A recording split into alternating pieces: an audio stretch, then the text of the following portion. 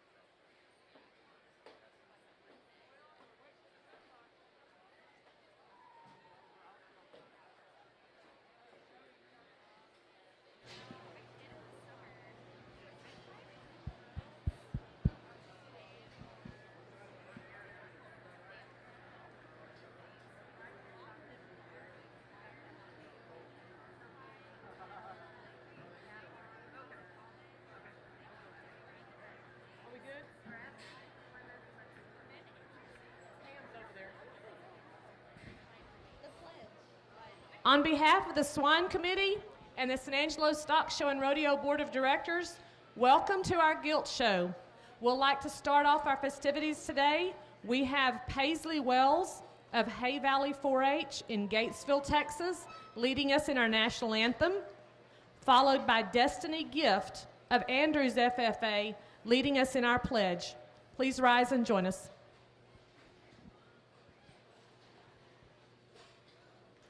Oh, say, can you see by the dawn's early light what so proudly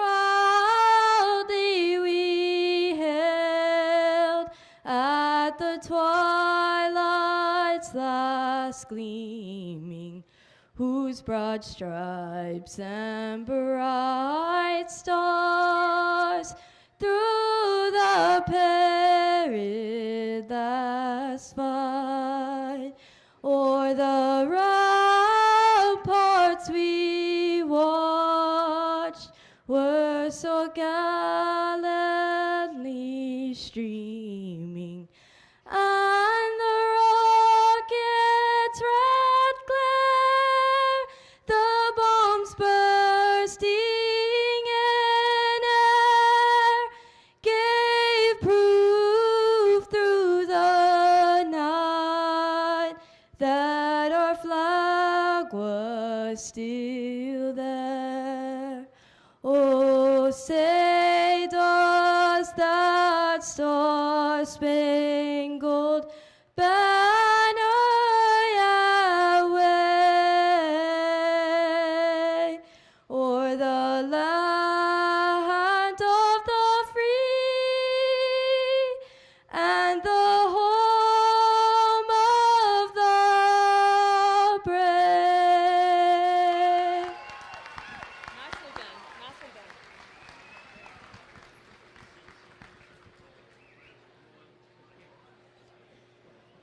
Please remain standing for the Pledge of Allegiance. I pledge allegiance to the flag of the United States of America and to the republic for which it stands, one nation, under God, and indivisible, with liberty and justice for all. Thank you so much, ladies. Very good.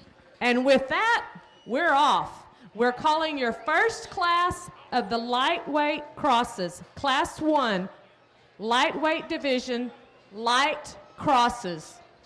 Bring them to the ring.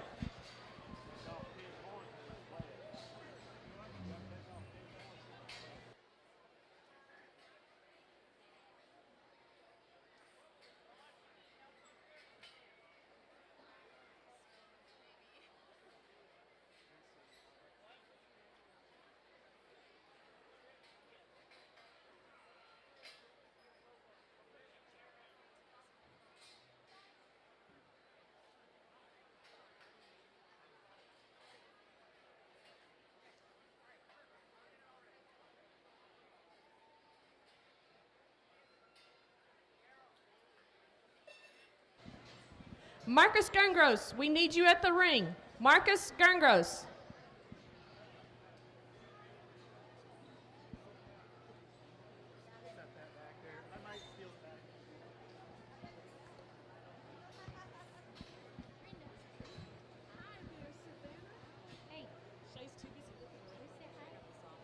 Y'all want to go in there because we're going to be bringing officers. We're going to go sit out there. Good.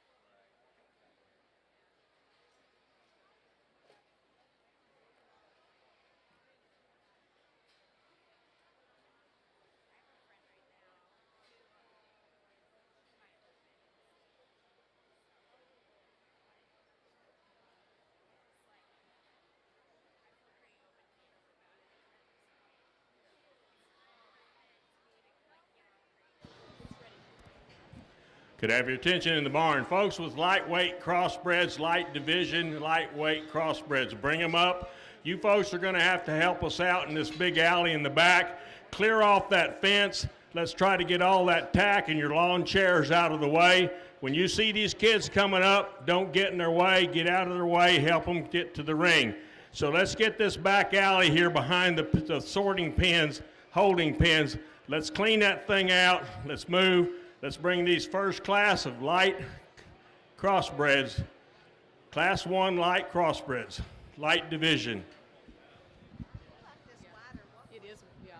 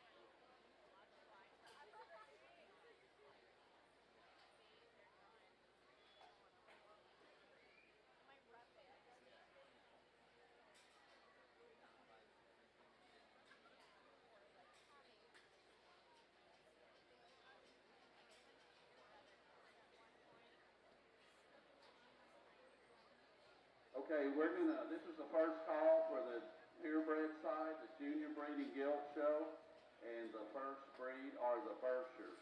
This is the first call on the junior breeding gilt show for the Berkshires.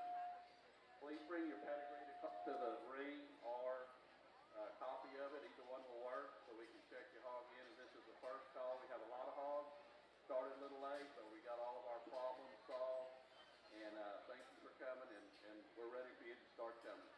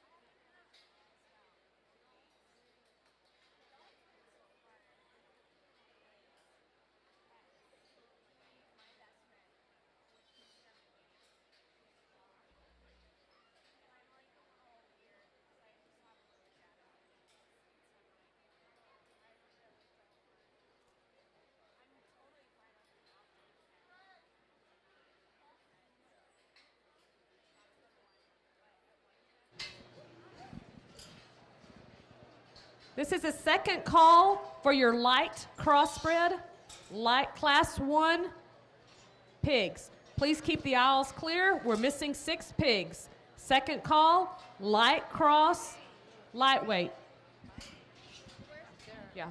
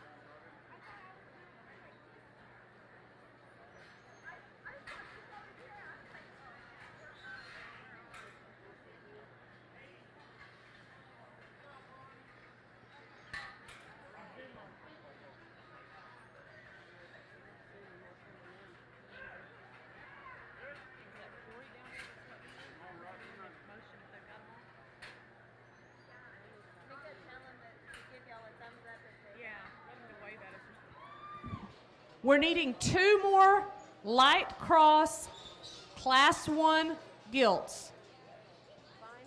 Final call. Final call, light cross class 1 gilts. Remind them that it's only.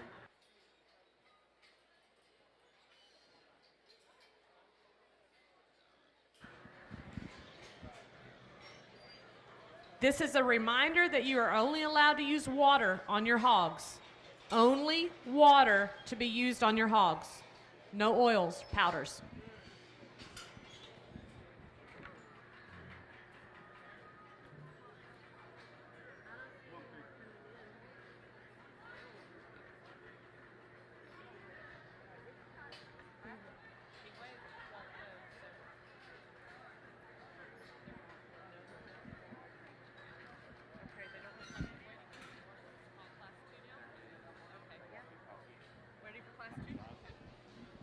We have a couple of pigs over here in the holding pens in back, but we don't have exhibitors. Have they showed up yet?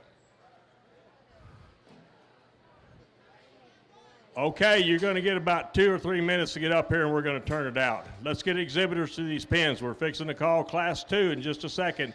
If you're in Class 2, lightweight, light crossbreds, you be getting ready because you're fixing to get a call.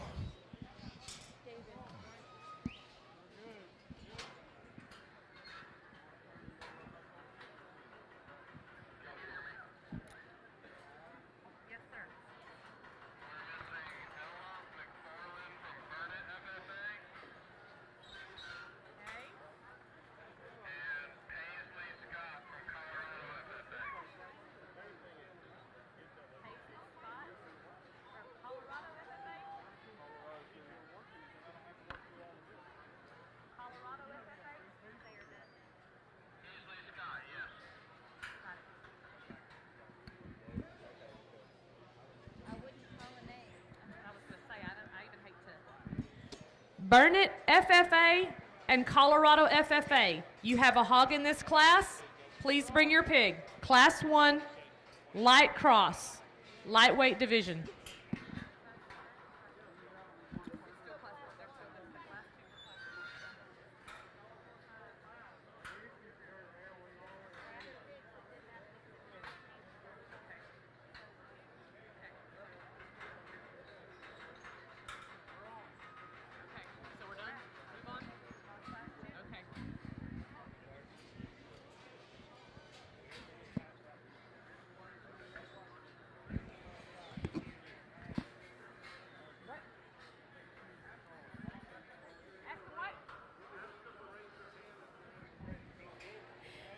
If Ella McFarland or Paisley Scott are in the ring, please raise your hand.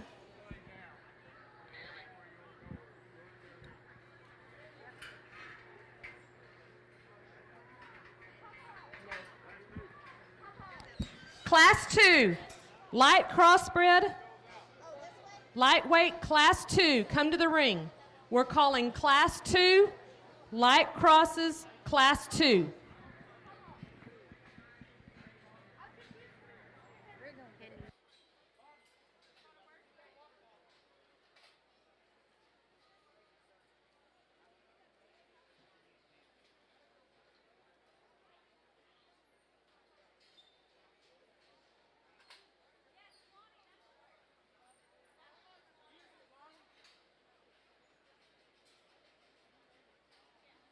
All right, the judge has dismissed these exhibitors in the ring.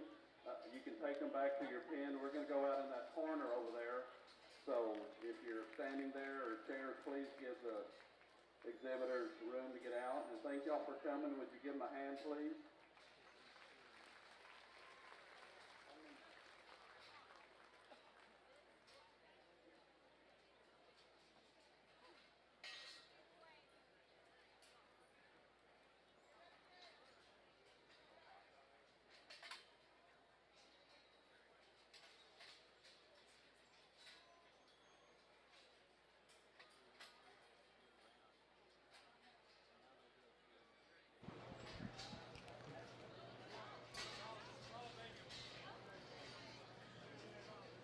We would like to welcome our judges to the San Angelo Stock Show.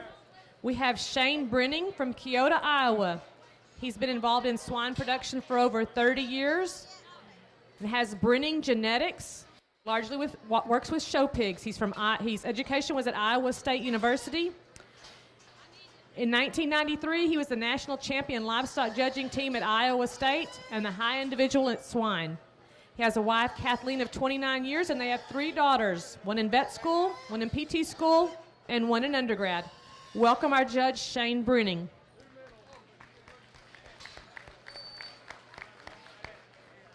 We also have judging Justin Tibbetts from Mineral Point, Wisconsin.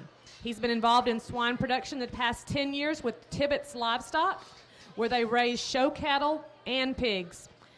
He was educated at the University of Wisconsin in Placerville. His judging experience is throughout high school and college. He's judged many shows for the past 15 years. He and his wife, Ashley, have 2 boys, Landry and Maddox.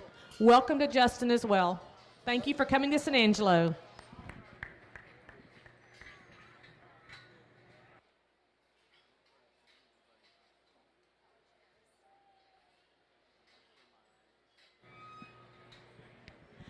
This is the second call for the Light Cross Class 2. Light Cross Class 2.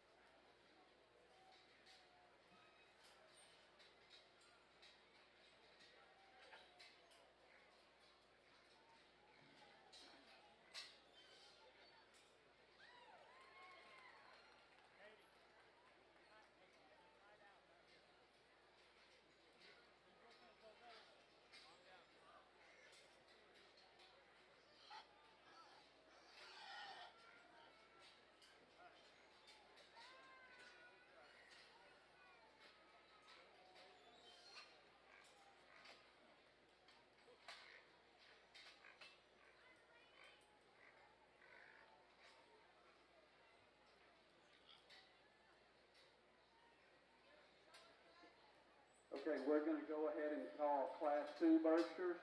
Class 2 Berkshires, make your way to the holding pen.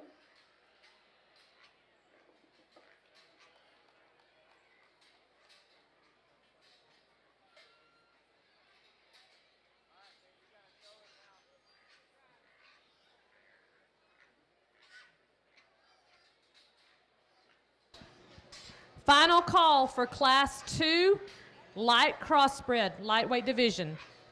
Final call.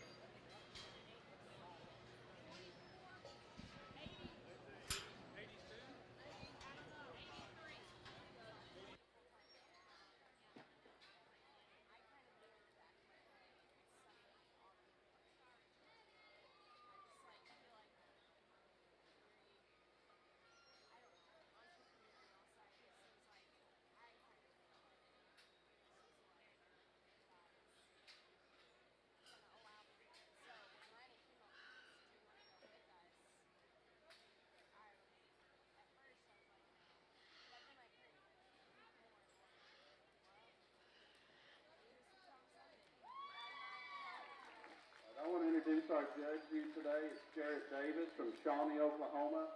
He owns and operates JD Show Pigs with his wife Allie and daughters JD and Tatum. He raised crossbred and purebred show pigs and breeding stock that have won shows across the country. Jarrett graduated Oklahoma State University, went on to be an agricultural education teacher and FFA advisor for 6 years. He now works as an ambassador for Honor Show Feeds and runs the pig farm full time. And I want to recognize his wife. She's somewhere in the stands. She's hiding out. There she is up in the corner. Thank you for coming. And would you give him a round of applause for coming? I'll let him have the mic.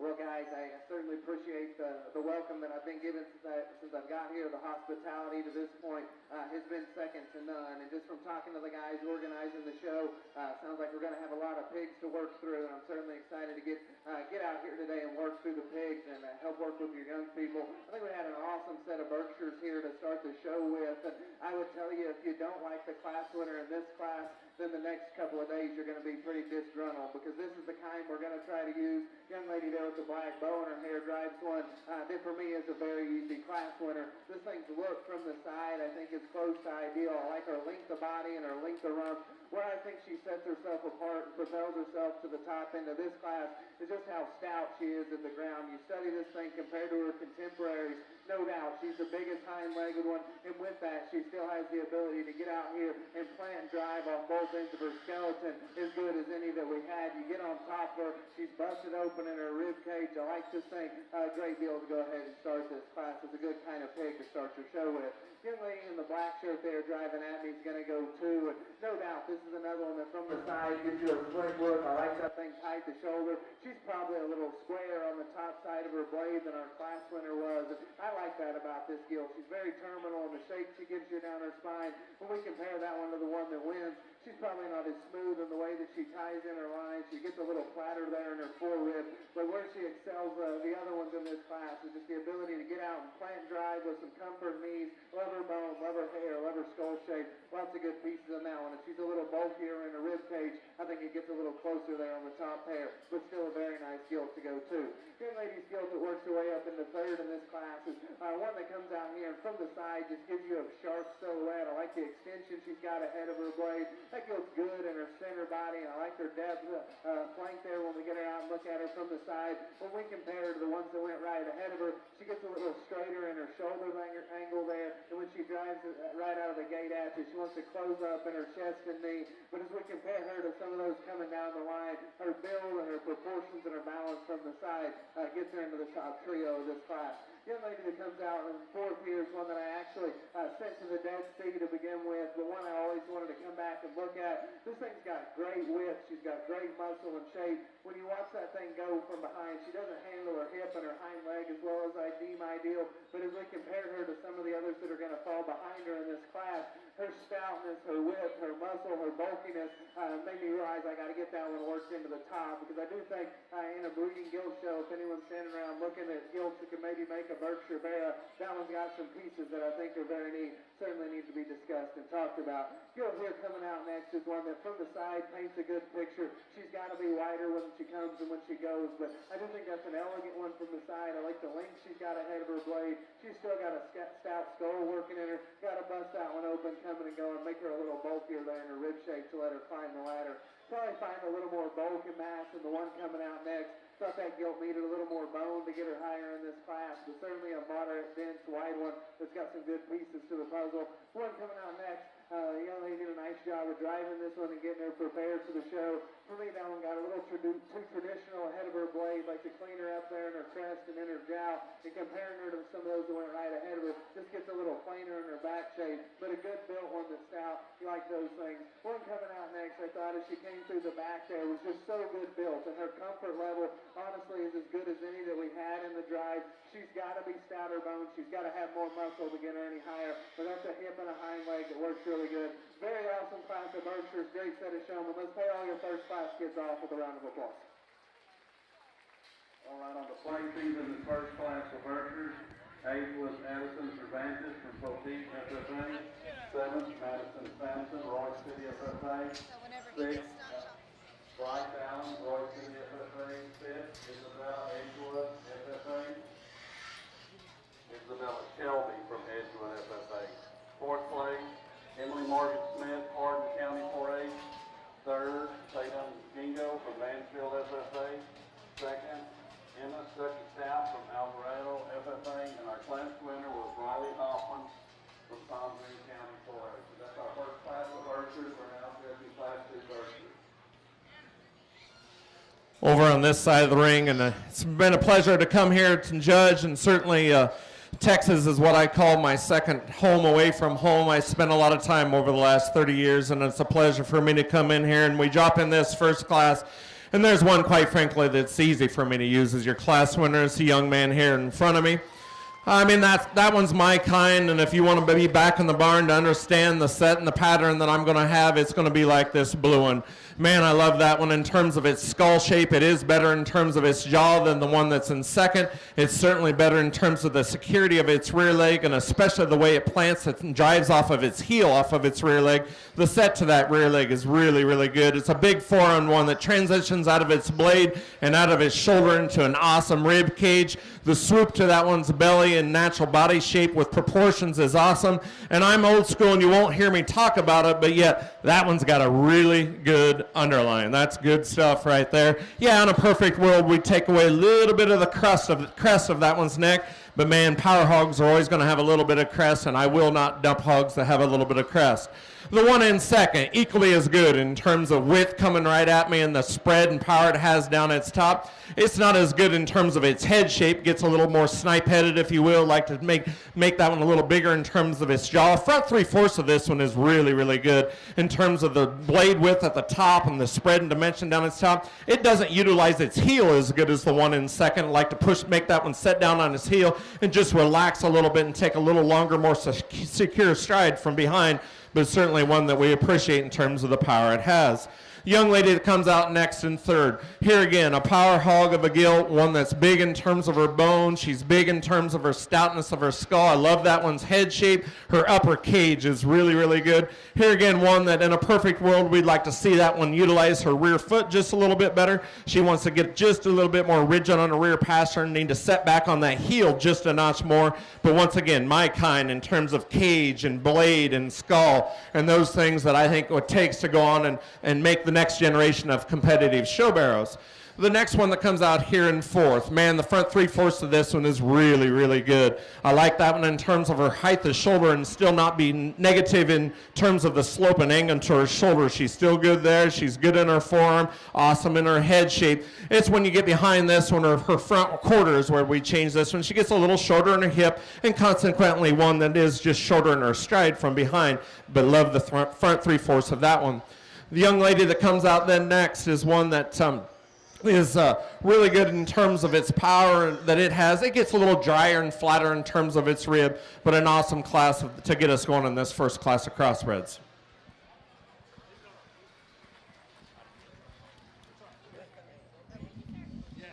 Folks, we're going to be holding first and second in these lightweight class, these light cross classes.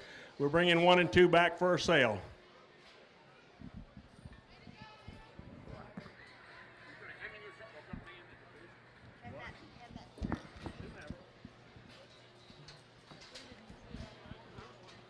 We're now calling Class 3, light crosses, lightweight division, Class 3.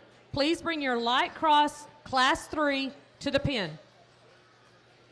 Also, please be considerate of our exhibitors. Clear the alleyways so those hogs can get to the ring. And the exhibitors, please clear the alleyways. And use water only on your hogs.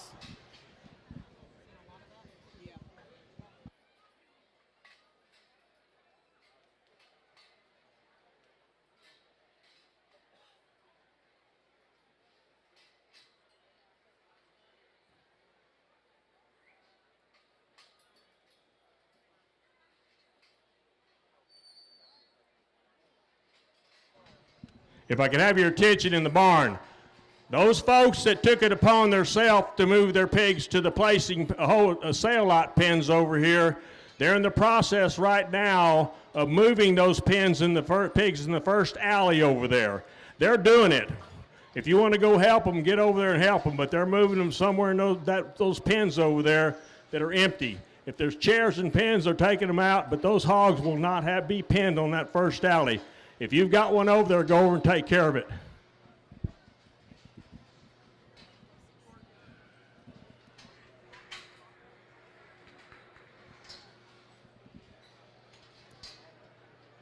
Your Class 1 placings in our light cross division.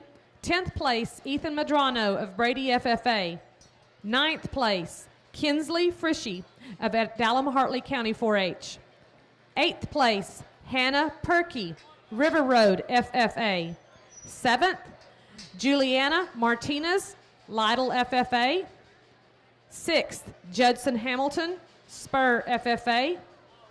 5th, Lillian Mann, Coryell County 4-H. 4th, Laney Virgin with Erath County 4-H. 3rd, Adeline Neal, Meadow FFA. 2nd, Caden Wally, Bryson FFA. And our first place went to Mason Oram of Seminole FFA. Congratulations to Light Cross, Class 1. Again, we're calling Class 3, Light Cross, Lightweights. Class 3, bring them to the ring. Second call.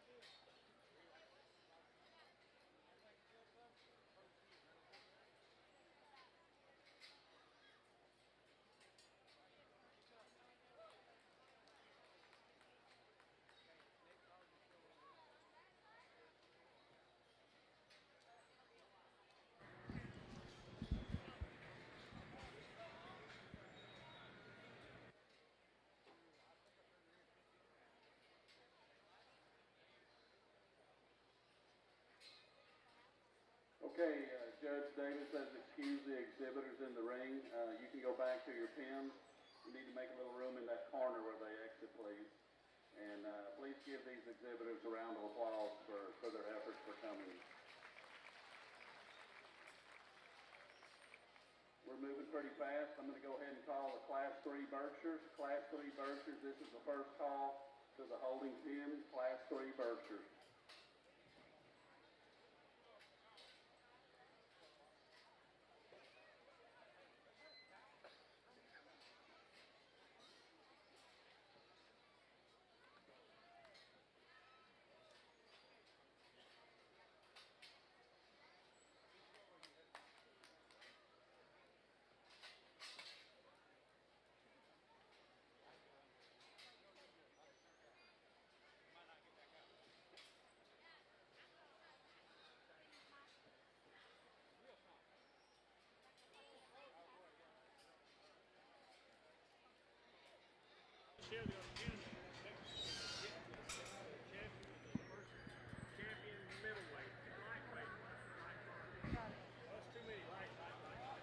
Class 3, Spur FFA, missing one hog. Class 3, Spur FFA.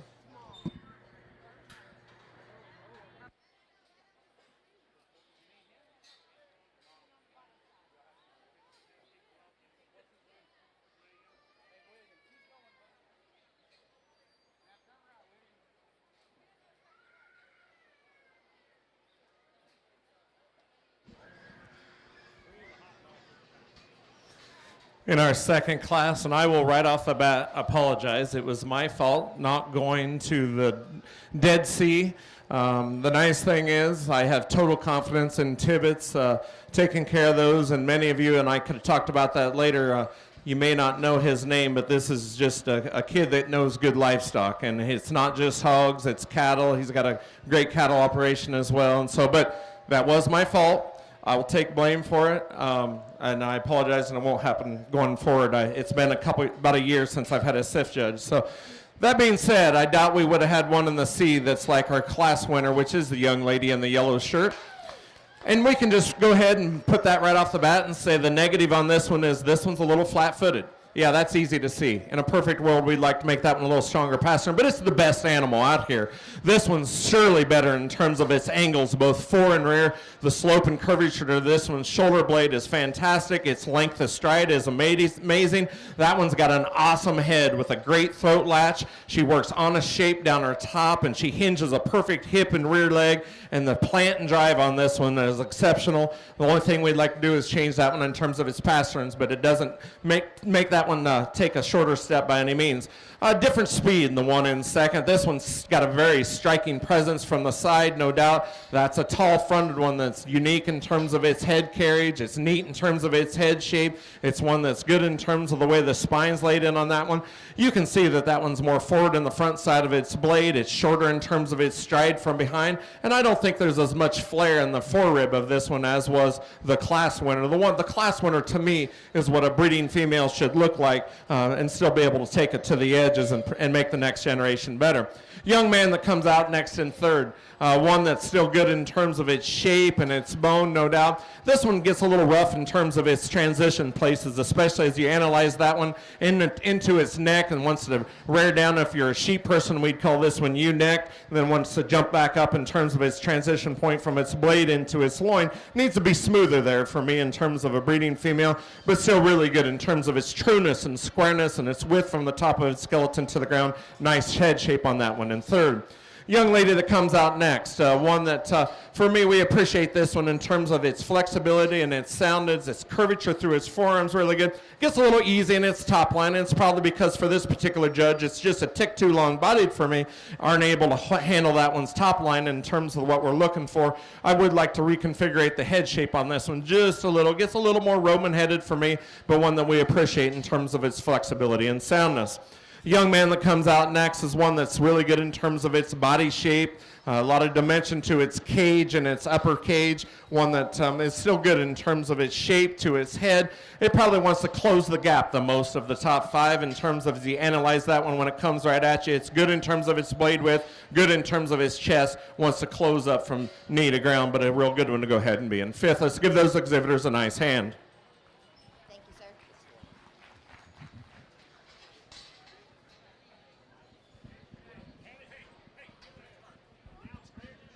First and second. We'd like to bring back our first and second place lightweight pigs, light crosses, to show for division champion. First place, Class 1, is Mason Oram from Seminole FFA.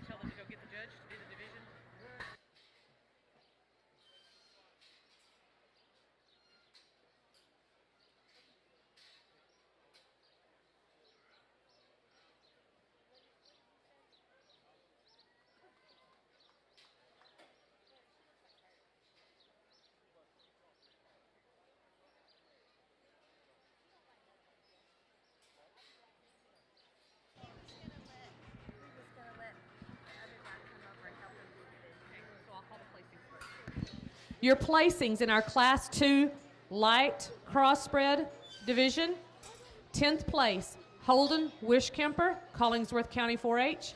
9th place, Derek Suarez, Floydada FFA.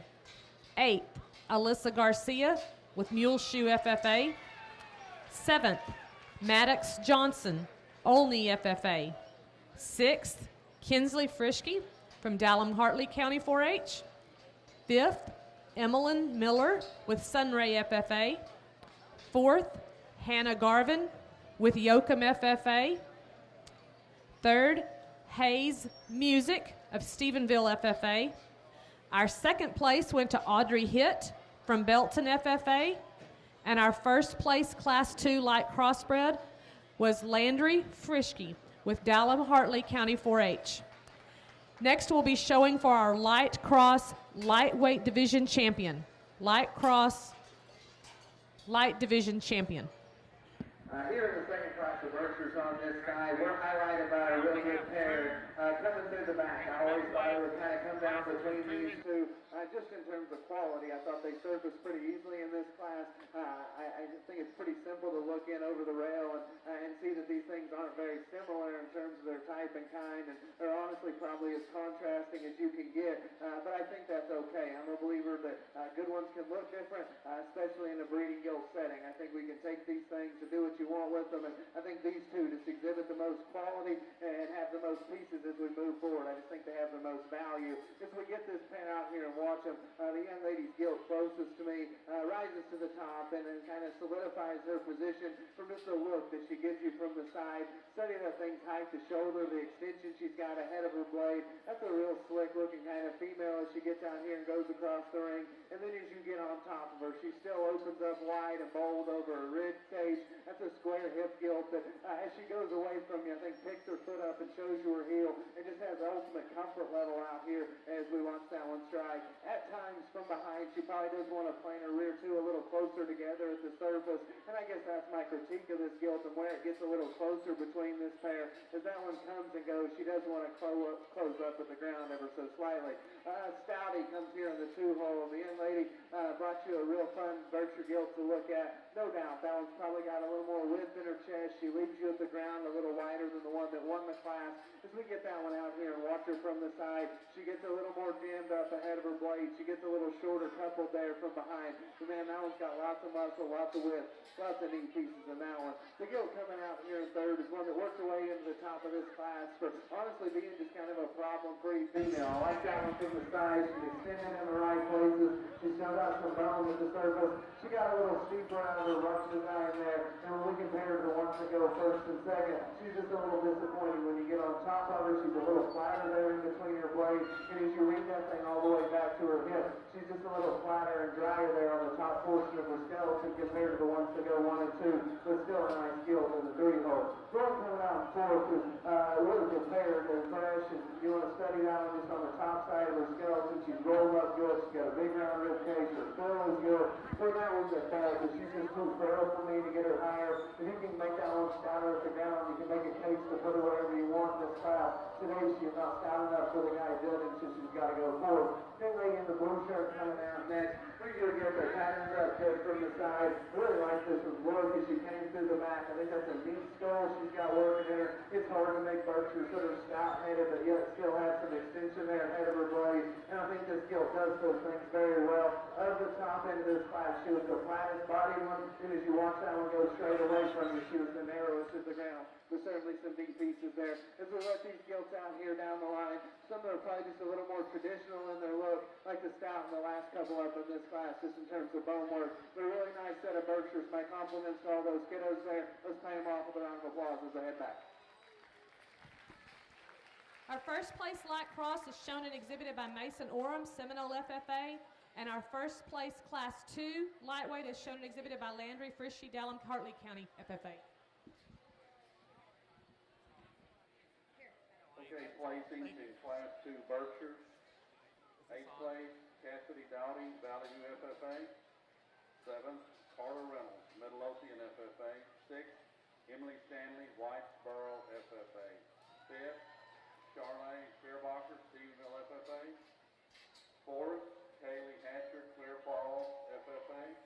3rd, Cambry Kitchens, Dallam, Hartley County. 2nd, Kaya Williams from Montego County, and our class winner was Caitlin Kirby from Godley FFA. That's Class 2. We are now judging Class 3 Berkshires. Over here on our side in the first division of light crosses, we get 2 out here that are awfully good in terms of their quality. There is one that for this particular judge that does win it pretty easy. It's my kind, always has been my kind, and will continue to be my kind. Rib, proportions, body, function, go, look, and one that I think is really good in the lightweight division. Good job, young man.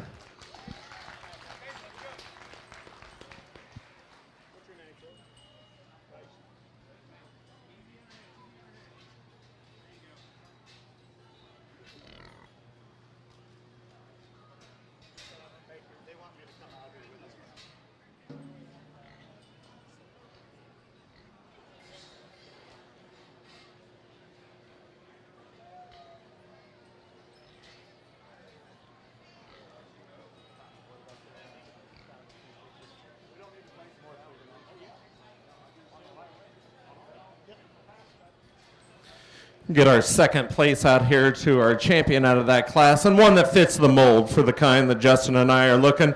One that's so good in terms of its feature and its bone, you know, in comparison obviously to the other one out here. It's denser and stouter in terms of its skeleton. I think it's one that's obviously better in terms of its front pastern, albeit that's not something I'm going to single straight throughout the day, but it is my second favorite one. Congratulations to you.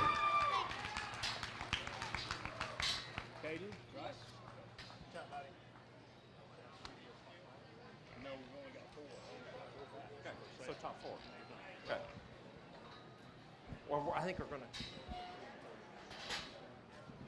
Oh, you're still. It's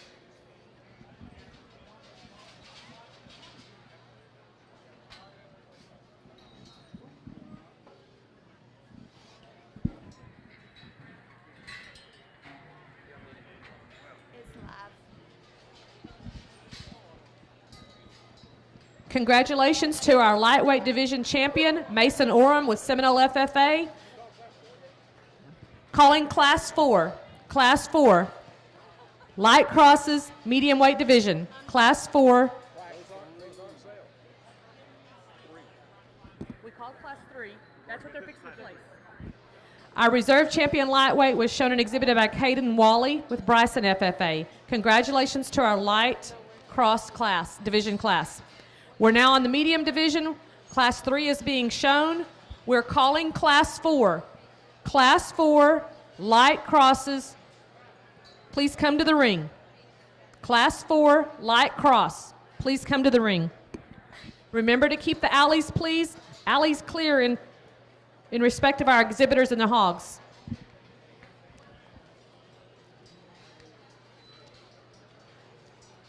I'd like to recognize our Stars Gilt Show buckle sponsor for our champion lightweight light crossbred, Pam and David Kempen of San Angelo, Texas. Thank you for your sponsorship of our show.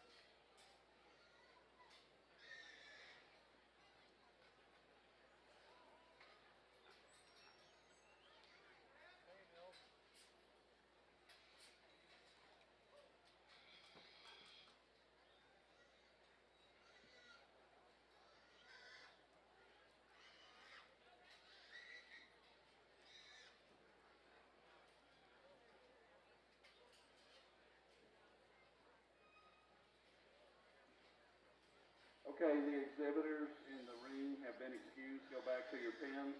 Would you please give them a round of applause and make them a little room in that corner there, please? Thank you. We're going to go ahead and call Class 4 Berkshires. Class 4 Berkshires, please make your way to the holding ring. Class 4 Berkshires.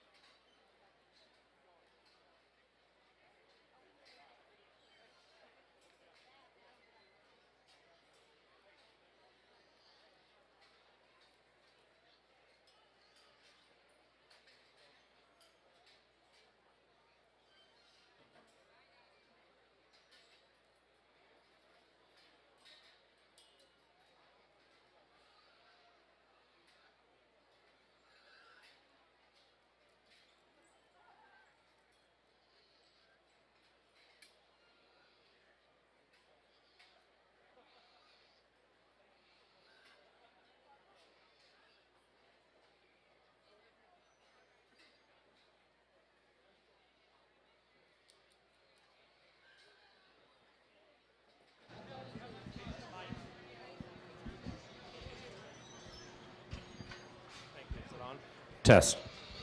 It's on. And we got another really good class here, and the top pair certainly are the two to decipher from. And quite frankly, for me, when we get them out here, there is one class winner, and it needs to be the class winner. It's the young man in the blue shirt. That one's certainly one that's bigger in terms of its bone. It's bigger in terms of its foot. It's certainly one, when viewed from behind, has more spread to its dew claw, emphasizing the bigger foot that it has compared to the one in second. No doubt that one's better and more attractive in terms of its front one-third, and especially through its throat latch, than is the one in second. That's a real good one to go ahead and win the class. The young lady in second, man, this one's good-bodied and probably has just a tick advantage in terms of body than does my class winner. It's one that is not quite as big bone and certainly a little plainer in terms of its throat latch and its look through its one-third in relation to our class winner, but a real nice pair to go ahead being 1-2. The one that comes out next in third, quite simply, this one's too mature for me in terms of no matter what weight it's at. Right now, it's just one that reads a little coarser and a little older in terms of its presence. And I think you can see that Father Time or Mother Time has started to hurt this one just a little bit in terms of one that's starting to go a little flatter in terms of its pastern, starting to cave in a little more at its knee and a little more reluctant in terms of the step it takes. And yet it's still a high-quality animal that still needs to be within the top three and lands third in this class, because regardless if it is mature, it's still one that's super dense and stout, big in terms of its bone, and one that has the ability, when bred right, to make the next generation of show barrows better.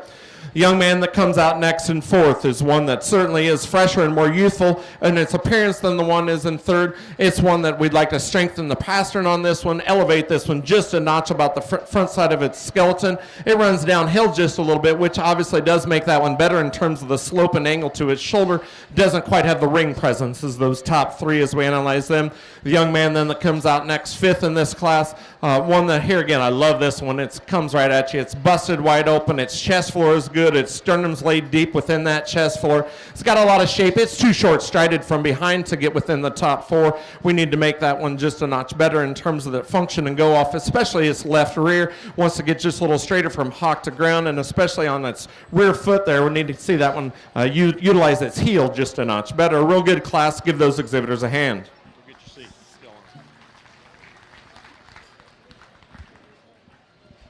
Really a good class here on my side.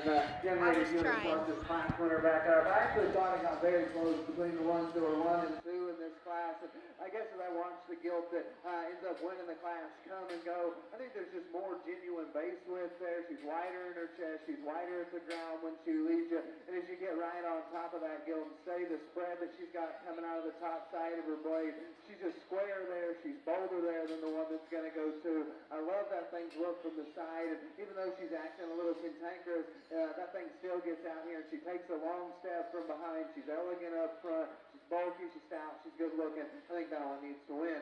The young lady that goes to certainly brings you one that's no slouch in terms of just having the fundamentals and checking a lot of boxes. I think that Gilt does those things well. As you step right in behind her, she wants to bring her hocks in a little bit, and as she comes right at you, there's just not as much peg there as the one that wins the class. But from the side, the silhouette of that thing is so good. Her height to shoulder, her length of spine, where her tail sets in her is all very good. The thing's got a great big tail root, and it matches the jawline she's got. She's stout.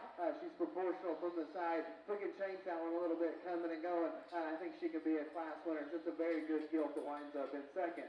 A real stout one comes here in the third hole. The young lady brings us as a gilt that's got some value for me. As a guy that likes to try to race some bears that can compete in the Southwest. I think got a big skull. You get on top of her. Huge rib cage there. She gets a little shorter couple off both ends of her skeleton. You get that one out here and study her. She gets a little shorter about the top side of her rump. She gets a little shorter there from her blade forward. But certainly a stoutie that I think still square, still boxy. And for all the extras she packs, I still think she goes good enough. Just not as sharp looking, probably not as comfortable in her rear step as the ones that go first and second. The one coming out here in four is one coming through the fifth. I liked a great deal. Her pattern and look from the side is very good. You step in behind now, and that's where we start realizing we've got some issues. She wants to close up the arena surface. She comes right at you. You could like to fix her just a little bit the way that her front foot hits the ground, square up in her knee. But from the side, that thing's very stout. She's very boxy. Love her hair. Love how big that thing's forearm is.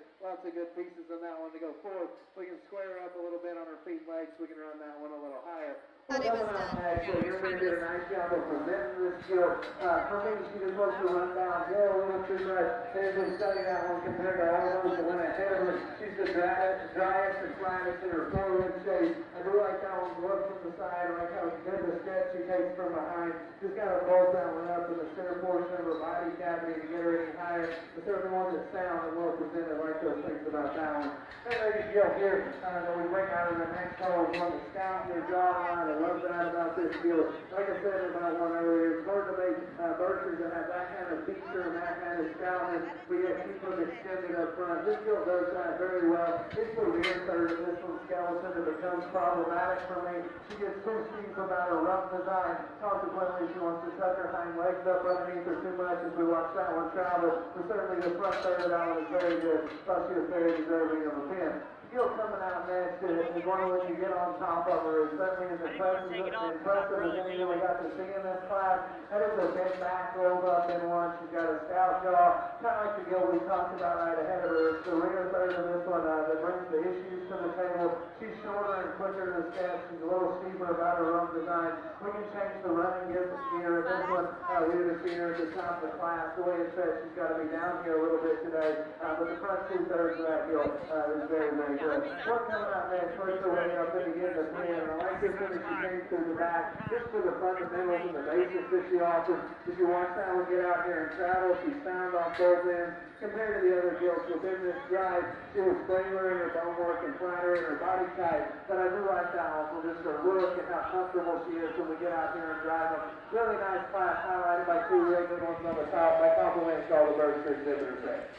Calling Class 5 for our light cross heavyweight division. Light cross heavyweight division, Class 5. Bring your pigs to the ring. We'll now be showing for our medium weight champion. Class 5, lightweight cross, medium weight cross to the ring. And the placings in Class 3 Berkshires, 8, Hannah Dunson, Northside FFA. 7th, Sarah Koenig, Vista Ridge FFA. 6th, Paisley, Long, Madison County. 5th, Grant Jarrett, Greenwood FFA. 4th, Addison Porter, Rains FFA. 3rd, Ailey Sims, Stephenville FFA. 2nd, Farrah Wilkinson, Lavernia FFA. And our class winner was Kendi Smith from Midland County. We are now judging Class 4 Berkshires.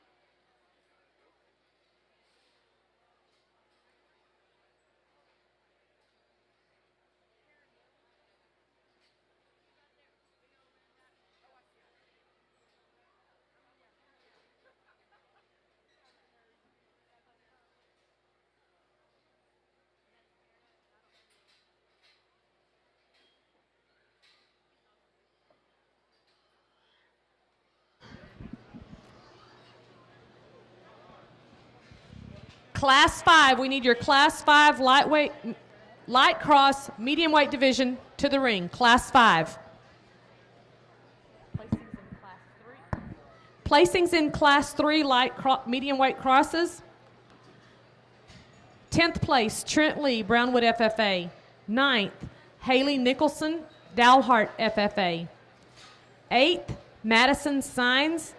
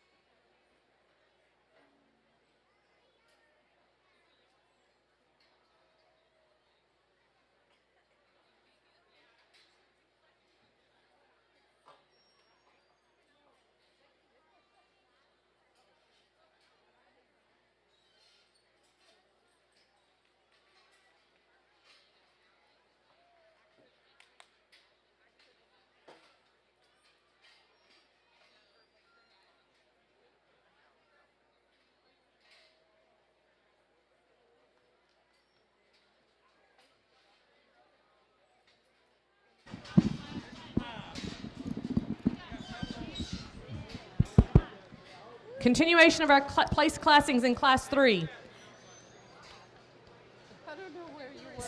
Eighth place, Madison Signs, Andrews County 4-H. These are the old ones. Seventh place, Talon Bruner, Cisco FFA.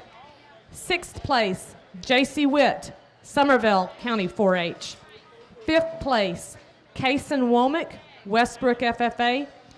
Fourth place, Sergio Lopez of Bangs FFA. Third place, Brooke Burke, Cedar Park FFA. In second is Kylie Molina, Spur FFA. And in first place, Austin Sassenberg from Vista Ridge FFA. Congratulations to our Class 3 light crossbreds.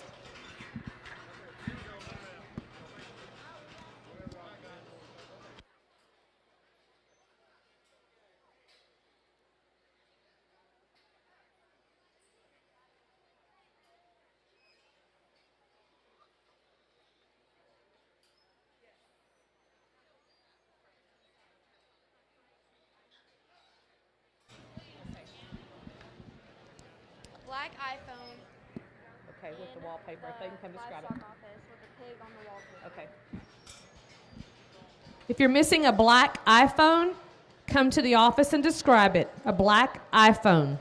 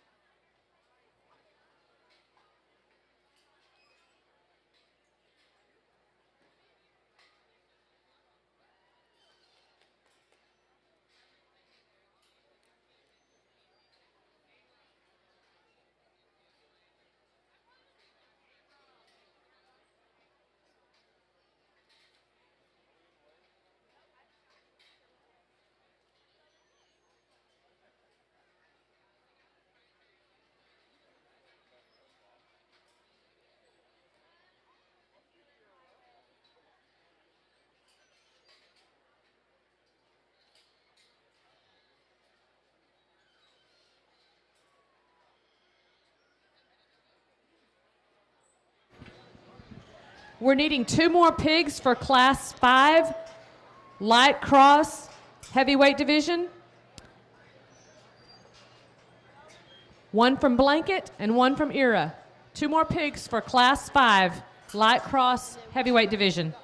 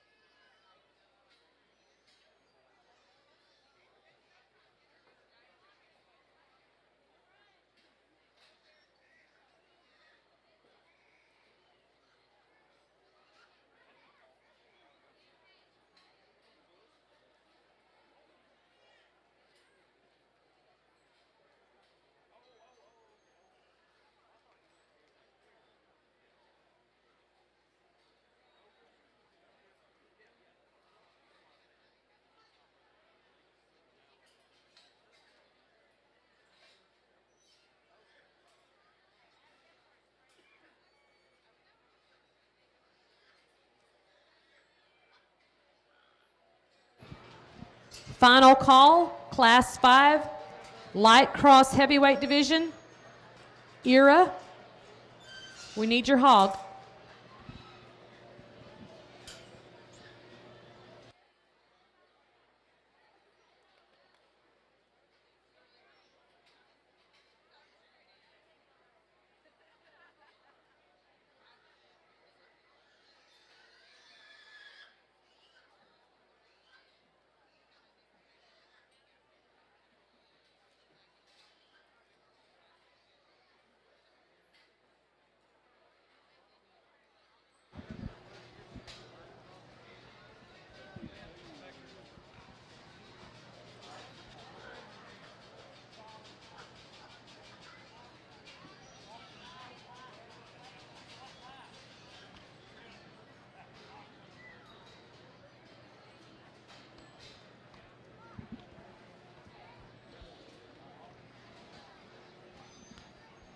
Okay, these Gilts in the ring have been excused. You can please go back to your pen. If you give them a round of applause, we'd appreciate it.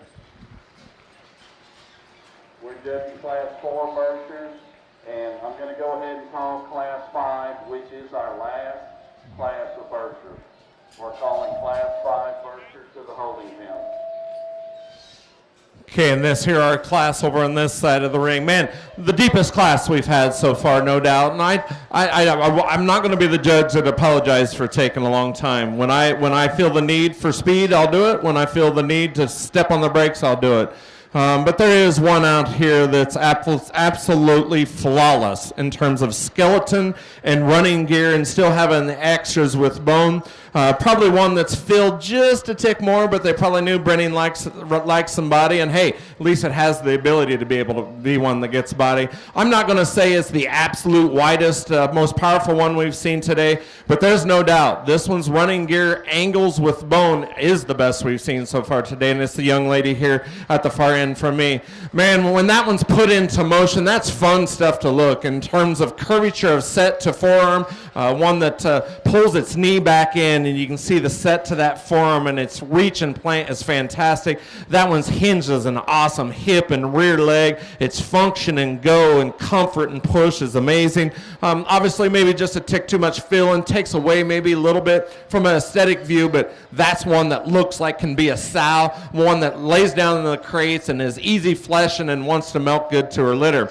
The one in second is one that's obviously a little more insecure perhaps from behind, and I'm sure some people would be afraid of one this wide, but she's wide and I like them wide. She pushes the limits on width behind perhaps, but she's so much denser in terms of her features and her skeleton than the one in third. That's a stout skull with a big forearm and a big rear leg with big feet and depth of heel to go with it. Still has spread and dimension from her blade to her hip with a wide pin set, one that I think is really good to go ahead and be in second. The young person that comes out next in third, one that's in relation to those top two, a little plainer in terms of its look through its front 1/3, a little sissier in terms of its jaw, runs downhill just a little bit in comparison to those others, and a little flatter footed. Is she more secure perhaps in her hock than the one in second? I'll give you that, but she better be, because she gives up quite a bit in terms of bone, especially that rear bone. We like to see that one bigger in terms of her foot size, and she actually wants to swivel just a little bit on that left rear when she plants on that foot. We need to secure her hoof and heel just a notch better. Go ahead and compete with those top ones. The one that comes out next, here again, one that's good in terms of its stoutness of skull. It's one that's flawless in terms of its skeletal mobility out here, and it needs to be, because, man, that one pushes the limits for me of one that I say is just a tick too long-bodied, and because of that, it throws this one's proportions off just a little bit for me. Obviously, she's one that's good in terms of her reach, both fore and rear. I would stouten up that one's rear leg to match her skull just a little bit. The fifth place one then that comes out next. Man, if you can realign this one's front blade and shoulder design, no doubt we can get this one higher. The back 3/4 on this one I like quite a bit. The set to the rear leg is good. It's got a lot of punch to it. It comes at you wide-chested. But in the breeding gilt arena, not only does this one get just a tick forward in her shoulder, she wants to compensate for that by pulling her elbow pocket out just a little bit. Need to make her just a notch more flexible and correct in the angle and set to her front end. But a neat breeding piece that had to be in the top 5 in my mind. A real good class to give those exhibitors a good hand.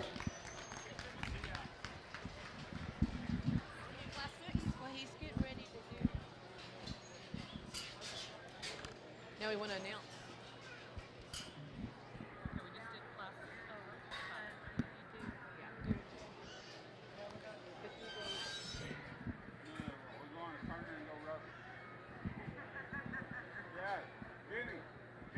We will now be showing for our middleweight light cross division champion.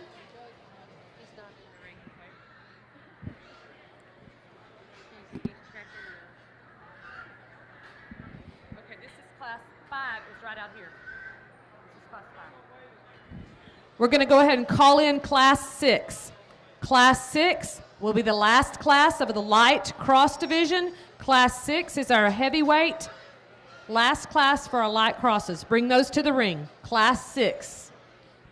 An interesting class over here, and certainly some differences in type and kind. And probably just a little harder to piece together probably from my perspective in terms of just setting a mold and rolling with it. But I do think we've got some good picks here on the top end of this class. Obviously, probably didn't fill as many off the top end of this one as we came through the sift. There's one of them out here that didn't initially get pulled that worked her way to the top. But I landed on these three pretty comfortably as it all shakes out in this class. The one that needs to win for me is the young lady to my right in the pink sweater. As we get that gilt out here and compare her to the other two, I think she's got the muscle of the one that's going to go in third. And I think in terms of this build and comfort level, she's a little closer to the gilt that's going to go in second. Is she perfect from behind? Does she reach just as flawlessly or effortlessly as a couple of the others? Probably not, but I do think that one's stouter. I think she's got more muscle when you get on top of her than the one that's going to come right behind her, and I do think she's just a little more conservative in her build than the one that's going to go three. Young lady in the blue shirt here that worked her way up to second in this class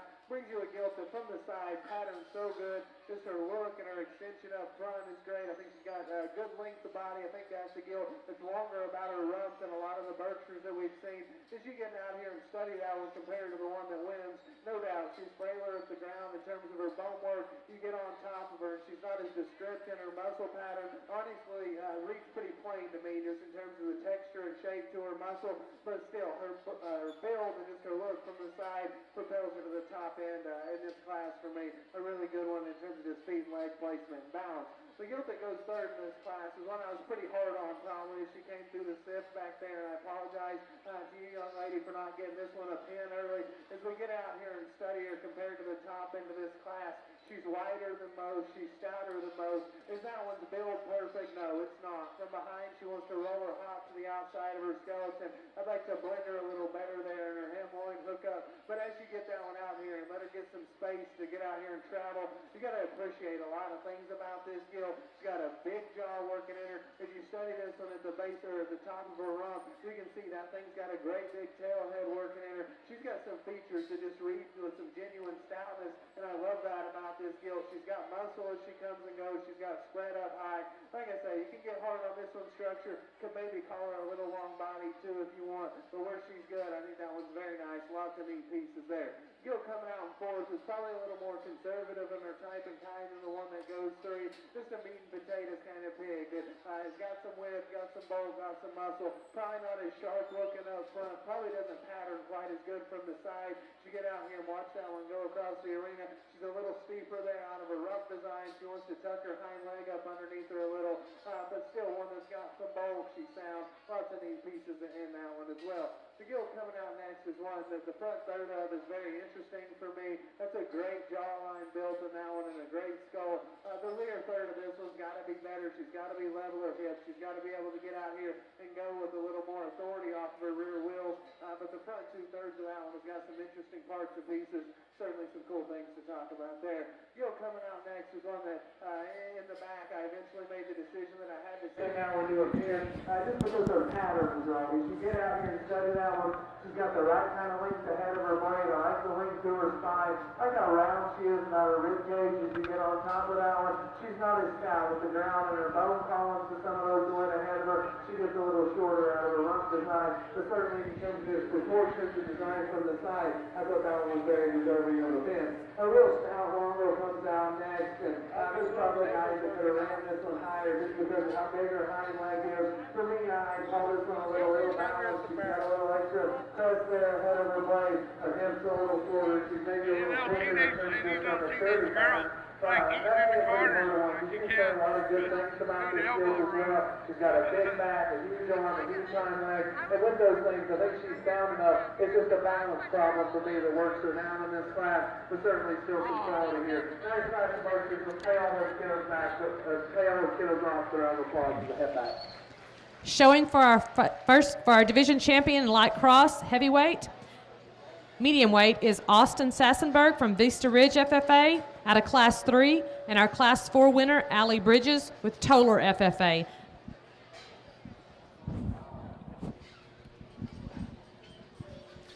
We get out here for our champion within this division, and man, It's no offense to the one that's not going to win this, but for me, it's not close. And I don't think, I know it wasn't for Justin when we bring him over here. The one that's going to win it is so unique of a creature. I mean, that one there, I'm not compensating and getting rid of bone to get the really flexible skeleton that we need so much. This one's so good in terms of the curvature and slope to her blade, the way her knee is set into her forearm. This one's rear leg. If young kids on judging teams want to see what a rear leg is supposed to look like, it's this champion, because this one's rear leg is flat, awesome. Yes, she's probably filled just a tick too much, but it doesn't pull her top line down. This is the kind of gilt that you can make show barrows that win with, because the proportionality in the body is so good that you can sit and go, yeah, are you going to have that 290 pounder at your Texas Majors that you have now, which I think is a stupid weight limit anyhow? You're going to have an ideal hog at 250 to 270 pounds out of females like this. That blue one's the champion. I like that one.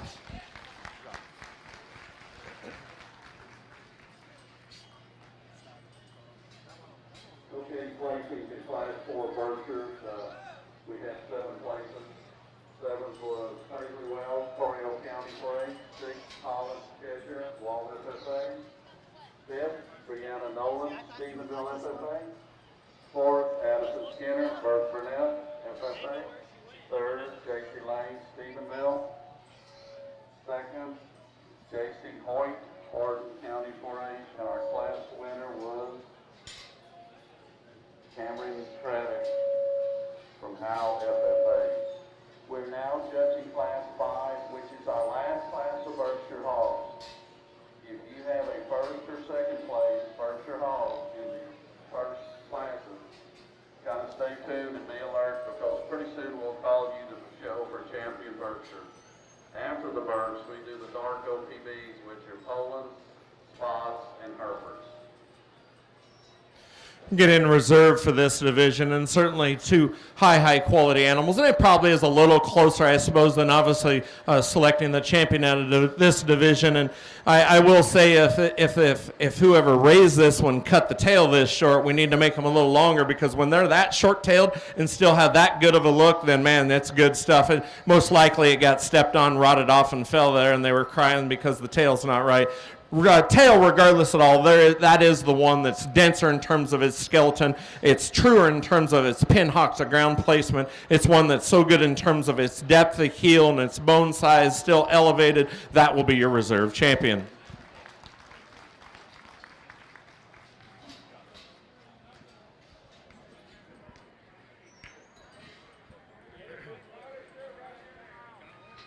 Got the order? All right, perfect. Okay. Yep. All right.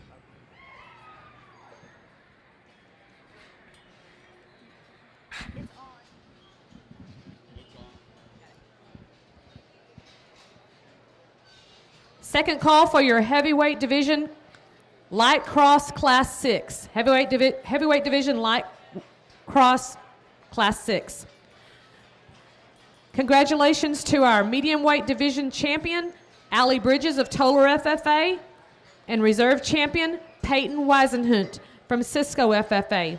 We would like to thank our Star Gilt Show buckle sponsor for the medium weight light crossbreds, Cody and Shanna Pugh of Ackerley, Texas. Thank you.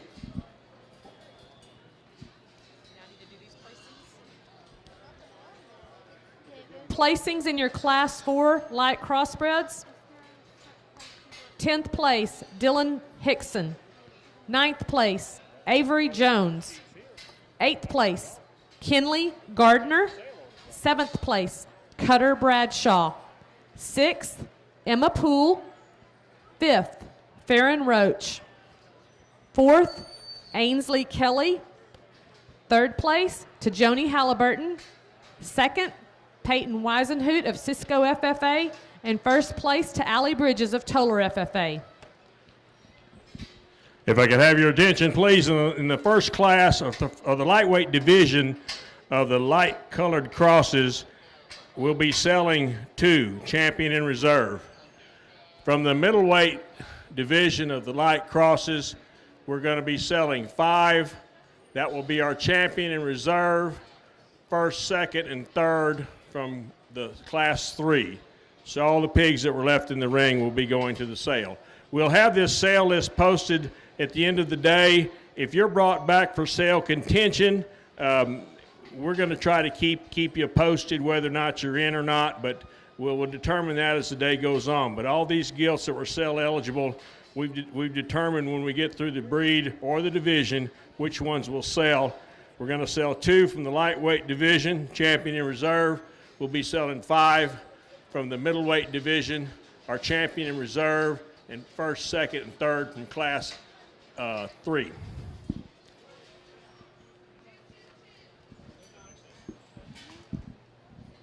We need 2 hogs yet for the Class 6 light crosses. Paducah and Mason, please bring your hogs to the ring.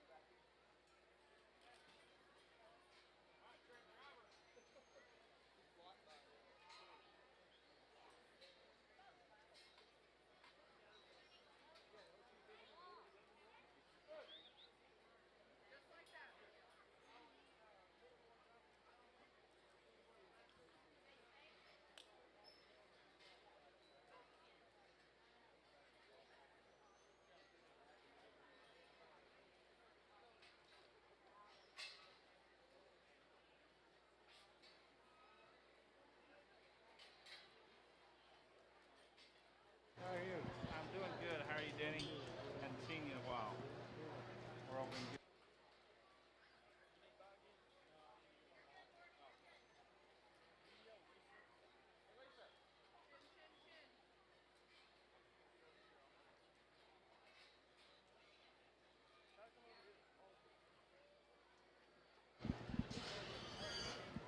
Last call for Class 6 in the light cross division. We need Paducah. We need your hog.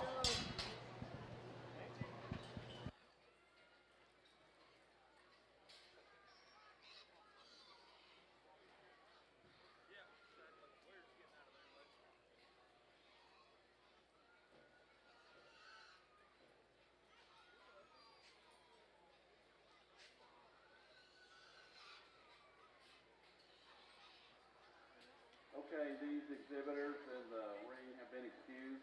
You can go back to your pen, and please give them a round of applause for their efforts, please.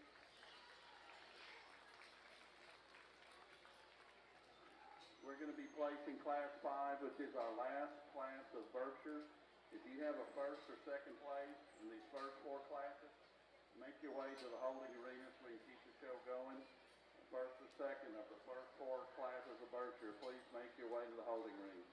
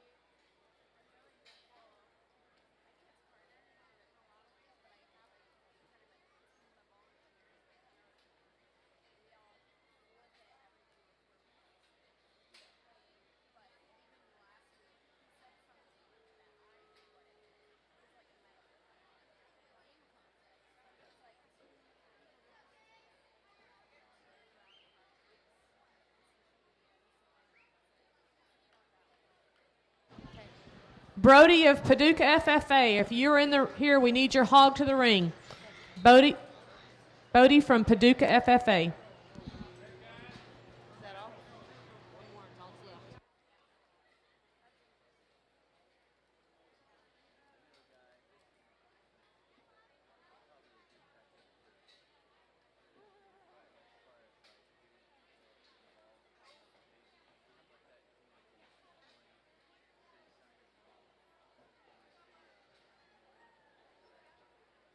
Yeah, if you have a first and second Berkshire gilt, please come to the holding area. First and second Berkshires. A nice class of these things as they came through the mat, but I think highlighted by one that in terms of just quality offers more. Young lady there that got pinned back by herself in the orange is going to have your class winner. This thing's stout where they're supposed to be stout. She's extended where they're supposed to be extended. Got shape, got muscle, got a big arm. I think a really logical place to start this particular class. I think things get closer after that, and a little bit of a Skittles bag that kind of come all different colors and a little varieties. But I do think the one that in terms of just quality and type and kind, I'm most comfortable with to be second. The young man's Gilts here closest to me. This one does some of the same things as our class winner in terms of just shape and muscle. I like those things about this Gilt. She gets a little rounder in her hip structure when you step right in behind her, but still one that I think the pattern's very good from the side. She's fresh up high. As we ask that one to get out here and go across the arena surface, she's got the ability to pick her foot up and push back off her heel, and I love those things about this. And maybe just a little more general in terms of her head and neck, and just a little more a little plainer there maybe than the one that wins the class, but still a very nice Gilt to go to. One that comes third is another one that brings a lot of stoutness to the table, and I love that about this Gilt. You study that one coming out the gate. That's a great big jawbone, and that tells the story from their back. She's got a big rib cage, a big arm working in her. As we ask this one to get out here and cover the arena surface, she gets more restricted in her movement out of her hock and her rear foot. This wants to get a little tighter and doesn't flex and go as the ones that go first and second in this class. But still one in terms of just the stoutness perspective, you can appreciate a lot of things about her. Really like the fill, just the composition that one's got to her body. Like a lot of things about that one be third. Another real stout one that probably needs to go a little bit better comes out here in fourth. If you want to say that one could have been a spot or two higher, I could hear that argument. For me, I'm the top end of this class. She gets the most restricted from behind, and if we study the front part of her skeleton, the way her front foot hits the surface has certainly got to be a little better for this show judge. But that thing's got a big hip, a big back, and a big skull. I like those things. The one coming out here next from the side paints a good picture of the top end of this class. She was the flavorless one in terms of her bone work. For that reason, I thought she had to get back in a pin when we got her out here and studied her compared to her contemporaries. But as you watch that one get out here and go by herself, there's a lot of quality within that Gilt. I like her height to shoulder. I like the way her hips played in her. Just got to stout that one up to get her higher. Some of the same things can be said about the Gilt coming out next. That's another one that takes a good picture from the side. As we watch that one come and go, she's a little narrower than some of her contemporaries. Just like the Gilt ahead of her, likes to make that one's front arm and ankle a little bit bigger. That's the end of that class there. Lots of quality. I thought we had another one pinned back, but certainly lots of quality in the last class of Berkshires. Let's give all the kids there a round of applause. Over here on the blue side, two very high quality animals at the top of the deal.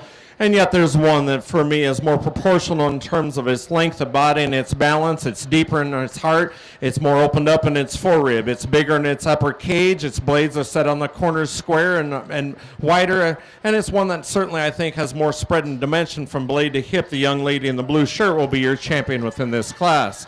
Young lady in second is one that's still so good in terms of its mobility and flexibility. I like the way that one's set through its front end assembly. It's not as deep in its heart, and it's not as full in its forerib. It's one that, too, in a perfect world, I probably maybe actually would have clipped that one up through its neck. Takes away a little bit. I think that one's actually more attractive through its throat latch than what it perhaps shows today, but it gives up some sheer power and broodiness and rib cage, as does our class winner.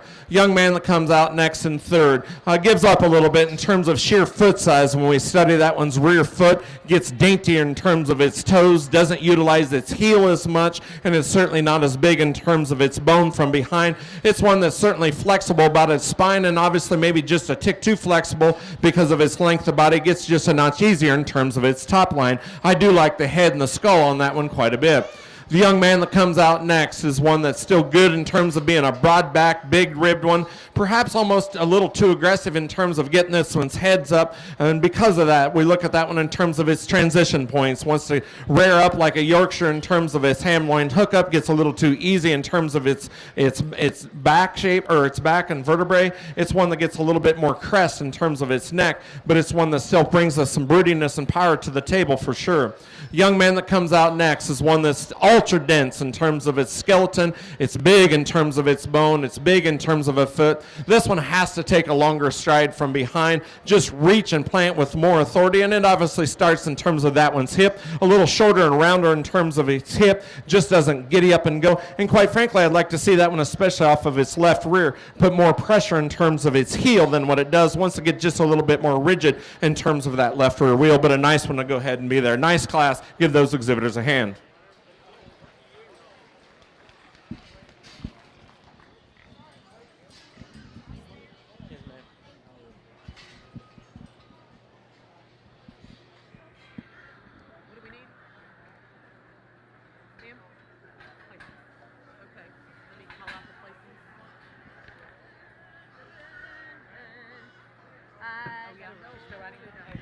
This is the first call for our dark OPB. First call for our dark OPB on the purebred side. First call, dark OPB. Class 5 placings in our light cross division, heavyweight division. 10th place, Riata Shope, Belton FFA. 9th, Morgan Greer, Era FFA. 8th, Kaylee Lee, Wheeler County 4-H. 7th, Peyton Weisenhunt, Cisco FFA. 6th, Jackson Edwards, Hamilton FFA. 5th, Case Morris of New Home FFA. 4th, Owen Bunch, Santo FFA. 3rd, Case Laster, Coryell County 4-H. 2nd, Ella Ettlinger, Cedar Park FFA. And 1st place, Tabakely Bottleberg from Erath County 4-H. Over here on this side, we're about to crown you a champion Berkshire, and I think all 5 of these class winners are very good. And we got a lot of Berkshire Gilts come through the ring today, and I think the 5 that are in the arena service within their respective classes. We're just bringing the most positives to the table. I wouldn't tell you that these things are exactly cookie cutter in the way they're put together, but I am very confident that in terms of just quality, these were the Gilts that needed to win their class. I'm not going to go through it and re-talk all of them. I think there's some different ways you could go depending on where you want to place your priorities. There's one for me that I think is just, like I said, stout where they need to be stout. The thing's got shape. I still think she's got enough load and enough extension. Hey, Gilton, won your last class is going to be your champion.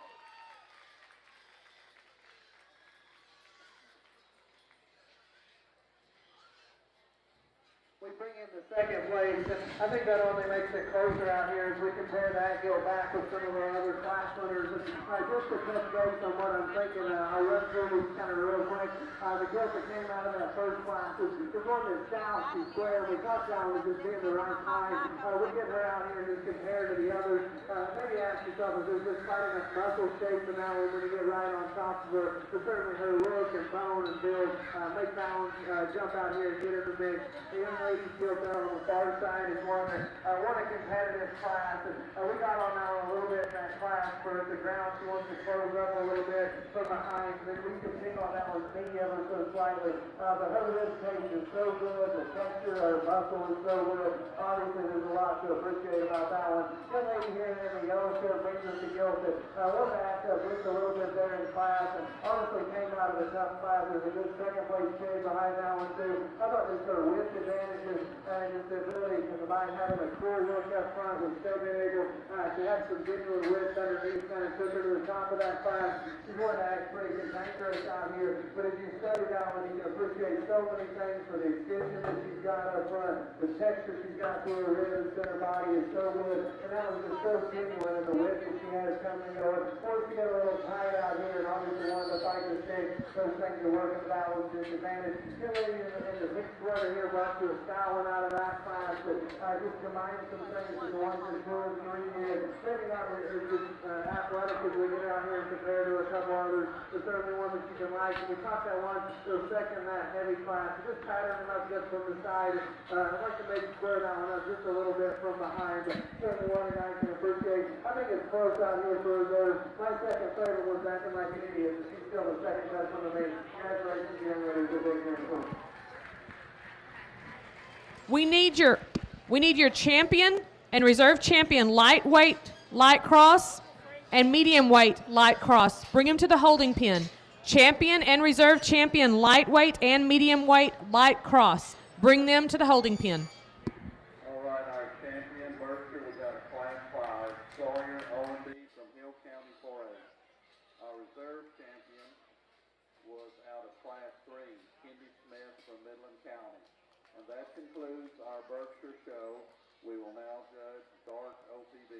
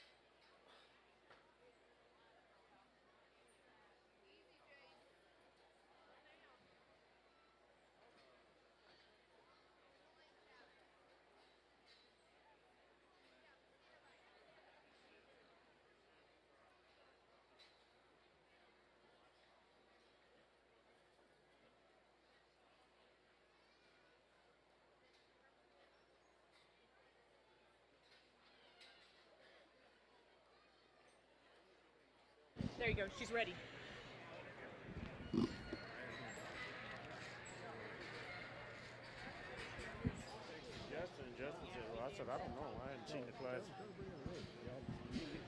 Have your attention, please.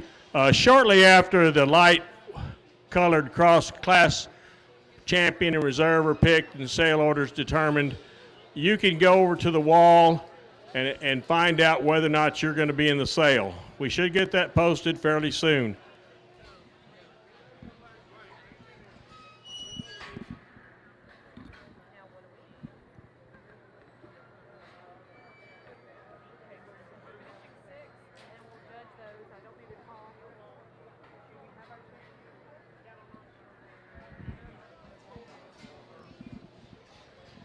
This is the second call for the champion and the reserve light cross, lightweight champion and reserve champion, and medium weight champion and reserve champion to show for the division champion.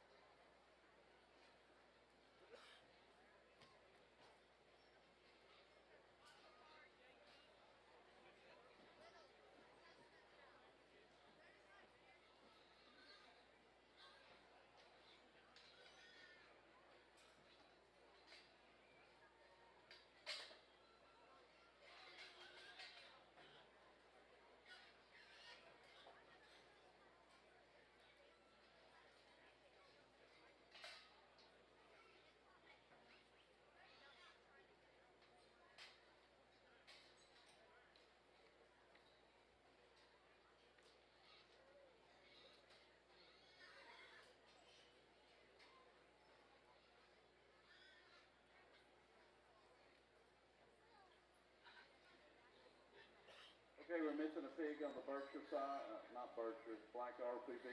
Benjamin Trevino from Briscoe County 4-H. Your class is being shown.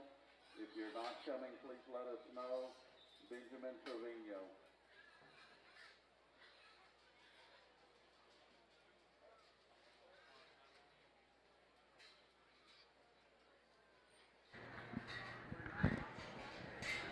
We need the reserve champion medium weight light cross to the holding pen. Reserve champion medium weight.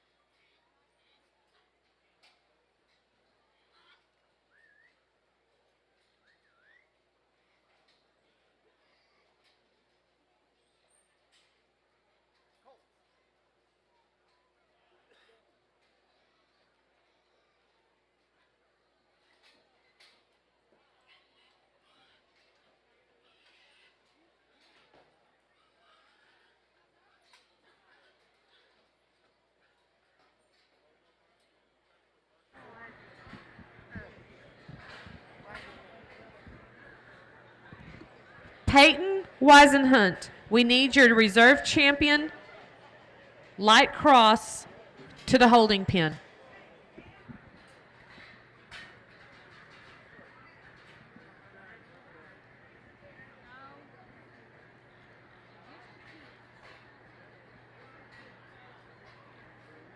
Fixing to call class up or class one guard. I know, but that's what I was going to say. I want her to give a chance, but if she doesn't, they're not paying attention. I guess maybe they don't game up or something. She's right behind that one. You think she'd want to be here? There she is. Okay, there she is. She's coming. Here she comes. Here she comes. There.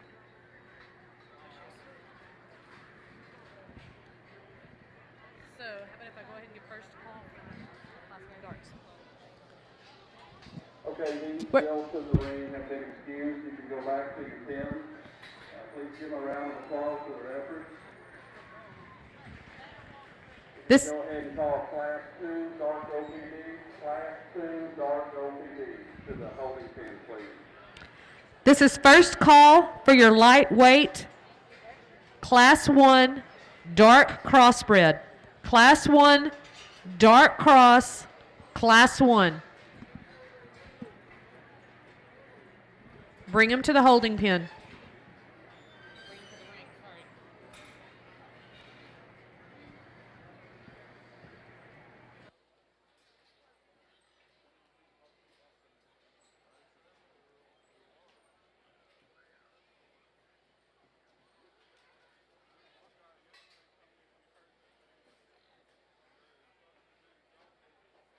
We've got a loose pig on this purebred side. We need an exhibitor. There we go.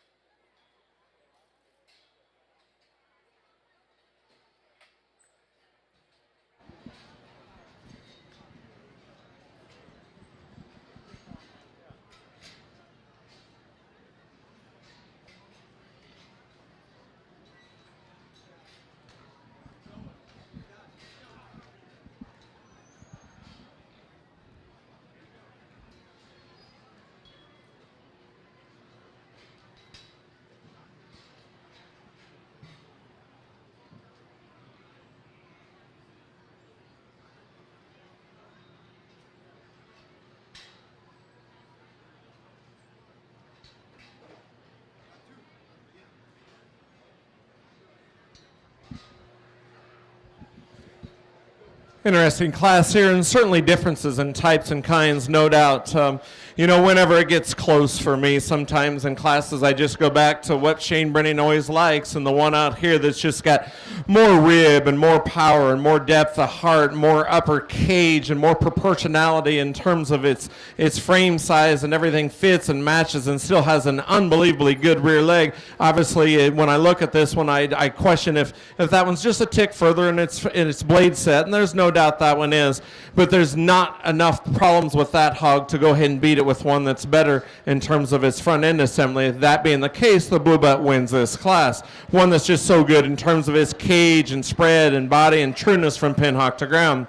No doubt the one in second is one that's just flawless in terms of its skeleton as you see it reach and plant and grab the surface, and yet that one's flatter in terms of its cage, tighter in terms of its heart, doesn't have as much upper spread from blade to hip, and it's certainly one that gets outside the parameters for me in terms of frame size just a little bit, but it's one that is so flawless in terms of its flexibility. It probably doesn't fit the kind that you would particularly think that Shane Brennan would use, but I do appreciate that one from a skeleton standpoint. The young lady then that comes out next is one that's certainly busted open more and has more center body and rib than does the one in second, but it's plainer in terms of its look and build. It's steeper and shorter in terms of its hip. It is one that, for one that's built that way in terms of a hip, it gets out and goes pretty good, and yet as you study that one, it's a little more cumbersome in terms of the way that one plants and drives off of its rear third. Young lady that comes out next in third, it was a deal, or fourth, it was a deal within this class where he just had enough skeletal problems in terms of flexibility and design. Does this one have enough rib, and is it a little more apex at the top portion of its blade in relation to what I like? Yes, it is, but it's one that's so good in terms of its flexibility. The hip and the hock that it hinges is really good. It's too narrow tracking for me to go ahead and get up any higher in this class, but one that I appreciate in terms of its skeleton. The young man that comes out next, here again, one that probably does have just a notch more punch in terms of center rib and body. It's one that too gets just a little plainer in terms of its look through its front 1/3, and it's also one that's getting a little flatter in terms of its front passer. And as you study that one, we start up pretty high in terms of bone size on its forearm, and then we get daintier at the ankle, and I'd like to make that one more symmetrical in terms of its bone size. But a good class to give those exhibitors a hand. On our side, I think we've got a pair here on the top that represents lots of quality. And like we've said before today, they're a little contrasting in their type and kind. And again, I'm very comfortable with that because I think in terms of positives and negatives, these two work their way up to the top into this class. That lady here to my right has your class winner, and for me, it's hard to punch a big hole in. I think she proportions good from the side. I think she's down to ground. I think this thing's so quality. You look at her up front, she's propped up good on her front toes. She's got big square toes. She can say the same thing about her rear feet. And I love that about this Gilt, especially when we compare her to the one that goes to two. She's more immature about her body type and where she's at compared to the Gilt that's going to go in second. I think that's okay. We're still on our way up here with a young project. I think got lots of future ahead of her. No doubt you can come with a little more bulk in the Gilts too. You want to start breaking that one down in terms of her skeleton. Front foot hit the surface a little flat, and then as she drives right at you, she wants to curl her toes up and point them at each other. But certainly one that's got lots of bulk when you get on top of her. She's square back. She's got probably a little bigger rib cage than the Gilt wings of class. But for us front, we like to fix her skeletally. You can say the same thing. If you step right in behind her, the thing wants to pull her hop spin towards each other as we put her in motion. Once you get a little straighter there out of her hind leg and a little deeper out of her rump. But certainly one's got lots of mass, lots of product, lots of power. I just think you can overwhelm the one that comes out of the 3 holes we got right on top of them.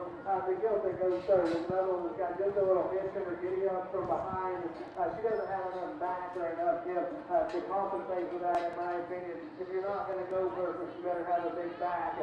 Both of those things are working against this thing as we compare to the one that goes second. She looks down her forearm. She doesn't have the right kind of look from the side, the right kind of proportionality in terms of length to width ratio. Like to fix the way she swivels from behind. Like to make her a little bulkier when I get right on top of her. One that comes out in fourth is one that works their way up in this class. That goes stout at the ground. And if we compare to a couple of those ahead of her and even probably behind her, you can find a little more rear leg column here to nose. When we compare to the ones that beat her in this class, she just gets plainer about her look when you get her out here from the side. side. She gets a little jammed up front. I'd like to lengthen that one out of her rump tonight. Just give her a sharper look and some cleaner edges. But certainly one that you can appreciate from this establishment standpoint. She still when she gets out here and she goes good enough. The girl coming out next is one that I got hard on in the back. Just to give the sound. Scout enough, probably didn't throw this on the pin as quick as I should have, but she does have lots of quality from the side. I love how extended she is from the blade forward. I think this girl patterns upgrade. As you watch her get out here and go, she's long and level about her rump. She's tall shoulder, she's black tail, she's got some extension there ahead of her blade. That one's got to be stouter bone to get her higher, but outside of bone work, there's lots of quality within that one. One coming out next is a little stouter. Balance just became an issue for this Gilt as we got her out here and compared to her contemporaries in the long drive. But certainly one that's got some stoutness, she's got some width. Can appreciate those things. Skill we've got coming out next is one that I thought needed a pin. When you get on top of this one, she was bold and rounded and rib cage as any that we got to see. Really like how square that Gilt is when she goes right away from you. From the side, she gets a little more vanilla about her look, like the square up underneath when she drives right at her. Really nice class. A good way to start this particular division. Let's give all those kids a round of applause. Get in division here within these blues, and certainly we have a pair out here that suit the bill in terms of rib and squareness and dimension, and I think even proportionality. I do think there's one that's just higher quality animal in terms of its presence, especially from blade forward. It's one that's just more aesthetically pleasing in the ring. No doubt the young lady in the blue shirt will be your champion.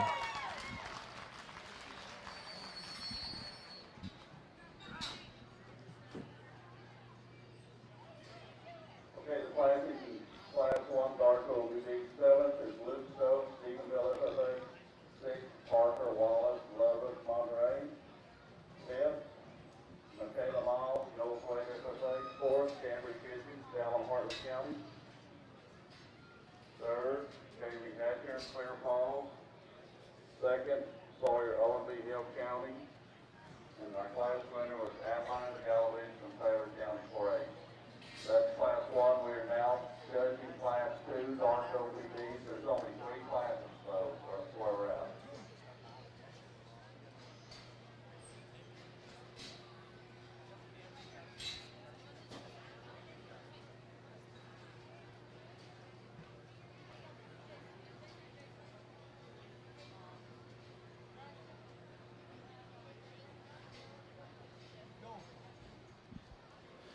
Bring that second out to our champion, and it's certainly one that's good in terms of its ring presence, and it is one that's good in terms of its length from blade forward. I like that one in terms of its functionability and its ability to grab the surface and go.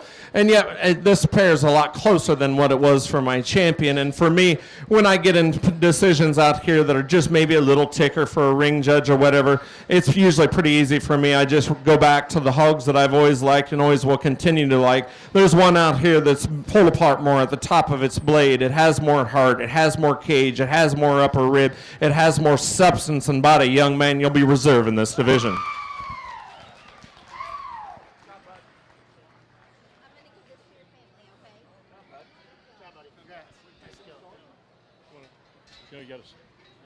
Oh, okay. Well, we haven't had to do it last. You don't have to talk. So now it's okay.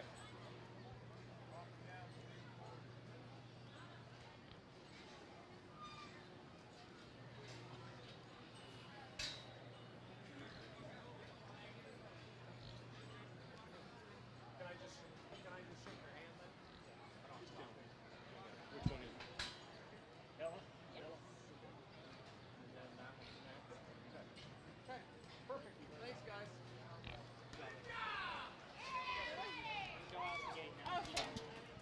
It's so weird.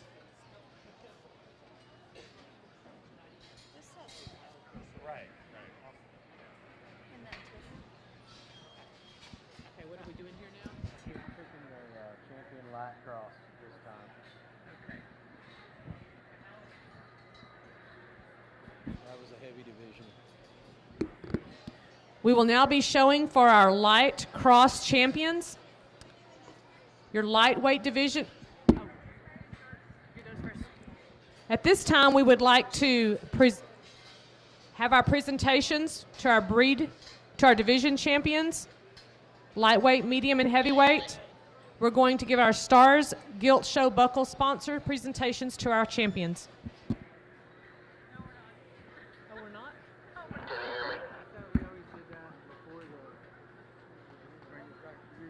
Yeah, that's fine. Okay. Sounds good. Sounds good. Got it. Apparently, check, check. Was we too late? Hold on just a minute.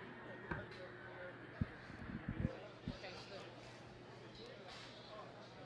that's our showing for the light cross championship. Our lightweight division champion, shown and exhibited by Mason Oram. Our medium weight division champion, shown and exhibited by Allie Bridges from Total FFA. And our heavyweight division champion, shown and exhibited by Blakely Bottleberg from Erath County 4-H.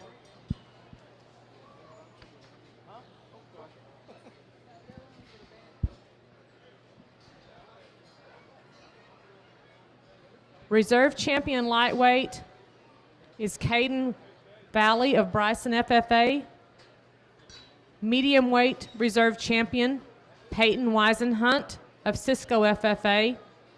And heavyweight division reserve champion is Cole Kate with Brock FFA. Okay,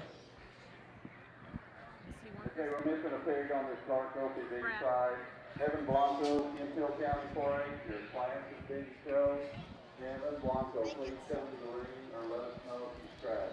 Thank you.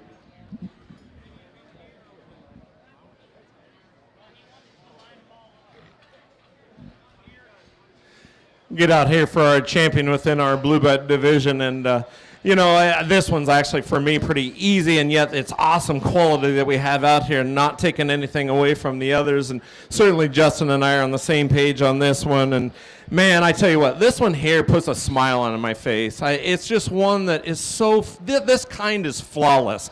I've always been a guy that likes bone probably more than most people before it got popular and we all start using the word hair and everything else. But this one truly does have bone, and it's so flexible. I mean, you don't sacrifice anything in terms of a running gear that can just flat giddy up and go. I think this one's really special and can make elite livestock and make livestock better. Young lady, you'll be the champion.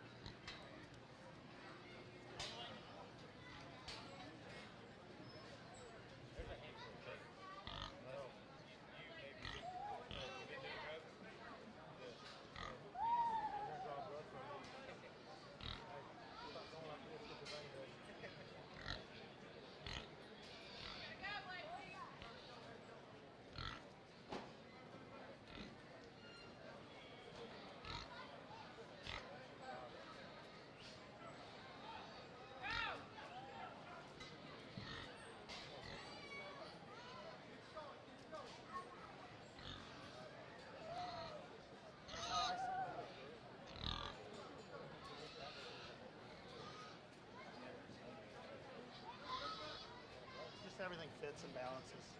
A little larger. We bring out that second to our reserve middle, and certainly that one jumps in the mix. That's a really, really good pig, and you can be nitpicky and say, is that one plenty enough white at its hock in relation to the plane from pin hock to ground? And yeah, it probably pushes the limits, and I have always liked to push the limits quite a bit. And yet, that being said, I do think the next best pig out here, one that, and I don't necessarily think they have to always match or whatever, but this one does match in terms of its type and kind. It's so good in terms of its cage. It's so good in terms of its flexibility from behind. Its proportionality is killer. Young lady here in the blue shirt will be your reserve. Okay, these dark OBDs in the ring have been excused, please. You give them a round of applause, but appreciate it. We're calling Class 3 Dark OBD, which is our last class. Class 3 Dark OBD, please make your way to the holding pen.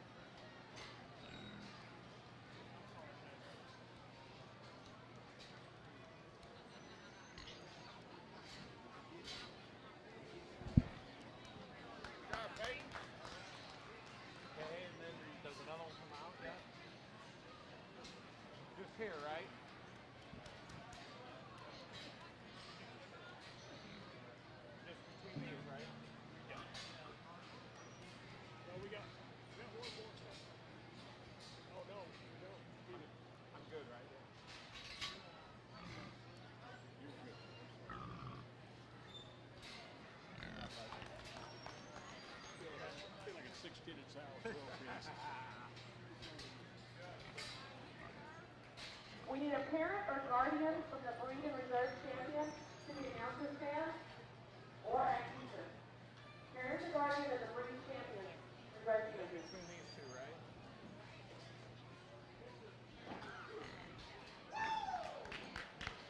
So that's your 5.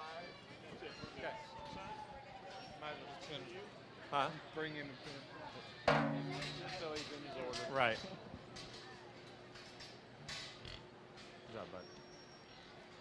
They're going to have to pull hair on these and go piss Is on he them. talking them or no? It's long.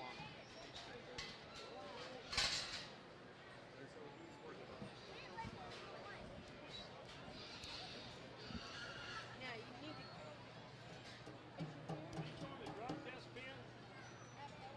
No, they haven't been yet. Frankie wanted to send them after we get Right now, right?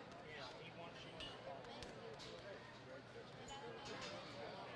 We got hard to do. We got to get over.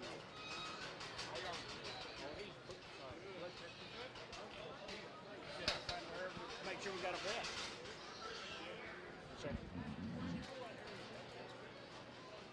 And now we're checking the other one. That's it. Oh, they're not going to go here. They got to go over here. One of the late entries. Okay, you got Over late there. entry. It's right here. Okay. Late entry? Yes, ma'am. That's it. Yeah, that's what she needs it. Perfect.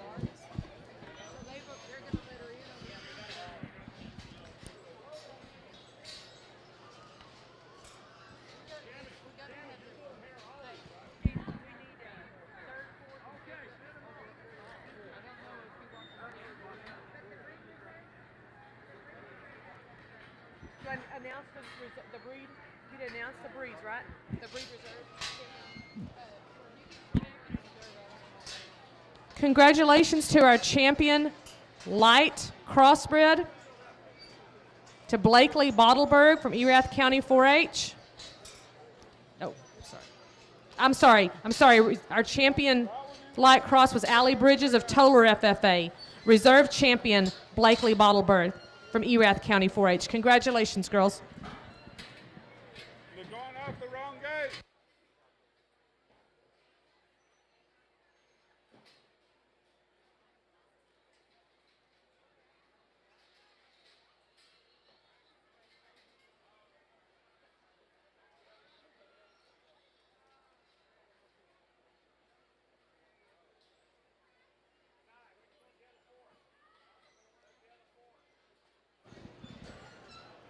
Last call for your Class 1 dark cross. Comanche and Mills County, please bring your pigs to the ring. Last call for our lightweight Class 1 dark cross.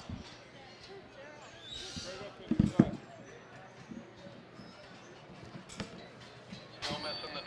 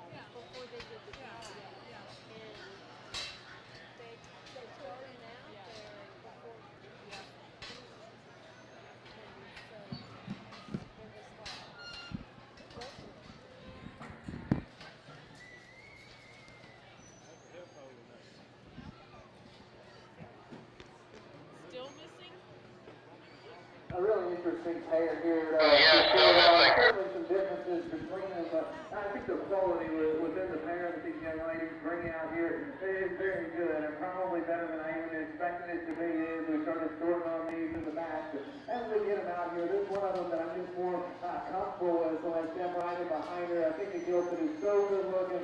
She's got a great skull. I think she's ideal in terms of her lines from the side. It's still balanced as well. She's probably not as good. It's the texture or body shape is the one that's going to go through in this class. But in terms of this look and design and stepping in behind her and her maintaining some squareness all the way to the ground, I think a very good one to start. And Harry here, my left, is going to have her class winner. This one that goes second is one that I want to love, and I do, honestly. If I can square that thing up from behind where she sets her hawk within her skeleton, this one's going to scare people today, because from the side, it's going to be hard to make one that I like much more than that. I think the length to her spine is ideal. That thing's got big legs. She's bendy in the way that she gets out and flexes from behind. You step in behind that one, and she just rolls her hawk too far outside of her skeleton for me. I'm a guy that'll probably accept them being stout and pushing the limits, because I know that's what it takes to win big shows. For me, that one pushes them just a little too far. The young man's Gilt here that's going to come out in third, he certainly brings you a Gilt. It's another one that's got some width and power. That one gets a little straighter in her blade angle. She gets a little jammed up over her blade there. And with those things, she just doesn't get out here and flex and drive as good or as comfortably out of her front end as the ones that beat her in this class. But she does have a lot of the same things they do in terms of width and soundness. Another one that's really good in just her written body shape. This one comes through the back and gets a pin quickly, because she's really good in her skull shape. Her hair and skin presentation is certainly on point and is as good as we're going to see today. Really like a lot of things about this Gilt. She's two straight hawks and doesn't go good enough. Outside of that, that one is very nice. The Gilt coming out next is one that we didn't get a pin initially, but worked her way up. We'd like to make that one just a little stouter in her arms, like to square her up on her front toes and make her just a little more conservative in her width from behind.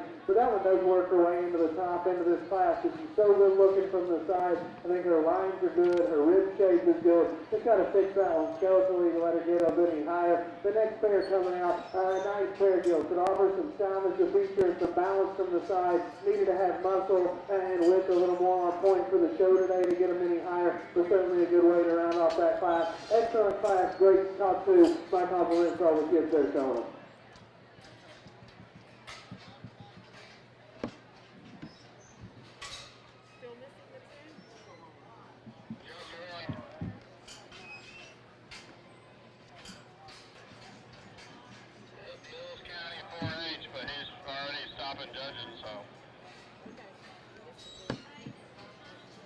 Places in Class 2 births, 7th was Madison Woolery, Winston County. 6th, Tatum Brady, Glasscock County. 5th, Luke Bonner, Kendall County Parade. 4th, Holt Sim, Stephenville, FFA. 3rd, Banter Bailey, Bryson, FFA. 2nd, Boozman Cathy, Paradise, FFA. And our class winner was Paisley Harden from Brock, FFA. We're now judging Class 3, Stark OPB. If you have a first or second place in the first two classes, please get ready, because there's only 3 classes of these. Number 0045, just got it. 10045 from Andrew? Yes, we just got it. So it's okay, we just got it.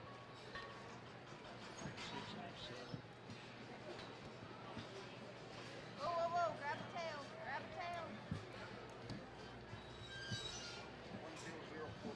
Yeah, late entries. Yeah. Add on late entry. Yeah, I'll get it to you. It out, just hold the muscles.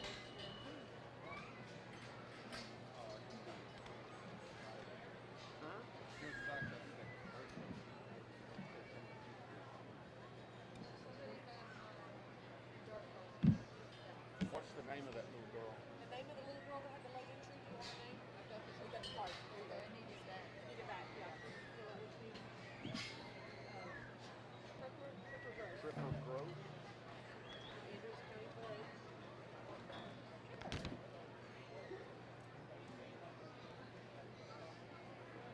I wonder if that's the brother's name.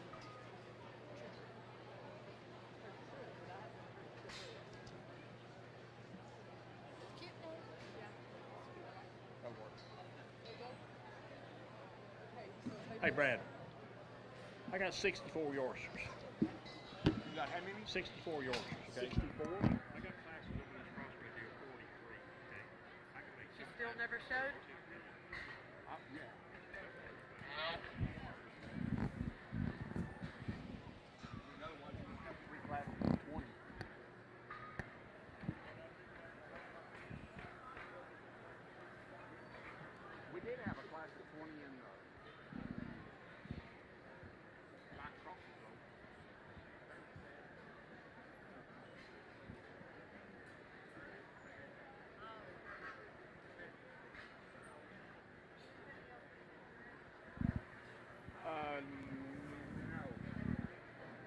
He's gone out of the.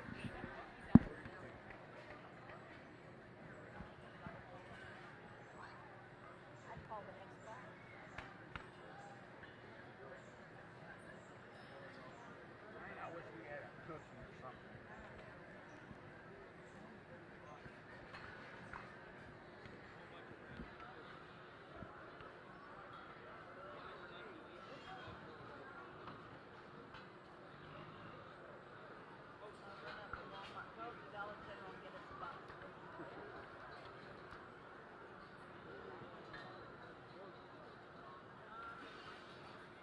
I was up there the other day. I don't know why I come up there. I had to come up there for something. And I didn't know they had the Dollar General right down the road. I mean, it went up in a month. It was not there last year. Oh, no, I'm... There, no. Even in the last 3 months, it wasn't there.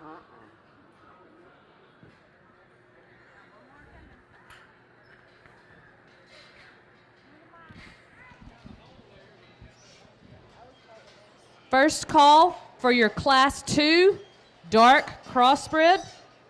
Class 2 dark crossbreds, please come to the show rings.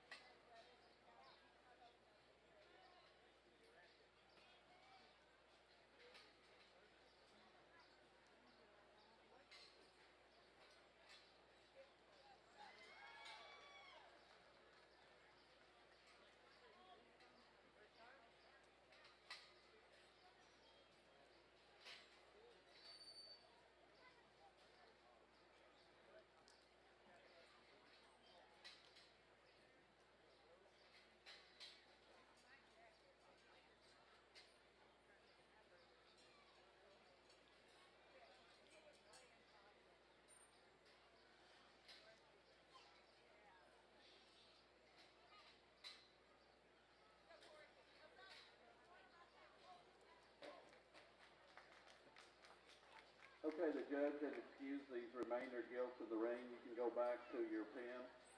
Please give them an applause. I'm sure they'd appreciate it. And this is our last class of dark OTBs. If you're first or second in Class 1 or Class 2, make your way to the holding pen. We can keep the show going. The first and second of Class 1 and 2 dark OPBs, please make your way up here. Our next breed is the Duroc. That's the big one. We have 9 classes, so if you're in the first class of Durocs, kind of be on hold. We'll need you a little bit.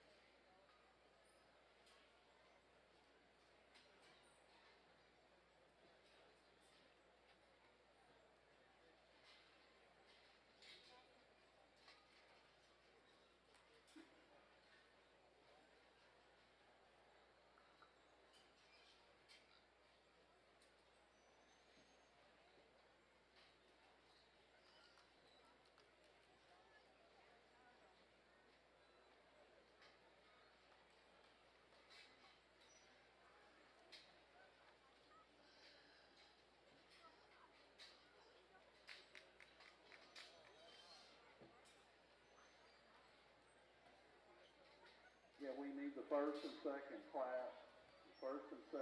winners out of Class 1 and 2 dark OPBs.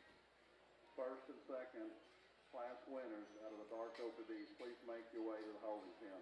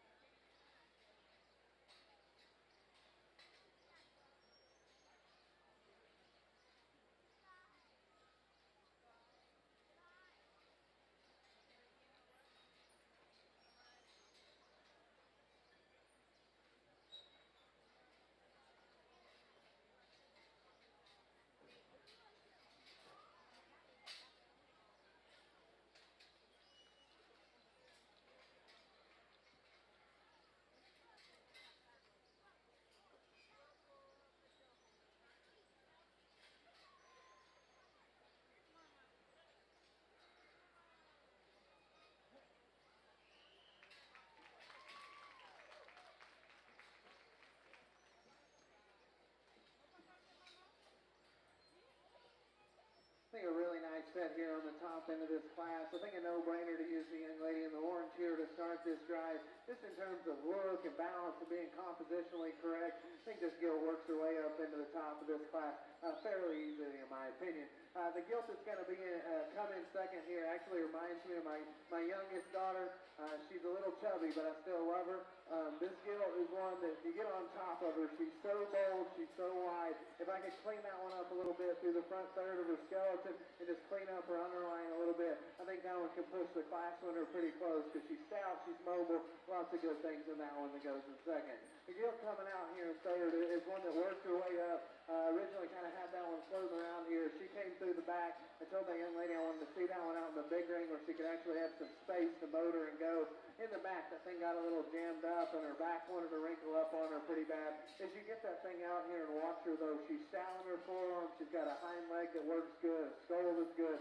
I like to freshen her up in her back, take some of the wrinkles out of her, but still, that one's ability to combine having big bones, being sound, being flexible, works her way up into the top trio in this class.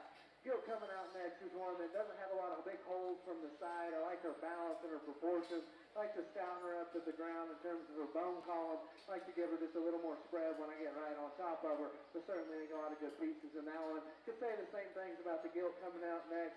From the side, that one pattern's good. Got to open her up a little bit in her chest as she leads you. That one wants to get a little restricted in her hind leg movement, but certainly one that patterns up good from the side.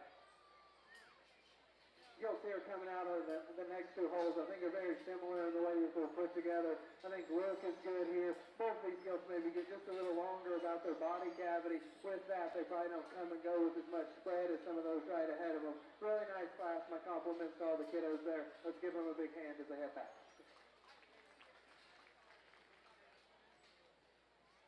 This is the first call for Class 1 Duroc. Class 1 Duroc, please make your way to the holding pen. Placings in Class 3 Dark OPB, 7th, Haley Nicholson, Dalhart. 6th, Riley Porter, Ector FFA. 5th, Brooklyn, De Leon, Harris County. 5th.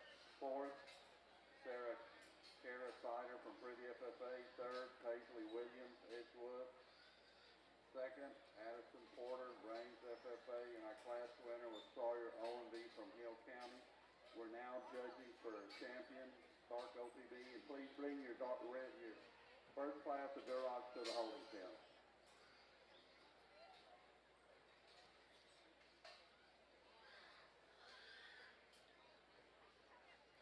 Won't make this tape very long. It's one of these things that I think needs to win today. Congratulations, young lady out of Class 2. She's going to end the game.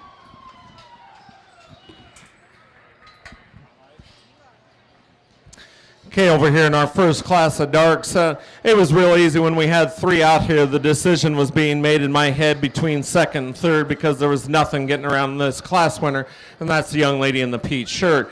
That one's function and form and stoutness and feature just all assembles together. She can giddy up and go and take a long stride, and she plants with big feet and awesome toes spread when she comes at you and grabs the surface with her big feet and toes. I love it.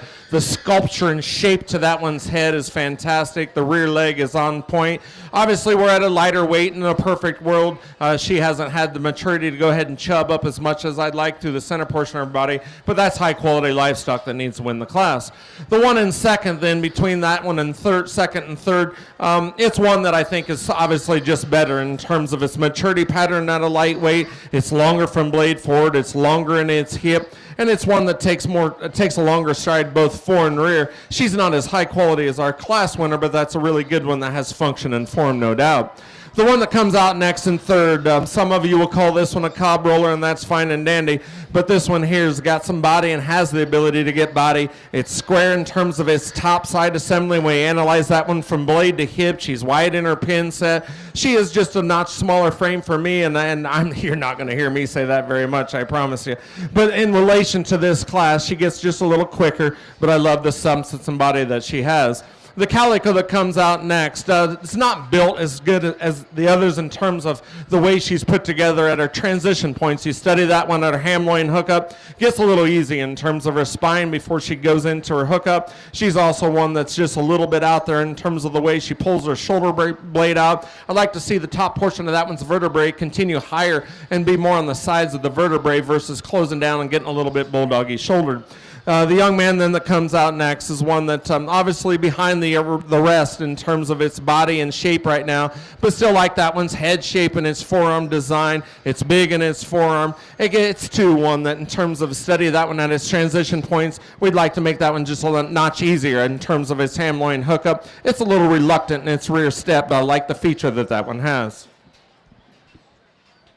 Good job, bud.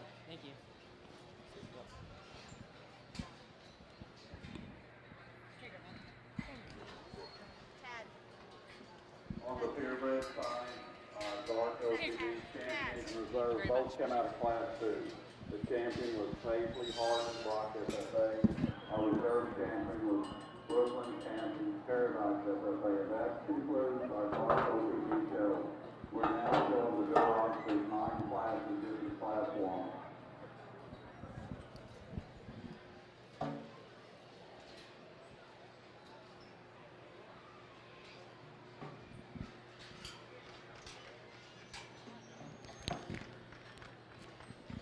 Placings in our Class 1 dark crossbred. Place 10, Finley Powell from Irion County 4-H. 9th place, Sophia Patton, Salado FFA. 8th, Haley Yates of Valley View FFA. 7th, Kylan Warren of Hamlin FFA. 6th place was Haley Fuentes from Graham FFA. 5th, Caden Jenkins of Valley View FFA. 4th, Corey Hamilton with Spur FFA. 3rd place was Hudson Music, Stephenville FFA. 2nd, Paige Galindo of Kendall County 4-H. And our Class 1 winner, Rylan Corbin of Brock FFA. Congratulations, Class 1 dark crosses.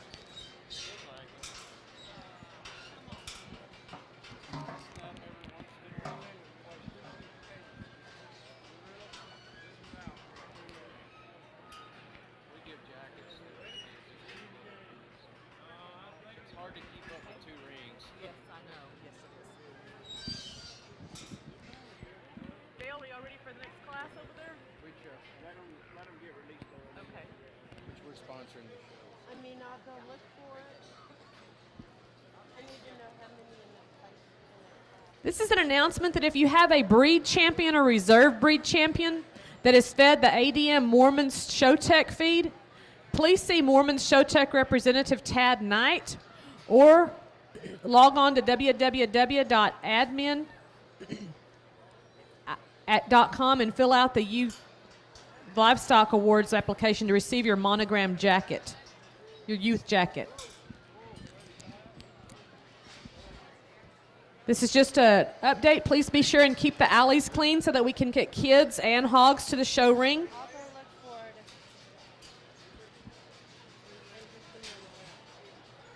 We would like to thank again our buckle sponsors for the light crossbreeds, Pam and David Kempen, Cody and Shanna Pugh of Ackerley, Texas, and Colby Stovall of Tex-Mex Genetics. Thank you for your sponsorship of our program.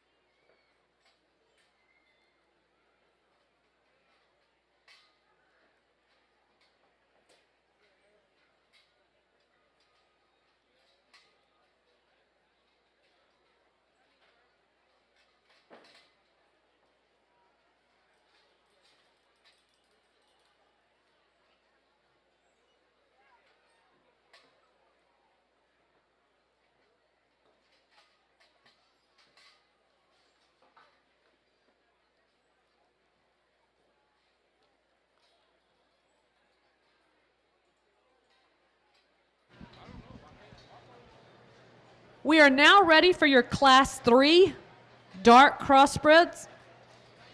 Class 3 dark crosses. Bring them through the show ring. Class 3 dark cross.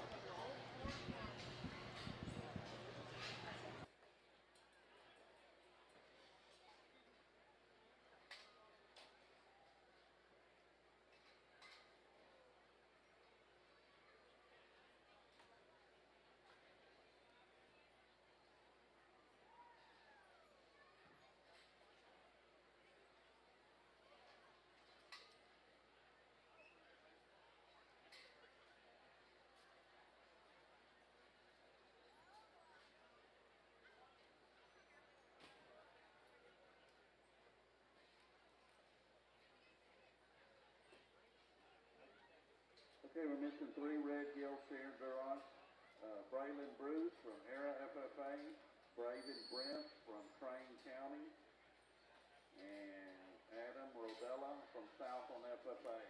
Those 3 gilts that are not here, let us know if you're not coming. We should scratch you, or please come. Thank you.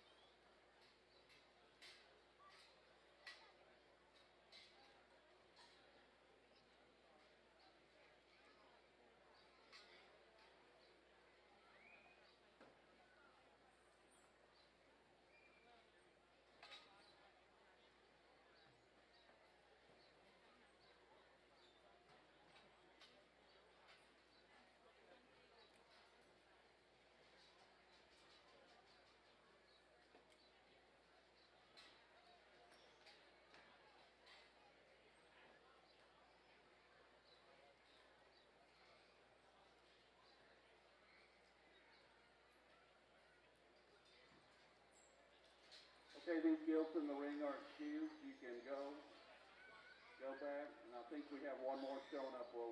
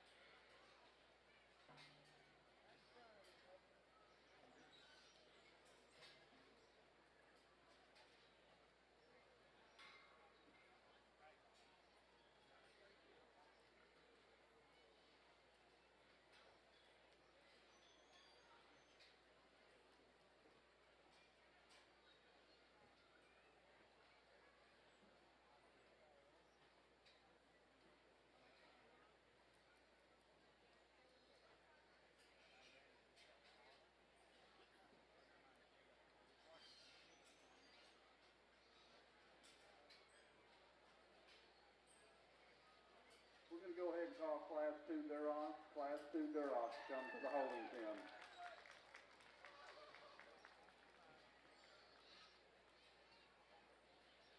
Young lady here closest to me is going to have her class winner. Honestly, this gilt just works her way up pretty easily, in my opinion, for just having quality, but yet not presenting a lot of problems that we've got to try to justify or make excuses for. That's a gilt that's sharp looking. She's got shape up high.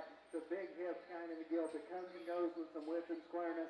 I think she's propped up better on her front toes than the gilts that are going to go 2 and 3. I think there's a shot more muscle in there than the one that's going to come second. Pretty logical class winner, in my opinion.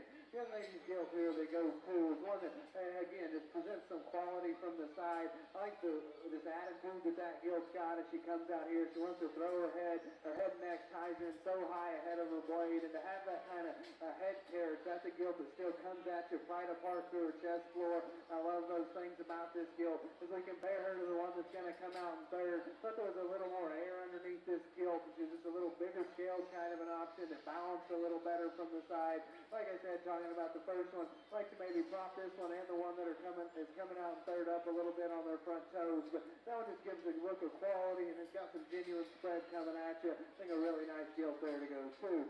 One that's going to come out in third, no doubt, probably got a little crisper back working in it than the gilt that went right ahead of her. As we break that one down from the side and just study her from a fundamental standpoint, that thing just is a little ill-balanced for me, honestly. Wants to run downhill a little bit up front, and is maybe just a little shorter to the ground than I deem ideal. But certainly one that's fresh back. She's got a good running gear from behind. Lots of neat pieces in that one that goes third. One coming out in fourth is certainly one that I'd like to make a little fresher in her rib and body, and if you're sitting back there and say, hey, I didn't get a pin, and my gilt's fresher than that one, or my gilt's bolder than that one, I probably wouldn't argue with you. What your gilt doesn't have that this one does have is hind legs that big, and if you rough one out that's that stout, that's still square and sound, regardless if they're a little dry or a little flat, we're going to try to get that kind of a pin, because it's hard to make hogs that are that stout about their skeleton that still have the ability to get out and drive and go. If that one's fresher, fuller, and presented in terms of hair and skin to a little higher degree, I think we can make that one climb the ladder pretty quickly. The gilt coming out here next is sharp looking and attractive from the side. The gilt that really uses her hind leg incredibly well as we watch her go around the arena surface here. She's frailing her bone work that she needs to be. Certainly got to lift that one up in the way that her front claws are assembled in her, but certainly a gilt from the side gives you a great look with a good hind leg. Young man comes down next, and he brings you another one like we talked about a couple of spots ahead of her. Just brings you one that's really stout in her bone columns. I like that about this gilt. She's got to be sounder from behind, coming right at you. She's not as bold in her chest. She's not as square in her knees, but still a stout one that gives a look of quality and some ring presence from the side. Fun way to start our Doo-Rock show. Looking forward to working through all these classes. Let's give all these Doo-Rock exhibitors a big hand. Okay, placings on the first class of Duroc. Sixth, Jesse Cole, Edgewood FFA. Fifth, Riley Clark, Royce City FFA. Fourth, Dahlia Sadler, Eastland FFA. Third, Paisley Oglesby, Hamilton County. Second, Olivia Munoz, Borger FFA. And our class winner was Paisley Mitchell from Tom Green County FFA. We're now judging Class 2 Duroc. If you're not in the holding ring, please work your way. Class 2 Duroc.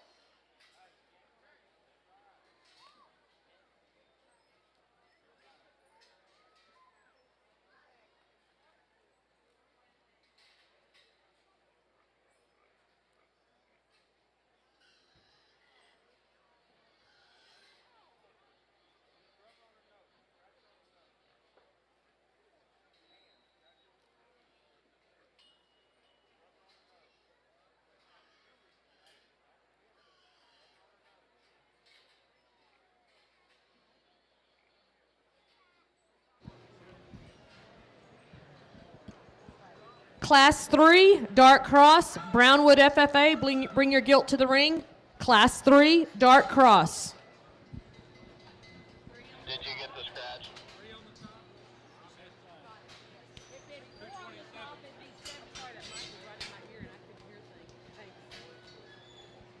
Yeah, we figured it out.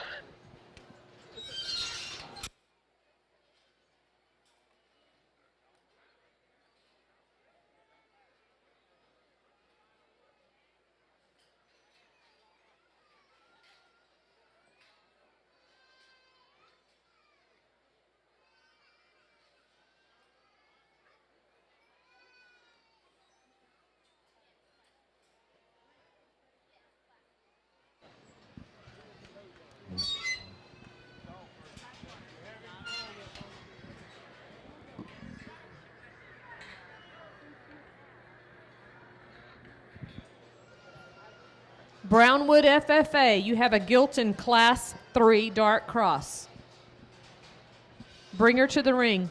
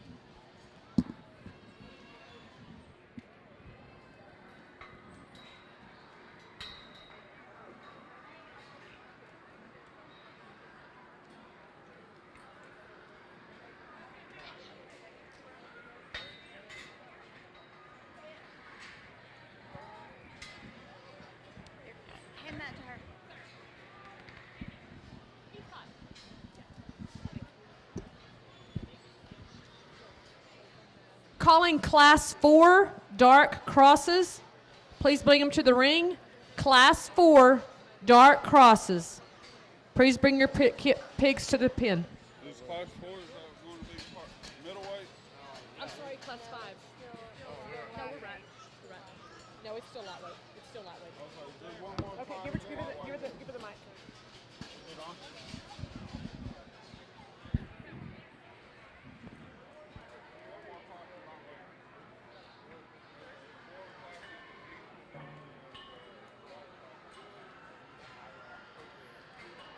Okay, these Gilts in the arena have been excused, and please give them a round of applause.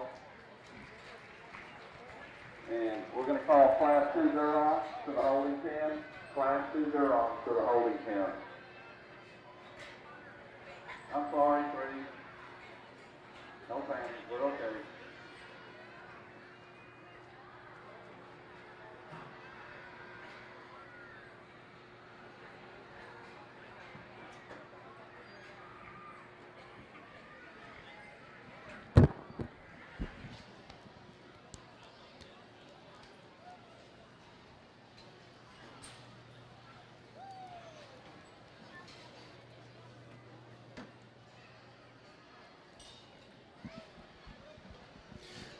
Okay, we're live. Yeah, that's fun class, huh? We're deep, good stuff. I love it.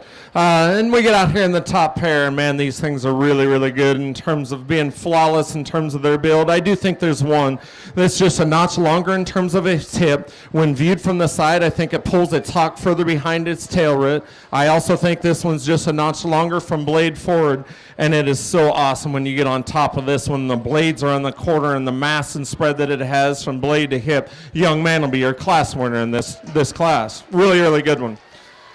The one in second, my kind, in terms of rib and body and proportionality. You know, when you start cutting the bolts just a little bit, this one's just a tick shorter in her hip. She's a little shorter in her stride. She doesn't pull her rear leg behind her tail root as much as the one that wins the class, and she's certainly not as long in terms of her front end and throat latch assembly. Good job, young lady.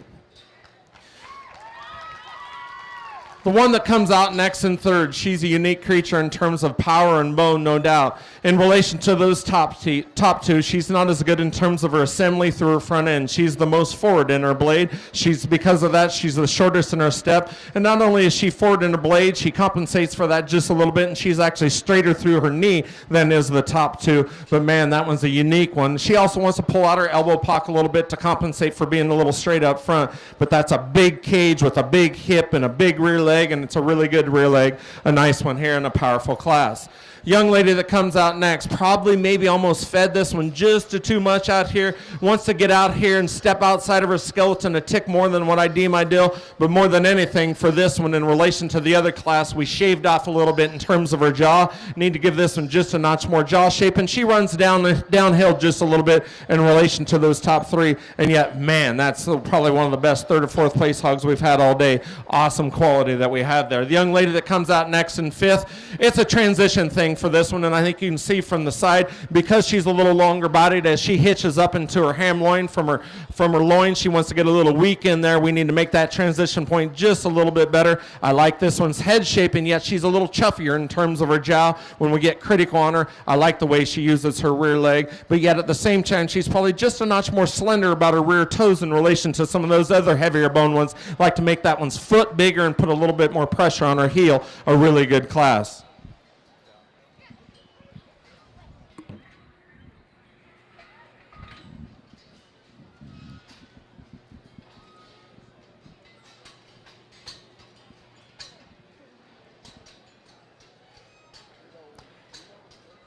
Update in the swine barn. The sales list for the light crosses has been posted over by the office. So be sure and take a look at the sales list that's been posted over by the office for the light crosses.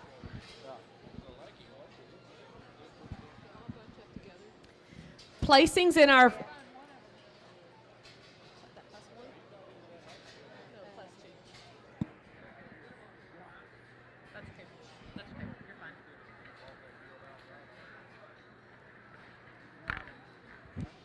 Placings in our Class 2 dark crosses. 10th place, Liberty Kirk. from Callisburg FFA. Ninth place, Paisley Oglesby with Hamilton County 4-H. Eighth place, Eli Patterson, Hale Center FFA. Seventh place, Kaylee Walker from New Home FFA. Sixth place, Brax Moore with Gaines County 4-H. Fifth place, Mackenzie Riley of Farmersville FFA. Fourth is Shelby Elkin of Coleman FFA. Third, Kelsey Harris, Godley FFA. Second place, Tessa White of Royce City FFA. And our first place class winner is Easton Weisenhunt from Cisco FFA.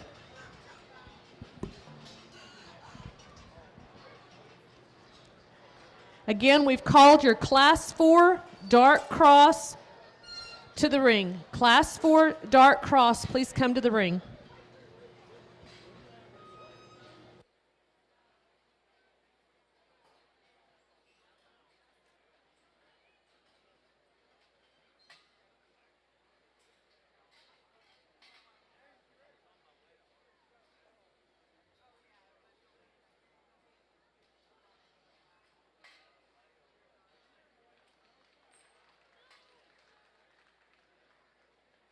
Young lady here in the center of the ring that wins this drive not only brings you the one that's the stoutest in terms of her feature, just study that one's jawbone. That tells the story from there back.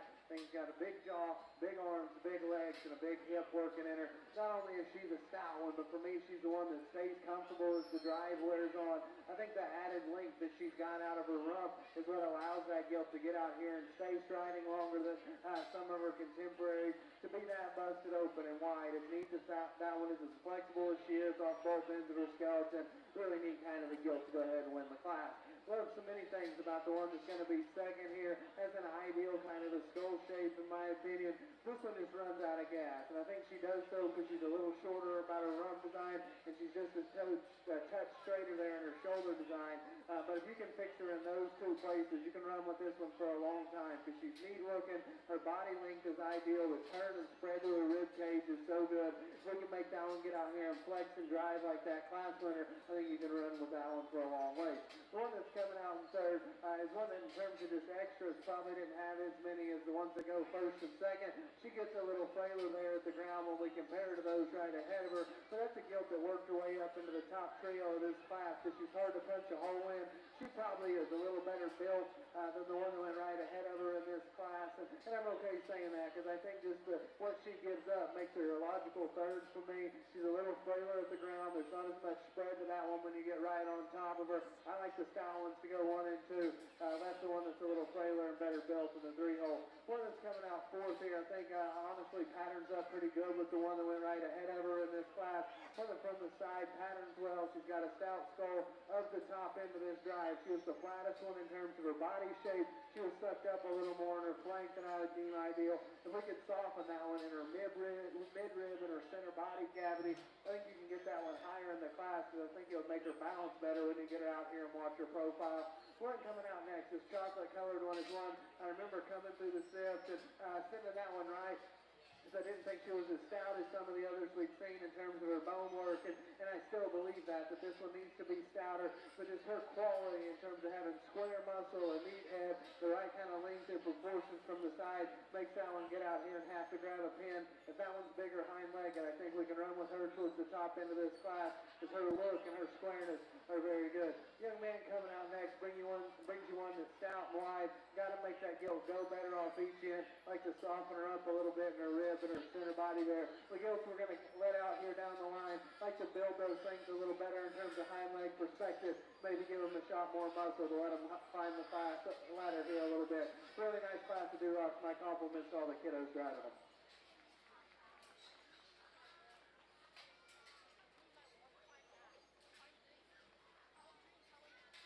Okay, placings in Class 2 Durox are 9, Andrew Abel, Edgewood FFA, 8, Savannah, Chono, Follett FFA, 7, Kate Sailing, Kimball County, 6, Parker Wallace, Monterey, 5th, Caxton Farm, Abilene Wiley, 4th,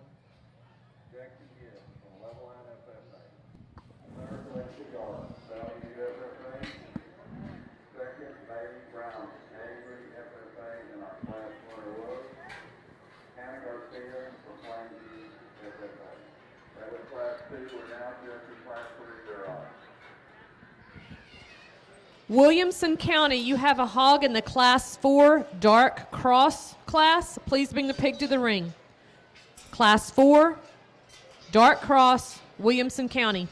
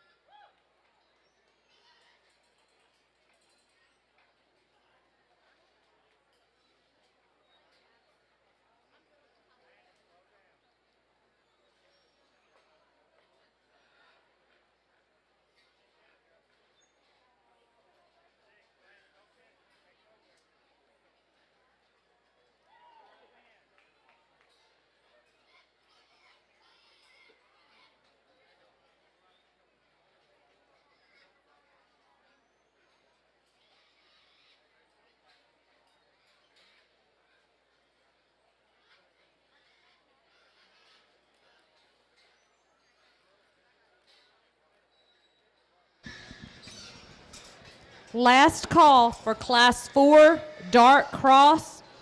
Williamson County, you have a pig in this class.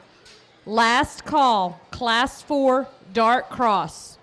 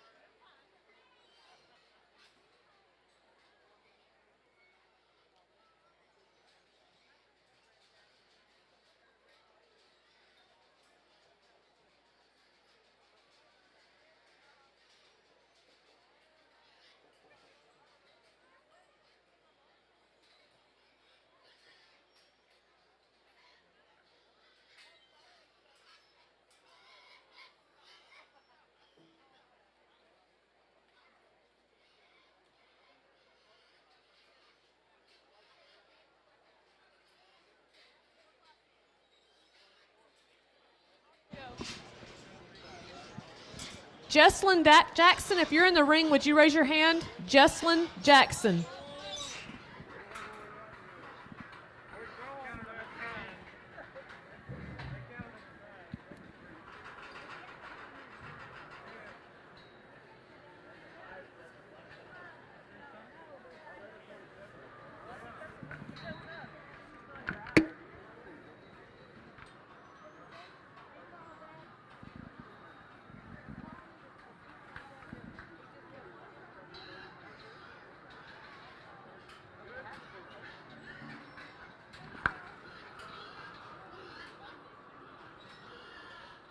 to the Gilts here, the Duroc side.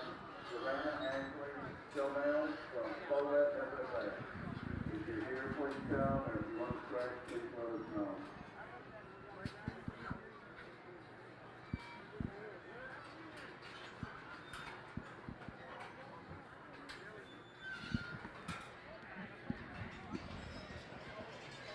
Jesslyn Jackson of Williamson County, are you in the ring?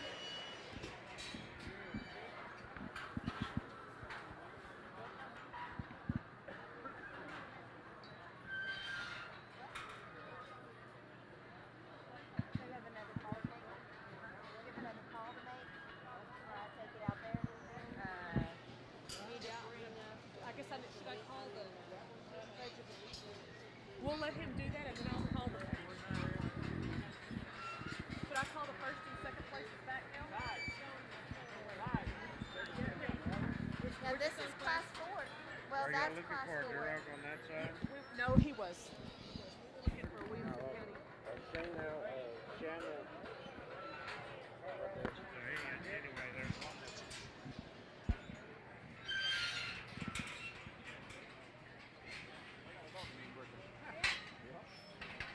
How do you spell it? Like what?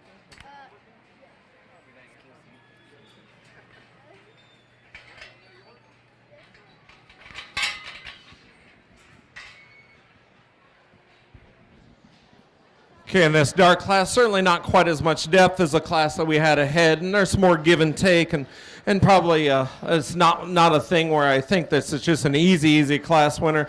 I do think the one that's the best at its knee and the most secure from hock to ground in terms of a true plane from pin hock to ground is the belted one. That one gets outside the lines in terms of being borderline too long-bodied, and quite frankly probably is too long-bodied for me in the ideal world. But that one's a tall-fronted one that doesn't sacrifice structure out of its front end. It's so true from pin hock to ground. It's good in terms of its flex from behind. Gets a little harder in terms of its body because it is a longer-bodied one. The black one in second certainly has more churn and substance of body and rib. It's one that, for me, is good in terms of its bone. As you study that one, particularly off of its left rear, from hock to ground, wants to twist just a notch more than I deem ideal. Not one that's bowing out, but from hock to ground doesn't come secure and straight down in terms of the way that we're looking for a hog to be assembled. It's a little shorter in terms of his hip as well. Wants the knee in just a little bit. I do like the center portion of that one's body. Young lady that comes out next gives up a little bit in terms of its look, a little plainer kind of a hog, one that's certainly lower in terms of the way the neck comes out of the front side of its skeleton. And when it does get its head up, then it tilts forward more and straighter and stiltier off the front end of its skeleton. One that's good in terms of its shape, probably is not a uniform in terms of its depth of heart and depth of flank that I'd look for. The young lady that comes out next, here again, one that's good in terms of its head shape. It's one that's good in terms of its shape. It's shorter strided off its rear third in relation to those others. Gets just a little short and quick in terms of its step. Certainly like to see that one more relaxed from behind to giddy up and grab the surface just a notch more. The young lady that comes out next, here again, one that's good in terms of its bone. It's one that, for me, just gets a little easier in terms of its top. It's one that gets too soft, and then when you look at that one's ham loin hookup, not only is it wrinkling, and it's wrinkling because it's so easy in its top, just needs to hold itself together, and one that's a little flatter in terms of its pastern. I do like the set to the rear leg of that one.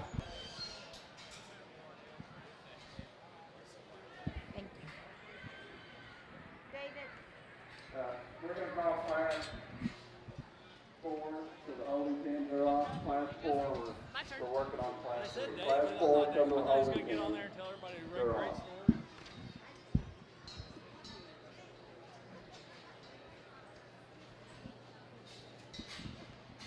Our placings in our Class 3 Dark Cross class.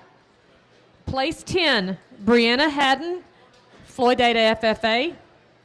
9th place, Riley Hoffman, Tom Green County 4-H. 8th, James Julian, Brown County 4-H.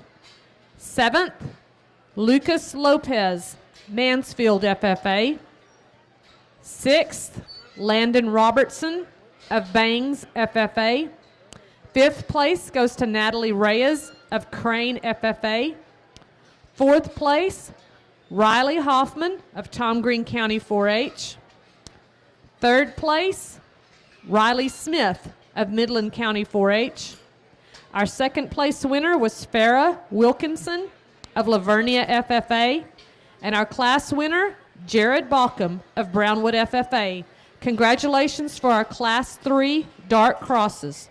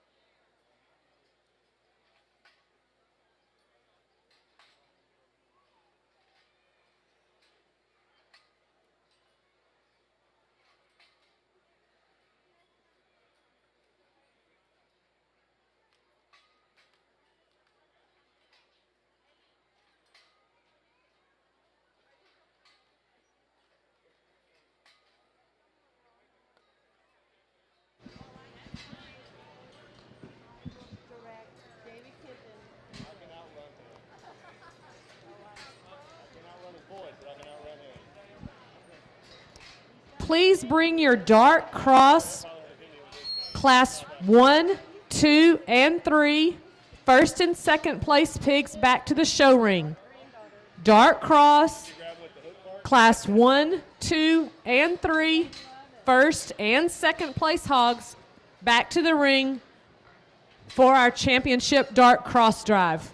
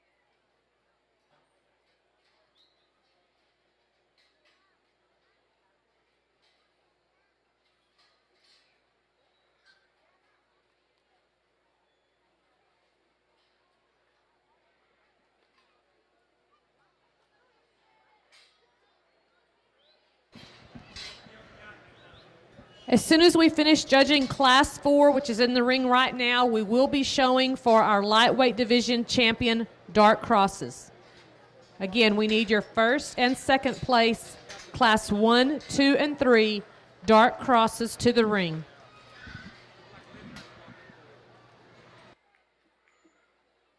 Told this young lady I was sorry I didn't get that one pulled earlier, and I was going to make it better, and I hope that I did. I don't know if I just got a bad look of that one coming through the gate or what the thing was in the back, but you get this gilt out here. She's broad, she's sound, lots of good pieces in this one. You get on top of her, there's no question. She's the lightest one in between her blades. She takes that whip all the way back to a square hip and a hind leg that gets out and goes good.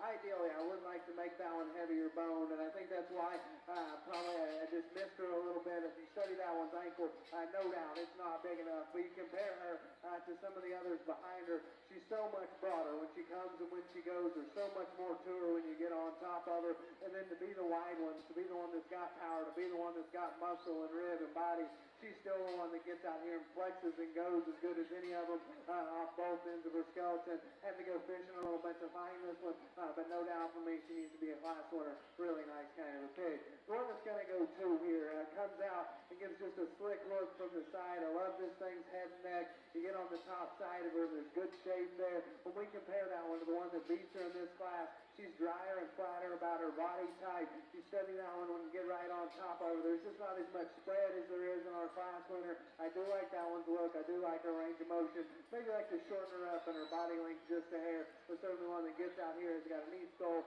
really gets around the surface really well.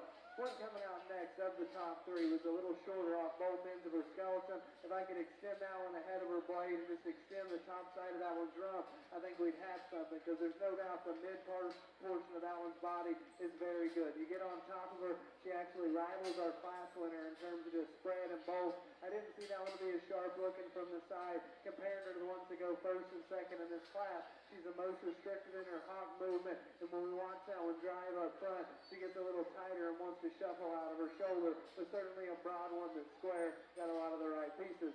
One coming out next, fundamentally from the side, checks a lot of boxes. She patterns up good, she balances good. She's not as stout in her arm as a couple of those ahead of her, and when we get right on top of that one, she's just devoid of the muscle and the shape that we want to see up high. From the side, though, that thing's got an awesome silhouette. She'd take a great picture, just got to beef that one up to get her any higher. One coming out next certainly probably does have some advantages in terms of just thinner body and flesh, and maybe even a little bone over the one that went right ahead of her. For me, this one's just got to have more muscle when you step right in behind her. Got to power her up a little bit on the top side of her blade. She is sound, she is stout in terms of her bone columns. I like that about her. The next two coming out, I think they're pretty similar in their type and kind. Gilts that I think pattern up good. Like to make them a little better in their build, power them up a little bit when you get right on top of them. Nice class to do, Rocks. My compliments to all the kiddos showing them.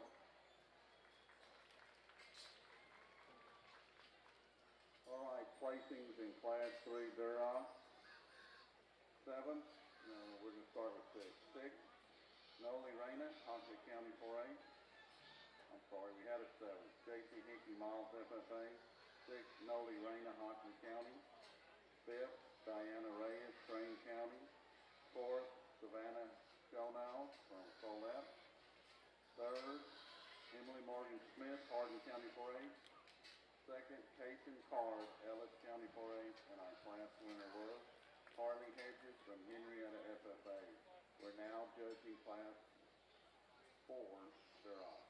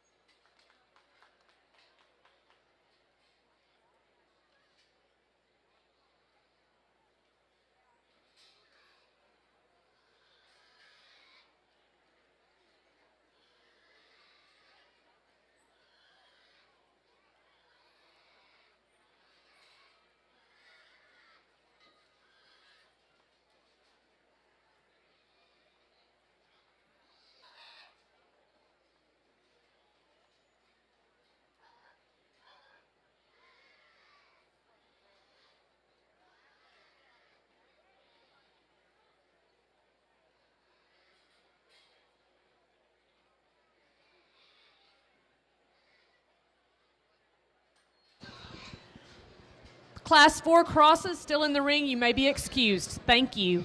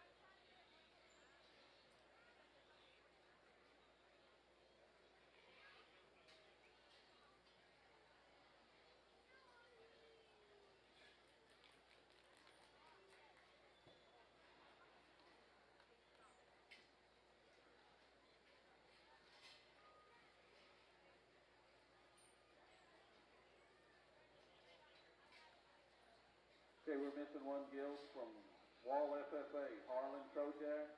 Harlan Trojak.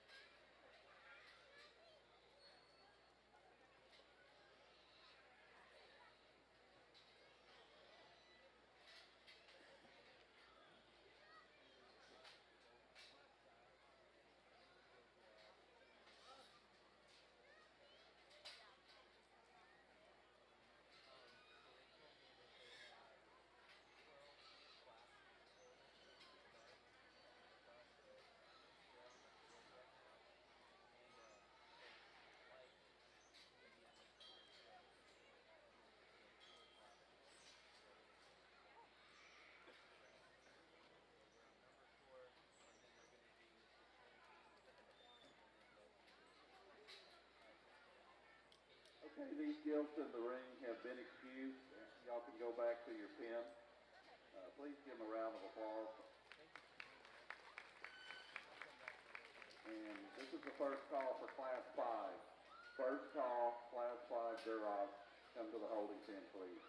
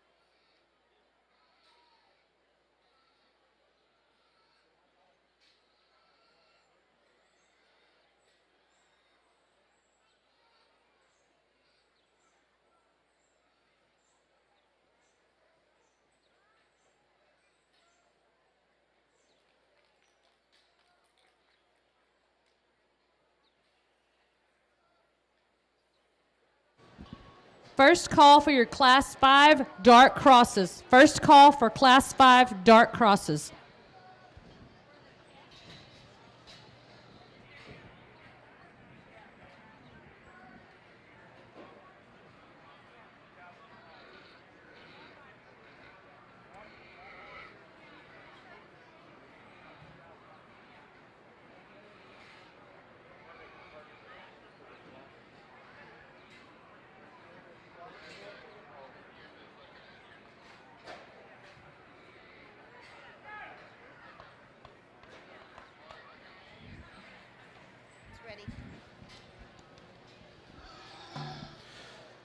Another really good deep class here, and I'm obviously the lead judge here, but I love having every once in a while when Tibbetts is out here just to hash it over, and he sees them so much like me, it's not even funny, and that's obviously why I have him here. For me, the one that wins the class, because she's better in terms of her knee assembly. She's certainly truer from blade knee to ground, and I think she's longer in terms of her hip. She's the black-headed one that's going to win this class, one that's so good in terms of her pin width. That's a broad-backed one with the blades on the corner, and certainly square in terms of her skeleton from the top portion of it to the ground. The black one then in second. Obviously, everyone knows that I don't like black ones, but I will not hold it against exhibitors that bring me a black one. I do think this one is a little more deviated at its knee. I do think this one is shorter in its hip, and yet at the same time, that one takes a really good stride from behind. I like that one in terms of the center portion of its body. The turn and curvature to that one's rib shape is really, really good, but one that we just like to fix at the knee just a little bit. The young lady that comes out next is one that's really, really neat in terms of its forearm shape, but then it progressively gets smaller in terms of its bone when you study that one at its front knee. It's a little longer in terms of its body. Probably makes that one a little rougher at its ham-loin hookup in relation to those that were ahead of it, because it's just a notch too long body, and then its transition points at its ham-loin become just a notch rougher for me.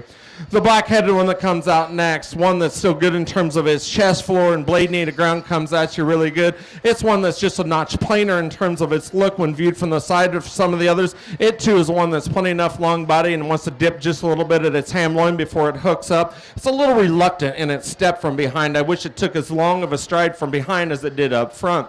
The one that comes out next, this one, man, there's a lot of good pieces to this, and you can certainly breed livestock with quality like this. I do think she's too long-bodied, and she deviates up front a little bit, but that one's got a hammer rear leg in terms of the set that she has and the push and the drive that she has. Just need to proportion that one and balance her up just a notch more to go ahead and be any higher in the class, but still high-quality livestock for sure.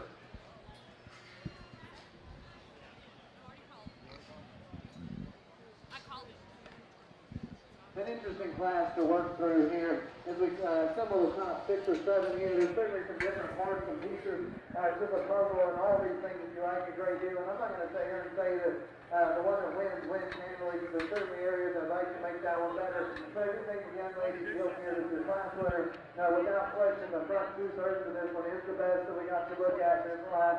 That Gilts to have that kind of extension ahead of her blade and still so tight open in her chest floor when she comes right at you. I love that about this. When you get on top of her, she's got good roll to the upper portion of her cage. I think the length of that one ever so slightly about her rump design.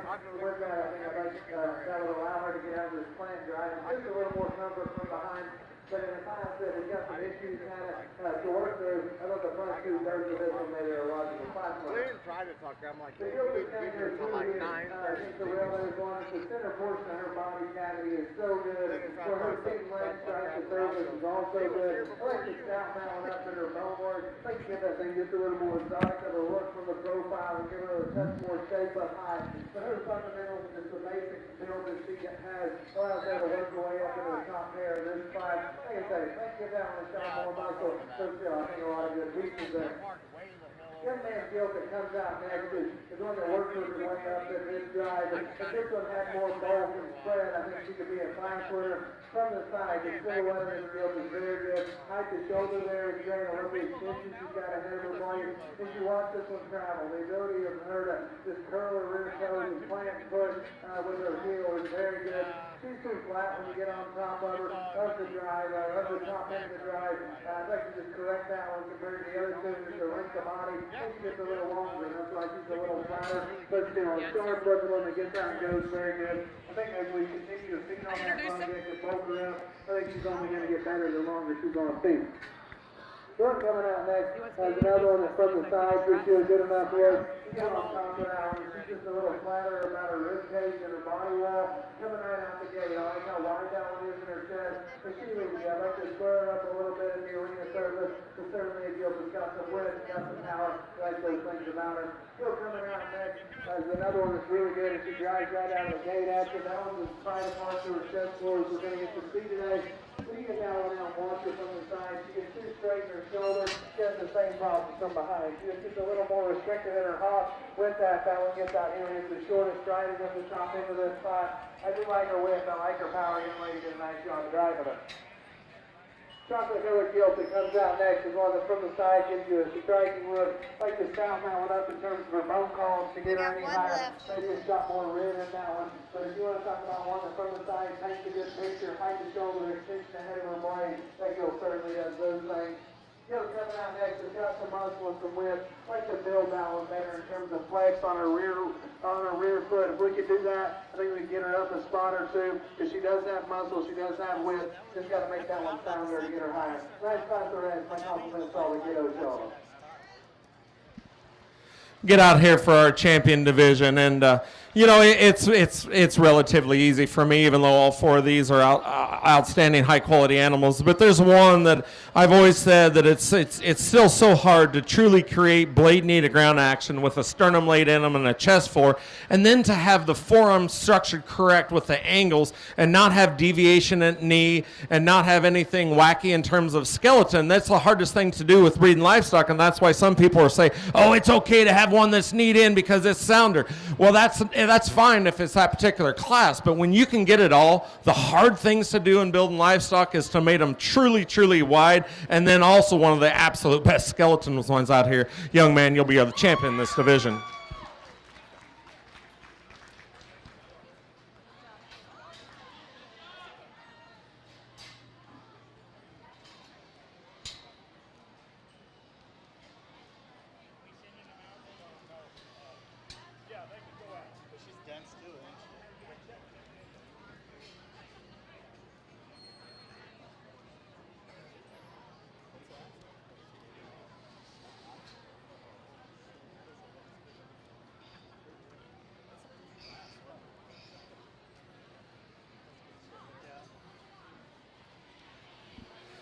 Get out for reserve, and the second in class automatically jumps in the mix. No doubt that was the deepest class that we've seen all day, and quite frankly, there was some 6th, 7th in class within that class that were better than some of the seconds and thirds that we had in other classes. That second that comes out will stay with the other one and be reserved.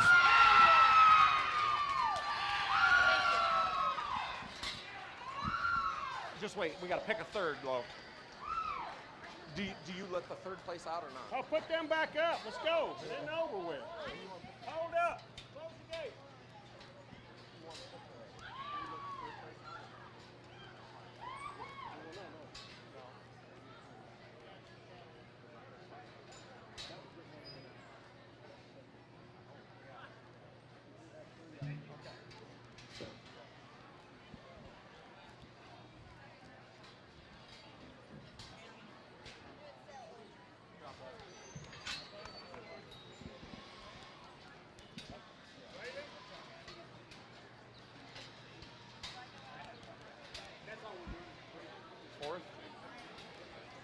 Fourth is Blackhead.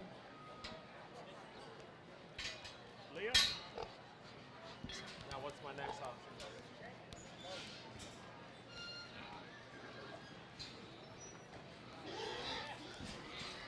Fifth? Dakota? That's a 5. You need more than 5? Yeah, keep going. So, but that leaves only 2 in the ring. Should have 3. We got a third place in her. This one?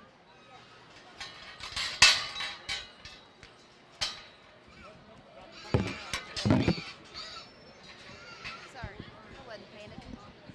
Congratulations to our lightweight light cross champion, Easton Weisenhunt of Cisco FFA, and our reserve champion, Tessa White of Royce City FFA. Again, we've called Class 5 Dark crosses to the ring. Class 5, dark crosses.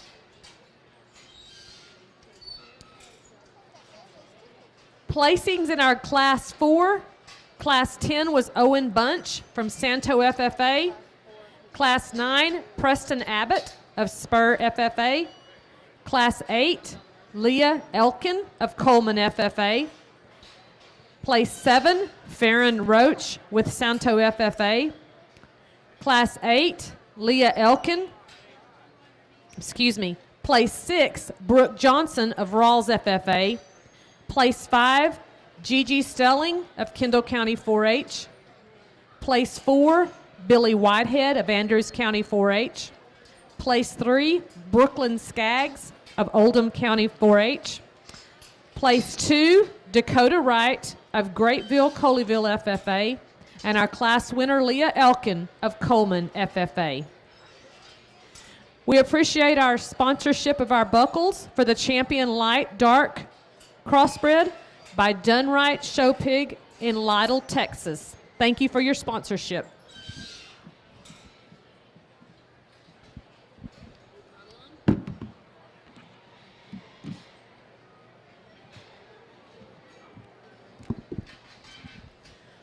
Once again, please remember that you can look at the sales list for the light crosses, which has been posted by the office, to see if you need to be here for the sale.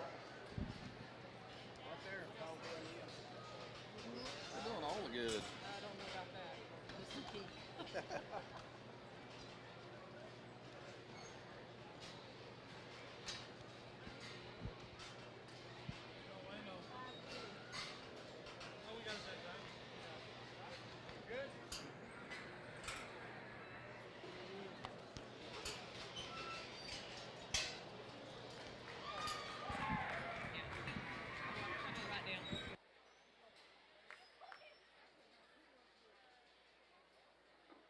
Okay, we'll give you the placings in Class 4 Duroc.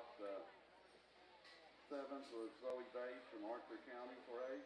Sixth, Tylee Mitchner from Ellis County 4-H. Fifth, Marty Usco from Callisburg. Fourth, Jamie Rosebud from Border. Third, Haddle Howard from Mills County. Second was Allison Prater from Hamlin FFA, and our class winner was Harlan Kojak from Wall FFA. And now we're judging Class 5.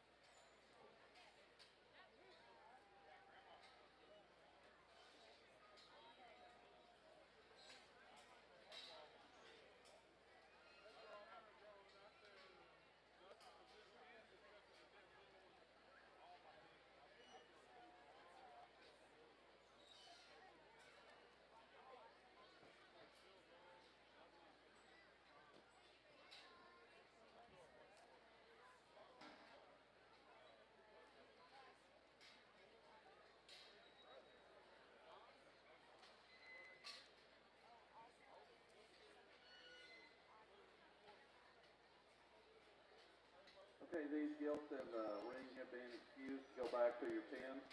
Would you please give these kids a round of applause? Okay, this is the first call for Class 6. We're judging Class 5, so first call for Class 6 Duroc. Please make your way to the holding pen.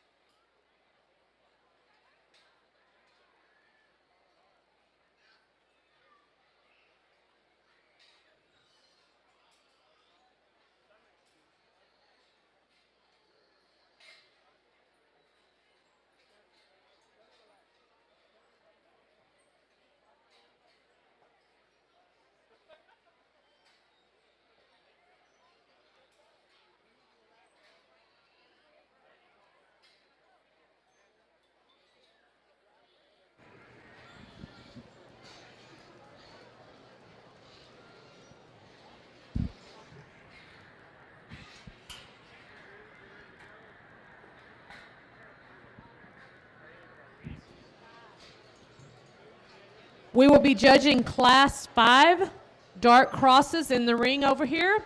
In the meantime, we'll be bringing on Class 6 to the show ring. Be bringing your Class 6 barrows to the show ring. Dark Cross, Class 6.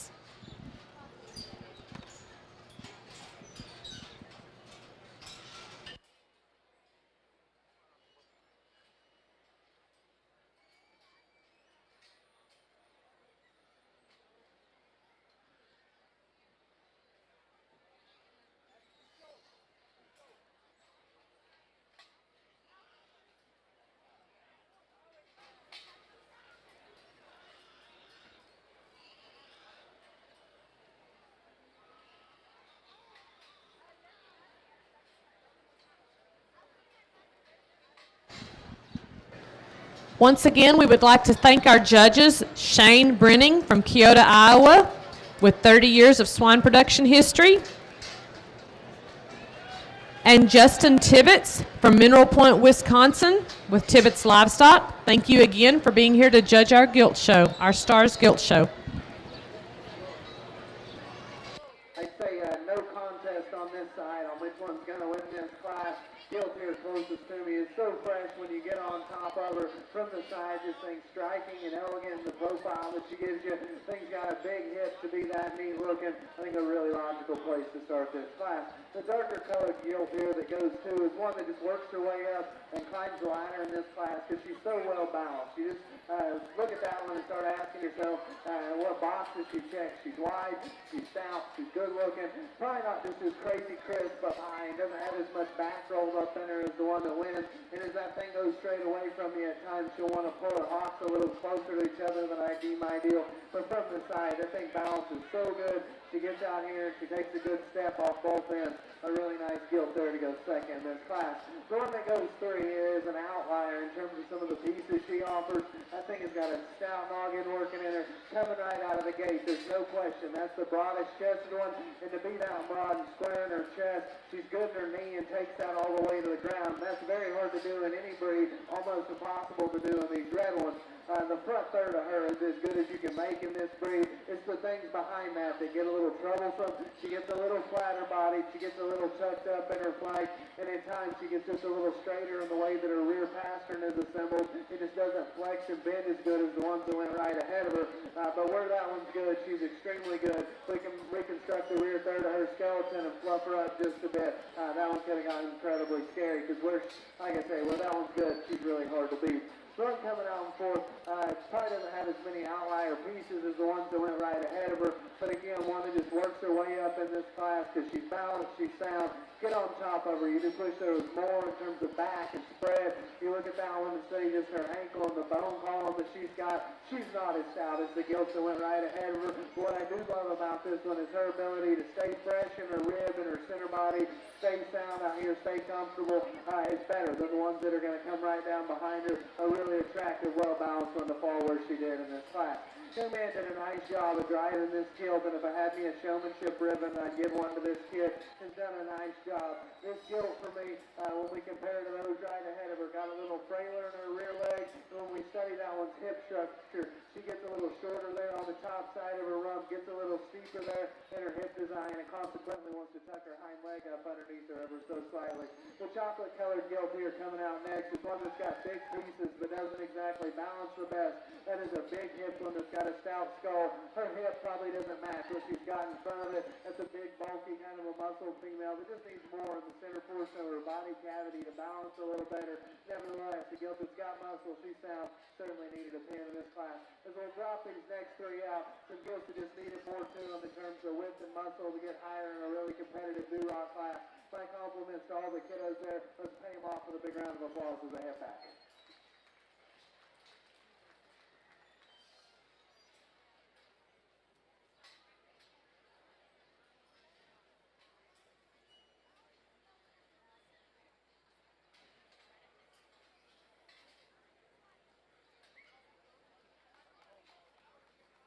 All right, the placings in these Class 5 Durocs, we're going to start with 9th place. Riley Langsford, Parker County 4A. 8th, Braylon Bruce, Eric County, FFA. 7th, Riley Morton, Brownwood, FFA. 6th, Bridie Elliott, Miles, FFA. 5th, Wyatt Self, Roy City FFA. Fourth, Brianna Nolan, Stephenville FFA. Third, Avalon Boren from Baines FFA. Second went to Samantha Young, Lubbock Cooper. And our class winner was Caitlin Kirby from Godly FFA. That's class 5. We're now judging class 6 Duroc.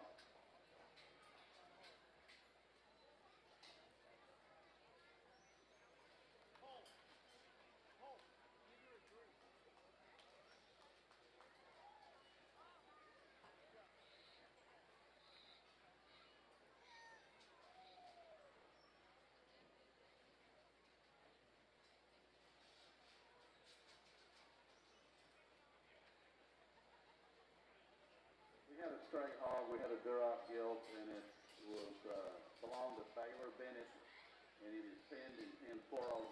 So if Baylor Bennett's around and you're missing a hog, find pin 409.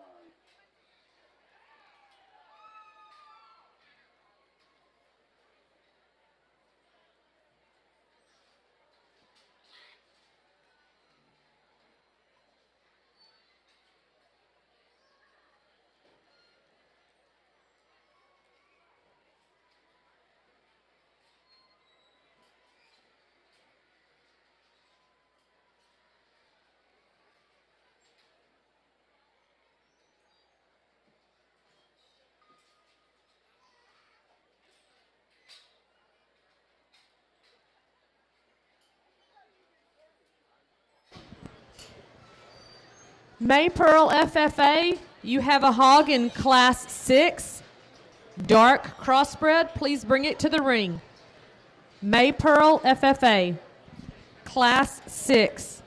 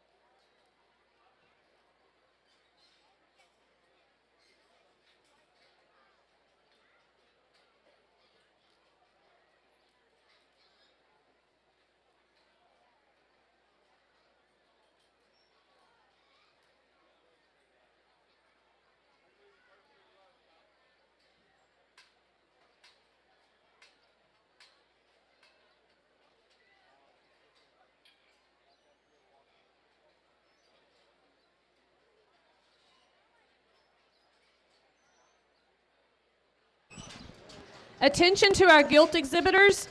If you are needing trailer releases, you can pick up those forms and get those trailer release forms in front of the office behind the announcer stand. If you're looking for trailer releases, those are being given now in front of the office.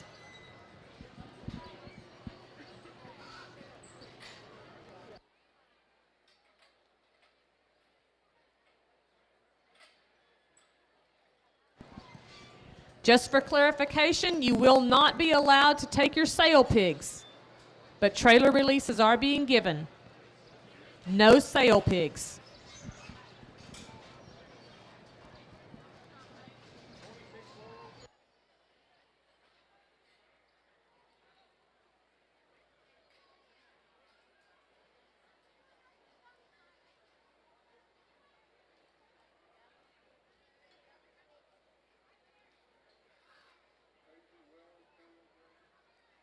Missing a gilt here, Paisley Wells, Polio County Play. Get class 6 thereon. If you're here, please come to the ring. Mr. Heathcock. Paisley Wells, Polio County. Thank you. Mr. Heathcock. Sir, can you give this to Pam to read?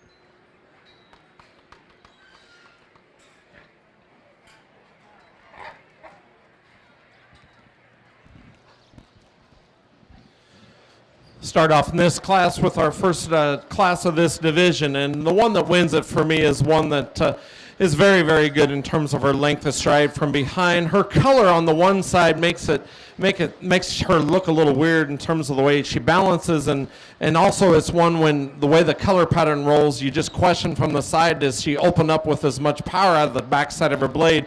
And she does. It's the young lady in the black shirt. That one there, I mean, is busted wide open, and she's one that transitions into her awesome rib shape, and she's so fault-free in terms of her skeletal build and her reach.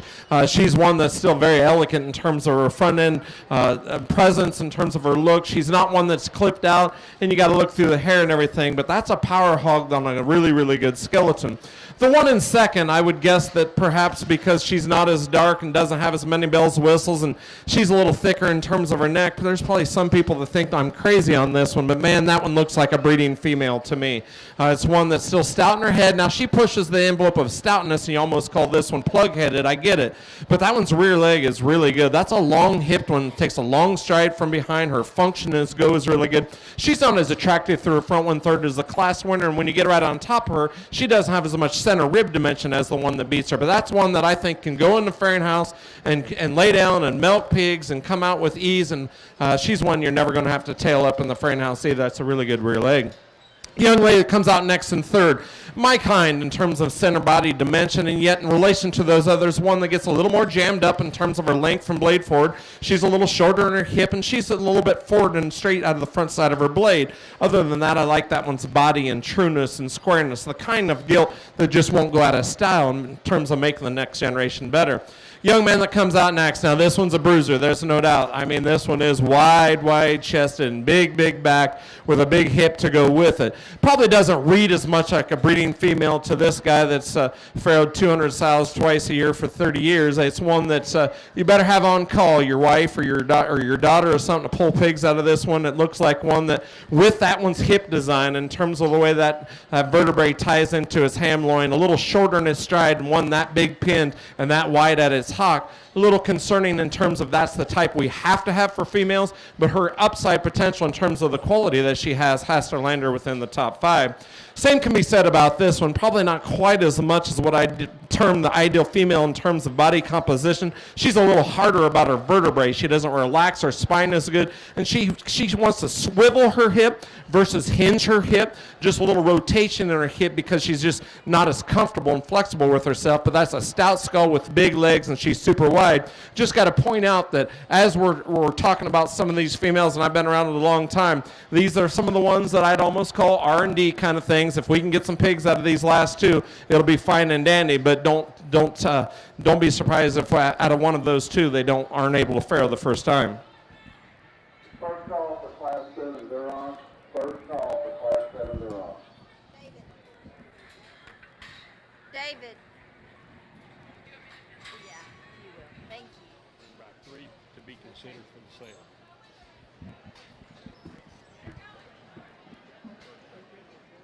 Okay. Okay, got it. So, Okay. David, do I put 5 on here instead of 3? How long you bringing back, Brenda? You said you were bringing back 3. Okay. I don't know. Hadn't heard 2 plus 5 more. I wish. I know.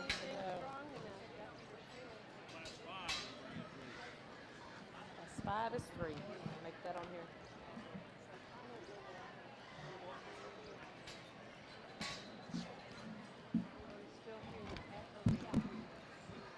Yeah. One is Bible. Placings in your Class 5 dark crossbred. And please be aware in the dark crossbred, we will be calling back 3 pigs for the sale consideration. 3 pigs from Class 5 will receive sale consideration. 10th place in Class 5, William Lucero from Hale Center FFA. 9th place, Hannah Roberts of Floyd County 4-H. 8th place, Sarah Kastner, Silverton FFA.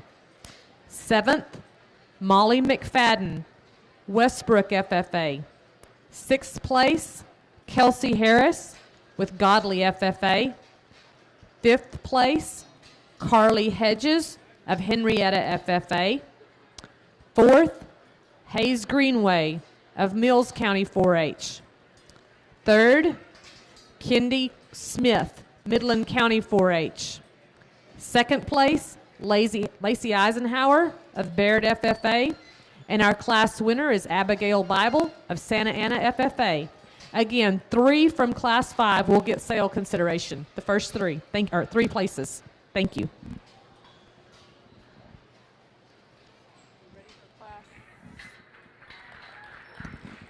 First call for Class 7 Dark Cross to the show ring.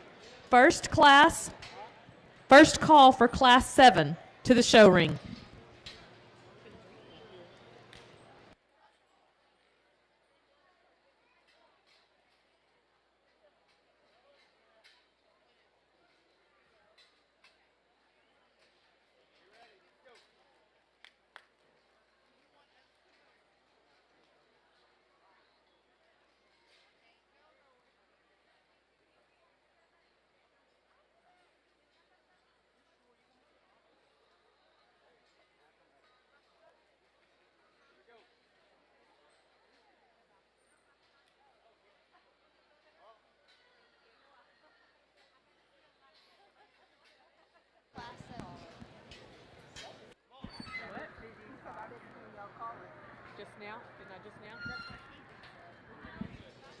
Showing in the ring is Class 6. We are calling Class 7 to our show rings. Class 7, bring your hogs.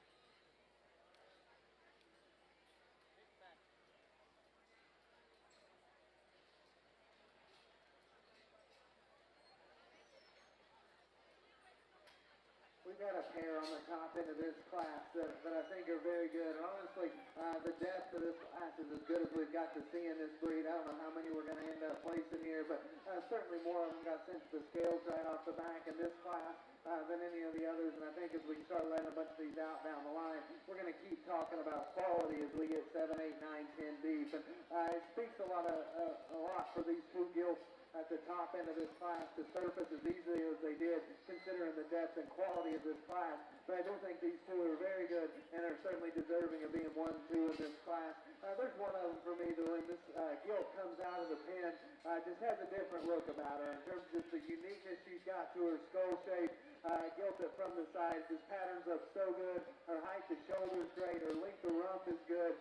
This thing to me from the side just got some ultra unique factors, and then you tie into one that's that cool looking, but it's got a skull on it like a herd boar. I think this one needs to win pretty simply for me. Young lady here in the pink sweater is going to have your class winner. The one that goes through in this class, if you're behind this one or you got anything to do with this one and you think, hey, we're better in our knees than the one that wins and we're a little wider when we leave, when we go straight away, then hey, you're right. For me, this one just doesn't exhibit maybe as much uniqueness from the side as the one that wins the class. There's no doubt she's better in areas. I thought this pair was pretty close, but for me, when we compare this one to the one that wins, she's a little flatter and drier about her body cavity. You study this one's skull shape, and she's just a little frailer there in her jawline. She doesn't tie in as high on the top side of her blade as the one that wins the class. We've talked about where she's better. I think that pair is very close and very good. Young man brings you a gilt here that goes third in this class that honestly could have won some do-rock classes we've had today. But she's another one that's striking from the side. She's good in her rib and her center body. Wouldn't ever call this one frail, but when we compare to the ones that go first and second, they kind of want to make her look that way. But certainly a gilt has got a good hind leg, good look, good rib, good center body. Just got to be stouter to try to climb into a really competitive top pair in this class. The gilt that comes out in the fours is one that does have a little extra in terms of bone work at the ground as we compare to the one that went right ahead of her. Where she's at fault is just her balance from the side gets a little compromised due to being a little rounder about her hip, being a little extra crusty there on the top side of her neck. The middle third of this gilt is incredibly good. However, you get on top of her, they're spread in between her blades. She's round about her rib cage. If we can lengthen that one's rump and clean up the top side of her neck, we're certainly talking about that one a little earlier in this class. Gilt coming out next. We'll talk the next two as a pair because I think they're pretty similar. Gilts that are just really good pattern from the side. I like the look of both of these, and honestly, I read their notches. I don't think these things are mates, but their quality and their type and kind is very similar. I'd like to give both of these gilts a shot of muscle and a shot of bone to get them higher, but their build, their look, their design propels them to the top half of an incredibly tough class of red ones. Young man did a nice job of presenting this gilt that's going to come out of the next hole. That's a stout feature. Look at her jawline and her shoulder. That tells the story from their back. She's bold. She's stout everywhere. For me, that's another one that just gets a little high contention in terms of balance. Her knee and shoulder wants to close up a little bit when she drives right at you. And to have that kind of hip way down and stuff right in behind her, you certainly like to see a little more back in that one to make everything balance a little bit better. But no doubt, a scowl and a scot muscle, a good gilt to fall where she does in the tough side. We'll let out the rest of these kind of as a trio here. Some gilts that just need a little more muscle to get higher. There's certainly lots of quality within them. Very tough class. My compliments to all the kiddos driving through our park in that class. One of them back there, they said they didn't have her on the list. Okay, did you get her done? Yeah, I was wide open. I don't know why he didn't do it after everybody was loaded here this morning. Well. Okay, placing the class 6 girl, we'll start with 10. Where the goes on, the Saturday Red Rock, Saturday West, Colorado County, 8, Lexi George, Saturday, 7, White Allen, Roy C, 6, Bailey Brown, Avery, 5, Hall, Ballinger, 4, Stockton, Matthias, Midland, 3rd, Carson Brown, Avery, 2nd, Jalen Gray from Fly SFA, and class winner was Michaela Miles from Gilts. We're now judging class 7 girls.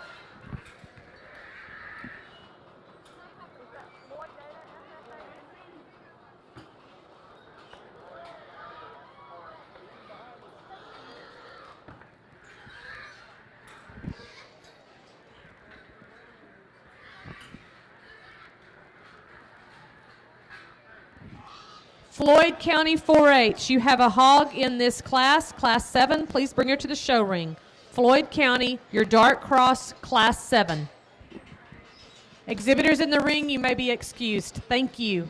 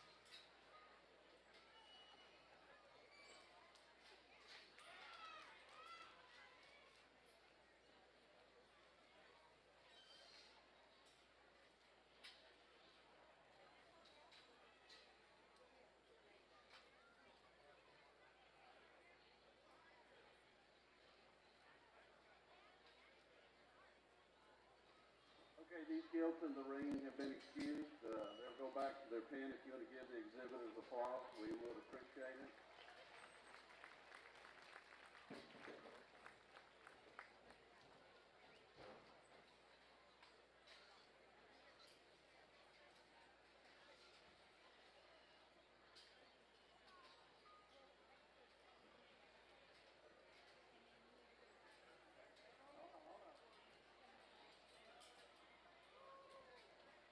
Okay, this is the first call for Class 8 Duroc. Class 8 Duroc, please come to the holding ring.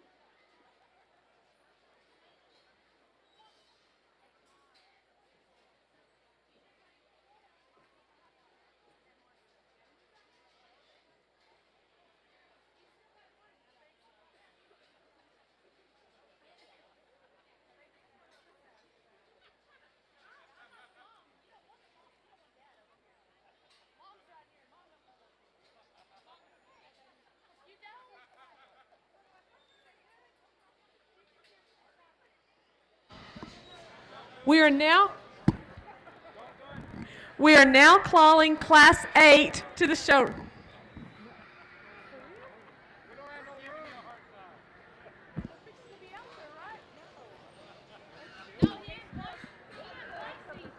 I know, but they've got all that room over there, and those are fixing to leave. They're just Giving you a hard time.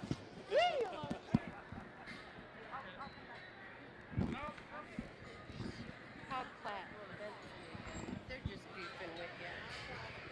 Once again, we're calling our Dark Cross Class 8 to the ring. Dark Cross Class 8 to the ring. We are now judging Class 7 in the ring.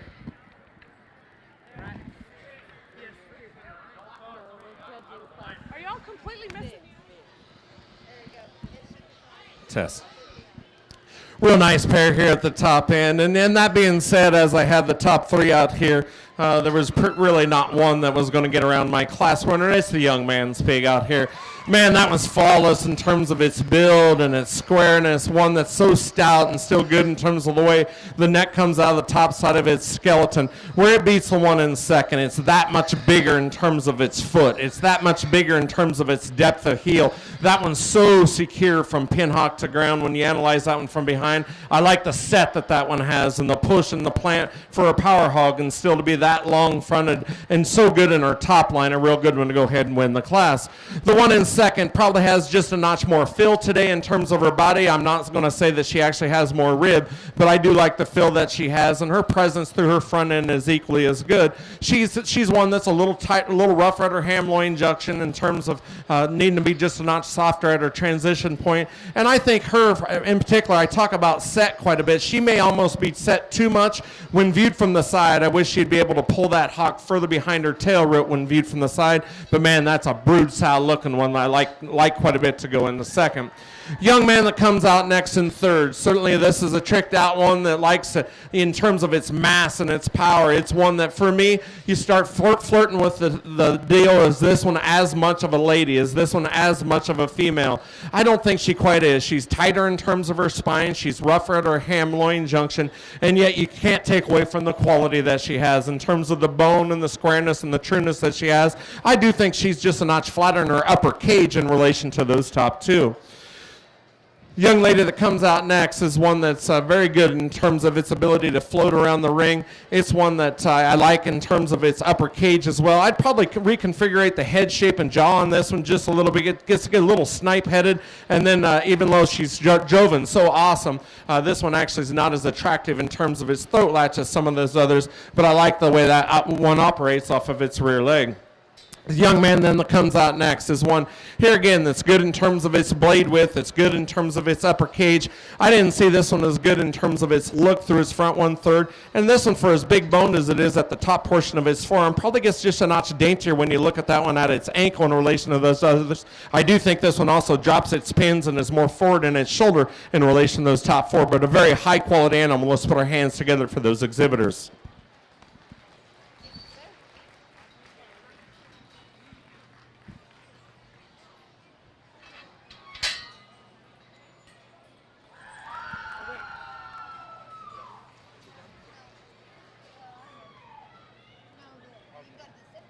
started this class, they handed me a dozen bite-sized Snickers, and it honestly took me longer to eat one of those than decide which one of these pigs was going to be your class winner. Young lady here in the pink sweater wins, and wins pretty easy in my opinion.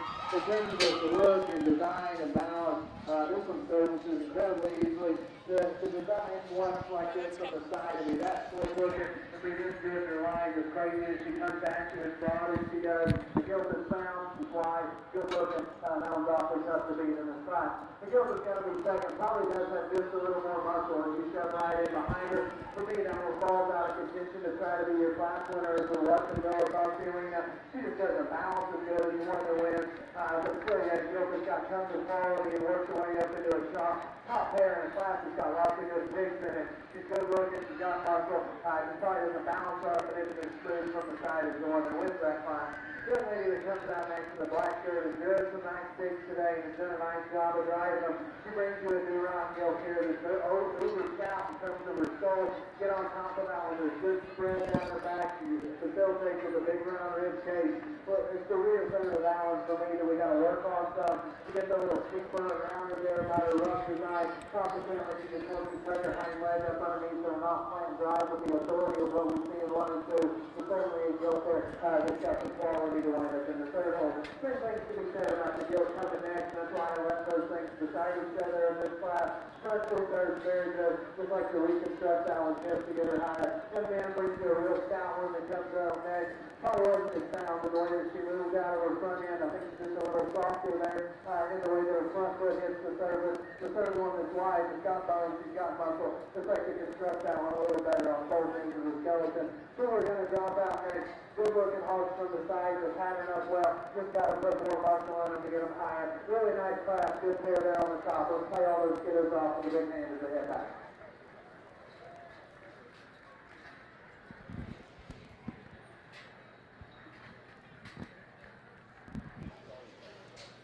Placings in our dark cross class 6. 10th place, Kaylee Elliott from Miles FFA. 9th place, Brexton Works from Pretty FFA. 8th place, Cole Kate of Brock FFA. 7th place, Callie Barnes of Lavernia FFA. 6th place, Aubrey Taylor, Decatur FFA. 5th place, Chase Weaver of Hamilton FFA. 4th place, Carissa Sider of Pretty FFA. 3rd place, Rylan Norwood of Belton FFA. 2nd place, JC Hickey of Miles FFA. And our class winner, Levi Works of Pretty FFA. Congratulations on our dark cross, class 6. In the ring, we are now judging class 7.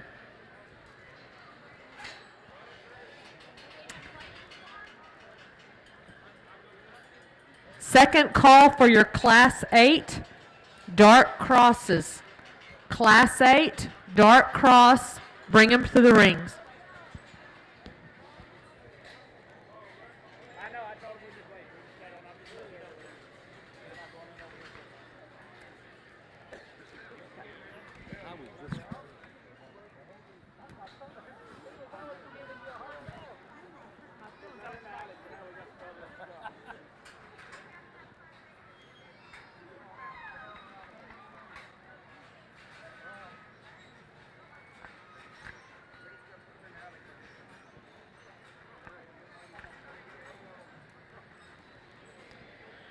Once again, this is a reminder that you can check the sales list for the light crosses. They're posted in the hall by the office. The sales list is posted by the office.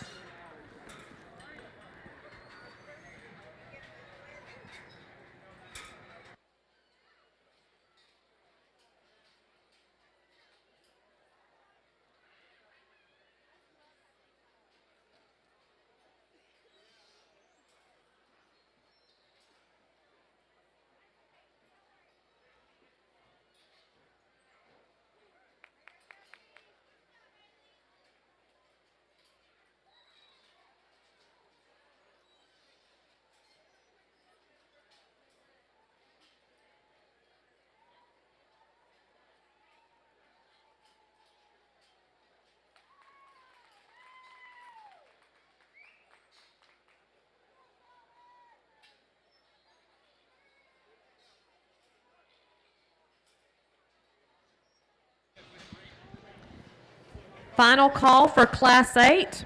We need a pig from Pretty FFA and Potter County 4-H. Last call for Class 8. Pretty and Potter County, please bring your gilts to the ring.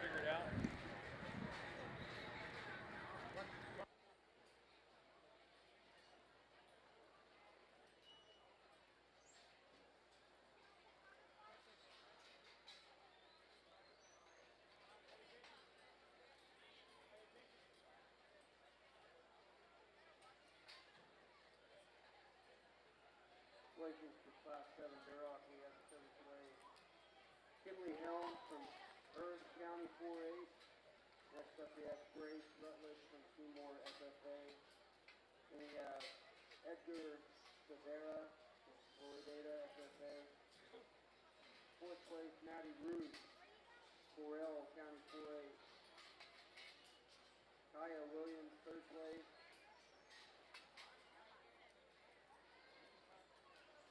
Caitlin Gray from Clyde FFA. And in 1st place we have Berkey Brasher from Johnson County.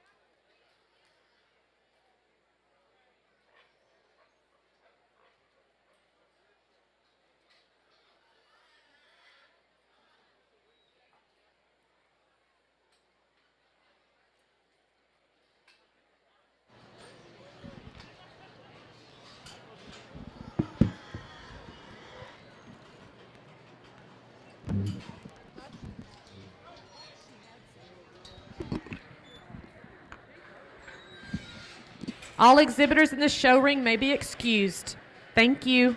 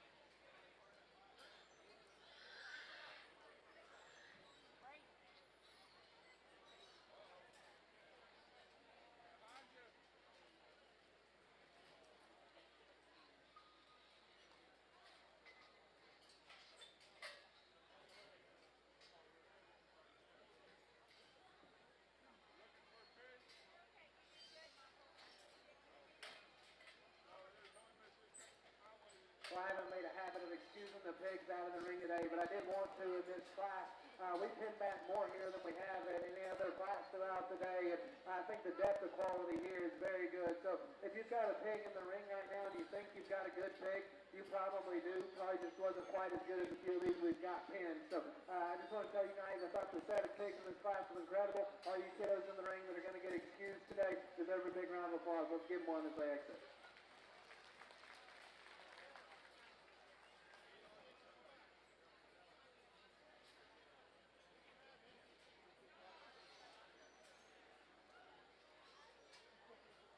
Okay, we're going to call Class 9 Durocs, which is our last class. Class 9 Durocs, please make your way to the holding pen.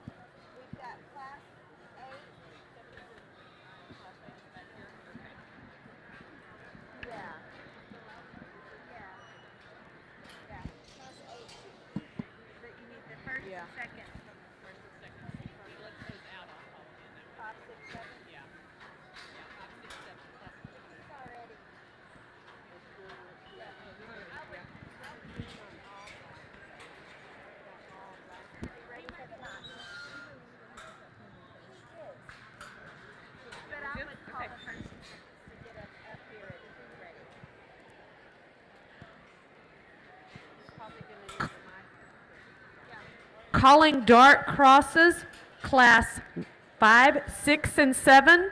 Your first and second place pigs, please bring them to the ring. Class 5, 6, and 7, dart crosses, first and second place pigs.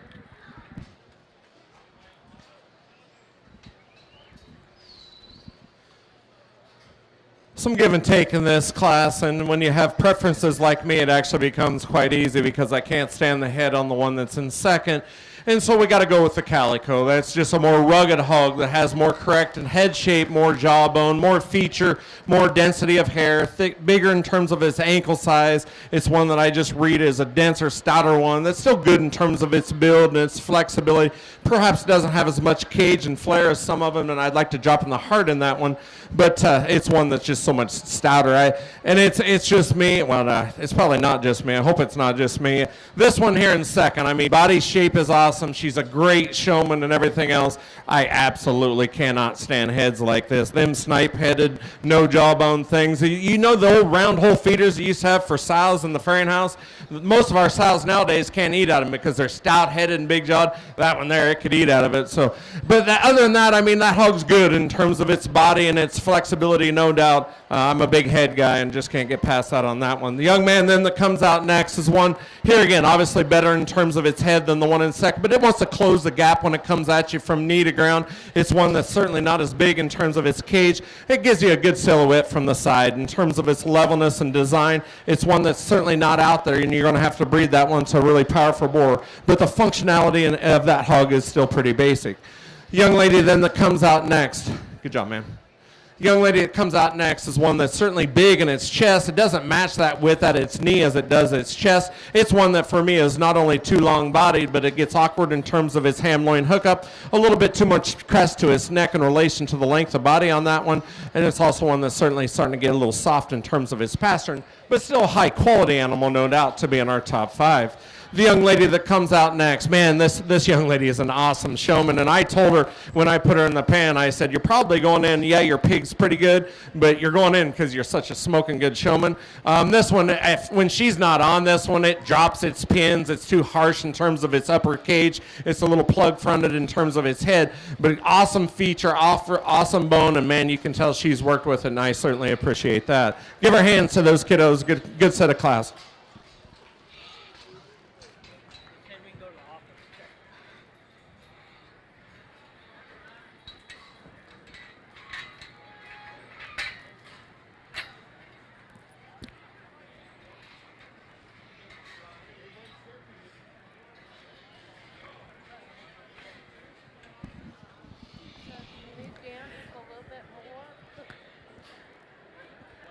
Dark crosses. You're bringing back first and second place pigs in class 5, 6, and 7.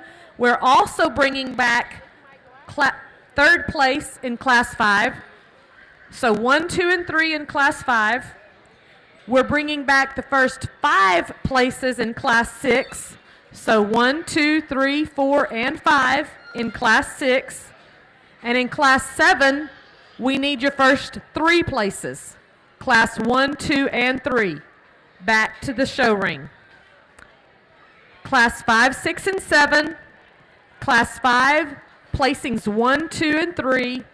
Class 6, places 1, 2, 3, 4, and 5. Class 7, placings 1, 2, and 3.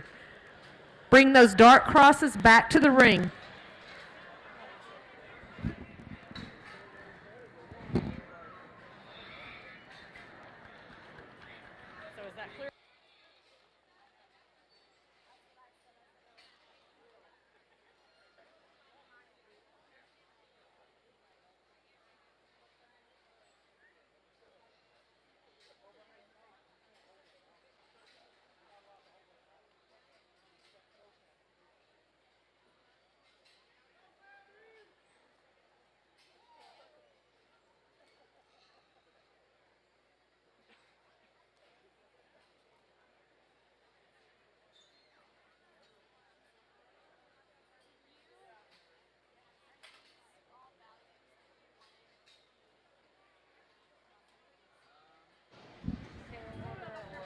The pigs that have been called back will be showing again for sale order. Sale order for the pigs that we called back. Thank you.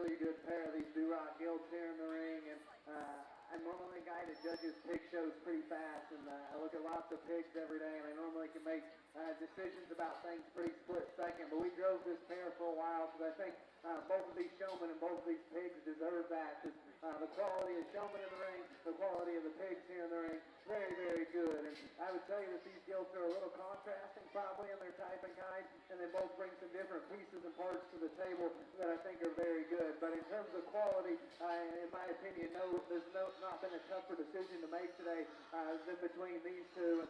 Not to get on a soapbox, but between these pigs, what's going to end up sorting it is length of body. And for me, length of body is something that's so important when we're trying to put these show pigs together. And the one that's going to win, her length of spine to me is more ideal. And because of that, she opens up wider when you get on top of her. She's fuller in her rib cage. She's got more width when you get on top of her. Her back's bigger. And that is all, in my opinion, because her spine is the more ideal length. When we get these things a little long, at times they can get just a little flatter and a little stretchier. But for me, the one that wins is just so proportional from the side and the length of spine she's got. The length to height ratio of this one's skeleton to me is so good. And then you add on to that she's the heavier boned option, that's shorter toed, bigger toed, and when you get on top of her, no doubt offers more spread and just more substance. And I think it's still sound and still got a good enough look from the side. Young lady in the white sweater is going to have your class winner. Congratulations to her. Pains me to put this one second because I can only think of one other class throughout the day that she would have had a hard time winning, but still she's got to go two today. This thing is so sharp looking, and when you get on top of her, just the shape that she's got running down her spine is incredible. I do think she is a little harder and a little trimmer back probably than the Gilt that wins, but if you want to measure them out and get on top of them, the one that wins is no doubt 3 or 4 inches wider between her blades all the way back to her hip. But still, this one that goes to sharp looking, sound, tall-fronted, athletic, has got shape and muscle, an incredible pair to go 1 and 2 in that particular class. The one that's going to come out in 3 here is a Gilt, like I said before, could have probably been really competitive at the top end of a few of these classes throughout the day. There's just not much wrong with this one. You watch her get out and go, her skeleton is good, the way she bends her hop and pushes off of her rear heel is incredibly good. Compare this Gilt to the ones that go 1 and 2. She's not as stout at the ground, she doesn't have as much muscle, she's got to go 3rd today. The one coming out in 4th is a Gilt that hit me hard in the back because that thing's skull is tough. She's got a good chest. She's got a big arm. You get that thing out here and watch her and compare to the ones that go right ahead of her. She wants to break a little bit there right ahead of her hip-loin junction. It just doesn't offer as much spread when you get right on top of her. At times she wants to get just a little easy there in her spine. But still the Gilt, the front third of it is incredibly good. The one coming out next is driven incredibly well, and honestly, this one gets a pin really fast as she comes through the gate for me because she's so good looking. That thing's got a big back, she's got a square hip. You watch her get out and go, I think she functions good enough. She gets flatter about the upper portion of her rib cage. As we study that one in the way that her loin hooks back into her hip, I certainly want to make her a little smoother there to let her climb the ladder in a tough Duroc class, but I'm sure you could take that one to half the counties in Texas and you've got the champion Duroc Gilt. I think a really high quality Gilt to end up where she did in this class. One coming out next is a Gilt that looks like maybe she just didn't respond yet or hasn't peaked yet in terms of her maturity pattern. I think if this one's fat and fluffy, she certainly can climb the ladder a couple spots today. You watch that one in motion. Her hind leg is big and it works really good. And to have that kind of stoutness and rear leg bone, I think it's neat that this Gilt's extended ahead of her blade. You watch that one out here and compare to those that went right ahead of her. She's flatter and drier about her body cavity. You get on top of that one and she's just a little disappointing in the spread that she's got. There's a bunch of these there in this class, and there's 4 or 5 that we're going to drop out here next. But I just didn't want these kids in this class to think their hearts got sifted. So let them in place 7th or 11th or whatever it is in this class. But the ones coming out next, tons of quality. Let's give all the kids that showed in this class a big round of applause. All right, the places in class 8 were 7, Edward Sanders from Lundy, FFA, 6, Thornton Key from Pleasanton, FFA, 5th, Cash Harris from Grandview, FFA, 4th, Luke Donner, Kendall County 4A, 3rd, Alexandria Huseman, 11th Cooper, 2nd, Lila Donner, Kendall County 4A, my class winner, is Keith Short from Montague County. We're now judging class 9 Duroc, which is our last class. So if you're class winner or second place, in a little bit we'll meet you up here. Don't tell you that, but if we finish Duroc, we only have a handful left.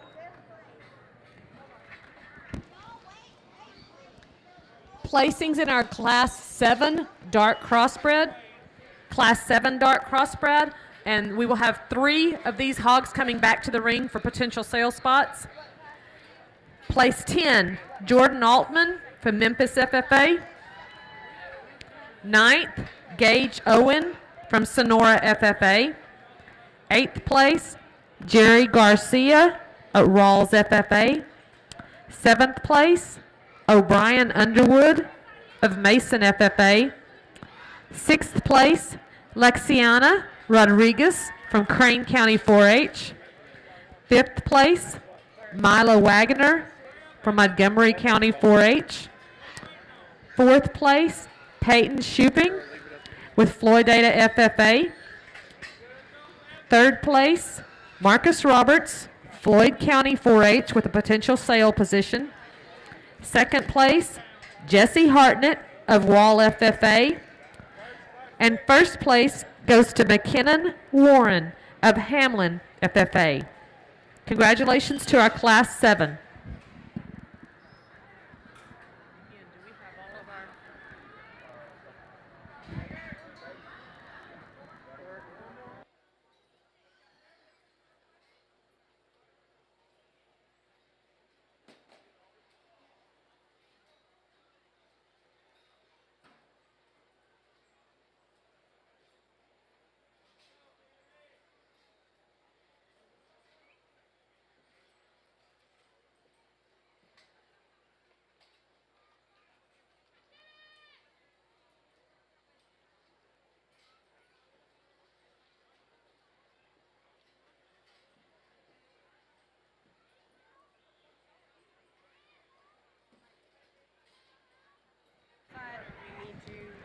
Carissa Sider, we need you in your gilt to the show ring. Carissa Sider.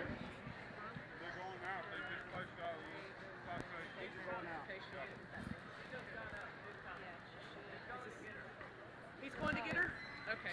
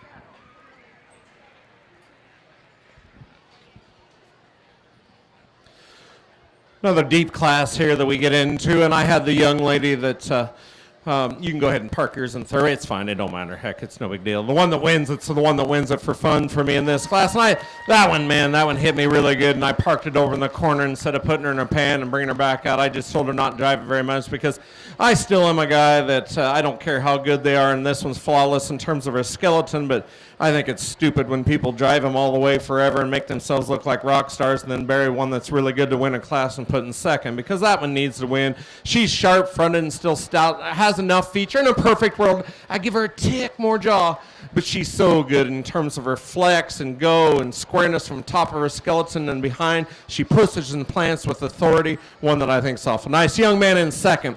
Certainly still my kind in terms of its head shape, and it probably is just a notch better in its head shape. It doesn't come out of the front side of its skeleton naturally as good in terms of its neck. It's a little lower in terms of the set to its neck, but that's a big forearm with great set to its curvature and set to its forearm. It's big in its upper cage. It's one that's still level enough in its hip. It probably swivels its hip just a little bit in terms of rotating its hip, ideally as good as the class winner, but two very, very good animals. The young lady then in third, this one in terms of build falls out of bed in relation to those top two. A little U-necked if you're a sheep person in relation to the way the neck ties in on the top side of that one's blade. It gets underneath itself just a little bit more, and also when you get on top or get right behind that one, it wants to swivel and plant just a little bit in terms of its feet. You need to make that one's feet bigger and its hoof wall just a notch more secure to make that one go. It gets a little plainer about its head in relation to those, but another nice animal. Young lady then that comes out next in fourth, one that's certainly still wide in terms of its chest floor. It's one that's got a big old back and with tons of upper cage. I didn't read this one as long strided from behind as some of the others, but more than anything, it's one in relation to the mass and power that it has. It gets a little daintier in terms of its head, and we'd like to make that rear leg just a notch bigger.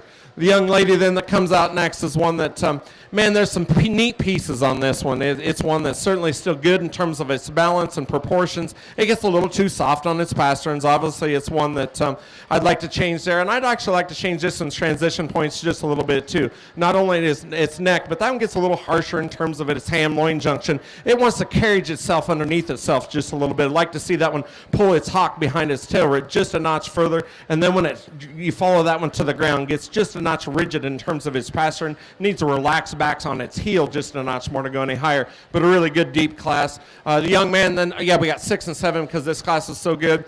One that, PC, this is the PC one in here. It's certainly one that gets just a little more exotic about its front end, and I don't say that necessarily in a good thing because this one gets a little Roman-headed for me. I'd like to change the shape of that one. I love the tail rid on that one. That's neat stuff. But that, when you talk about transition points, no doubt that one at its ham loin and also at its neck doesn't blend as smooth as some of the others in here. It doesn't have as much upper cage as some of those hogs that we saw in there as well. The one that comes out next, this is a beast in terms of chest floor, probably almost pushing the limits of too much width up front, and because of that, isn't as stable and comfortable with itself out of its front 1/3 assembly. Like to see that one reach and go just a notch better. I love that one's head shape. That's ideal in terms of jaw, and it's certainly the shortest strided one of them top ones from behind, but a good high quality animal, no doubt.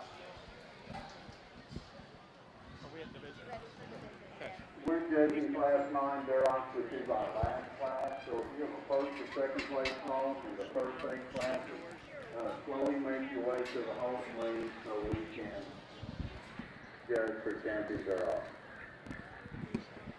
In your Class 8 dark crossbreds, we will be holding 5 hogs for potential sale spots, 5 pigs out of this class.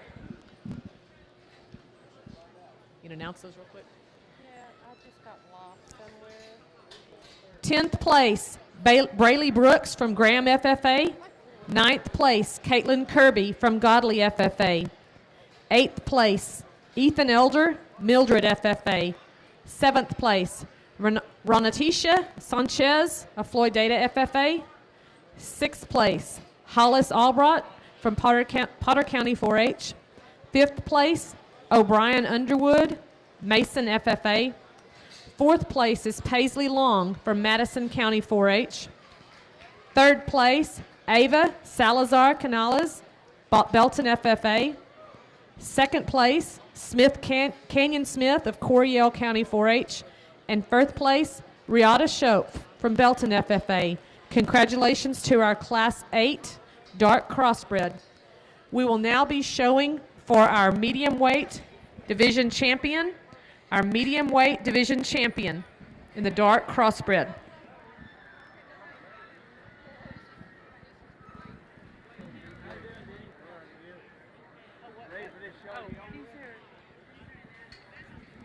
So, what did I say? They're doing medium weight champion. What did I say? Medium weight division? Medium weight division champion. Yeah. Those will be awarded before the free drive. Right. Did I announce something wrong? I don't know what you No. Okay. I was going to say, I don't think so. Okay, no, that's good. And then I want to call, ready to call for class 9. Are y'all okay with that? Class 9?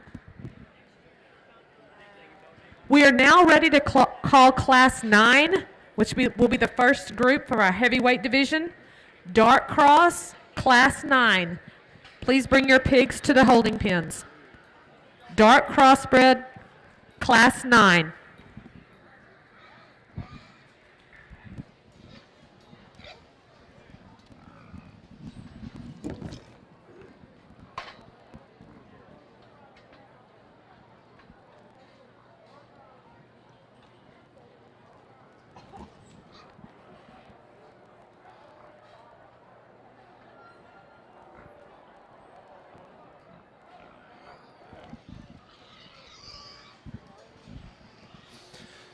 Get out here for a division, and certainly all of them, 4 really high-quality animals out here that have structural integrity and mass and power, and yet there's one that I think does it just a notch better in terms of not only aesthetically pleasing and very, very pleasing from the eye in terms of a show pig design, but it has that much more cage and that much more power and that much more bone. Young lady in the blue shirt will be our champion in this division.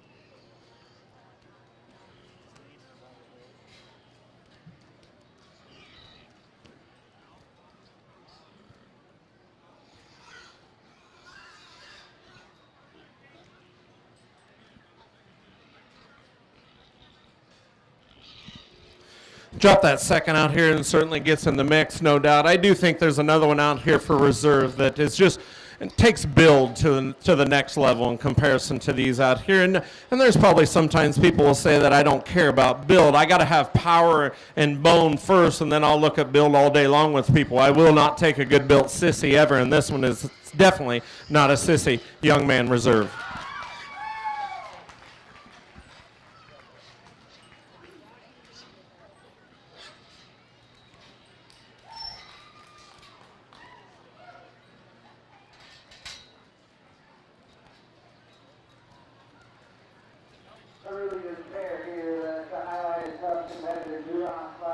Honestly, these two for me were the most memorable in the back as they came through the sets. And then if you get them back out here and study these compared to their contemporaries, these to me are just more ideal in terms of the look and the silhouette they give you to be this age and this size. I love that both of these gilts are still fresh ahead of their blades. They've got the strip muscle shape running down their loin, and yet they're still soft in the center portion of their body cavity. I like that these gilts honestly still look a little immature, and they look like they're still on their way up, even though we're a big girl fighting weight here. I think both of these are a great deal to go ahead and be 1 and 2 in their class.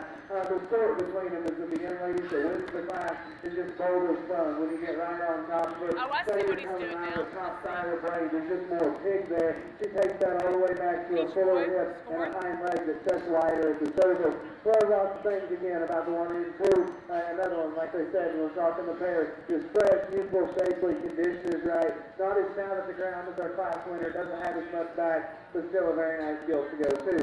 The one that's coming out in third is one that's a little different to look at. If we could give this thing some fix to flat and pick her up on all 4 of those flat tires, I think you could make this thing a class winner pretty easy. Because she is big boned, she is is wild looking. I love her skull. She's one that's got good texture and shape to her muscle.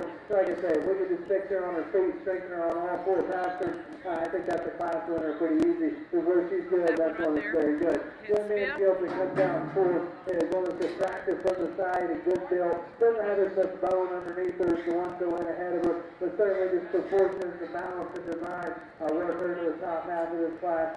Still coming out next is one that I knew I had to come find after I got down in the back. I think the look from the side again is one that's pretty memorable at the knee, head, neck. I thought that her bone columns would be her undoing, and ultimately that's what works her down in this class is her rear leg bone just isn't big enough. So I do think compared to the ones that are going to follow behind her, she's sharper looking. I think her pattern is better from the side. Just got to stouten that one up to get her higher.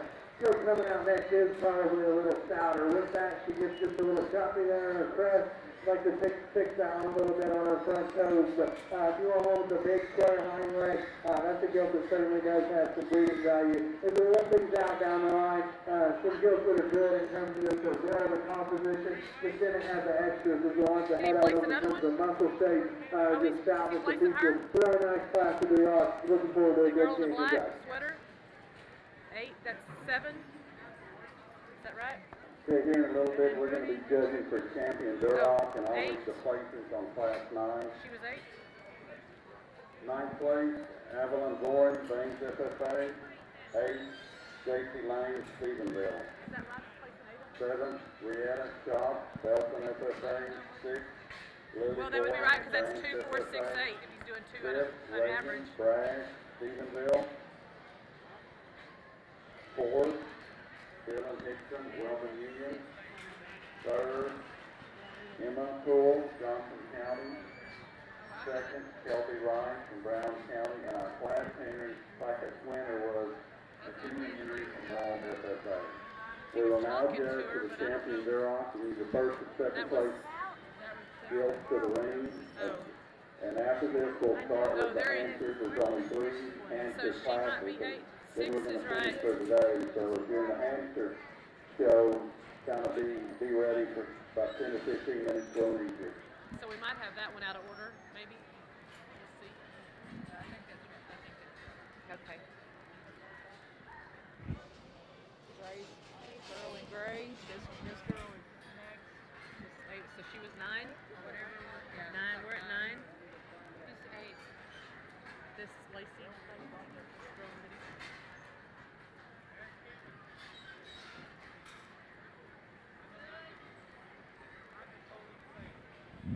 That girl that just came out is going to be, I don't have any notes on Hazel. That pink one, she's 10. Okay.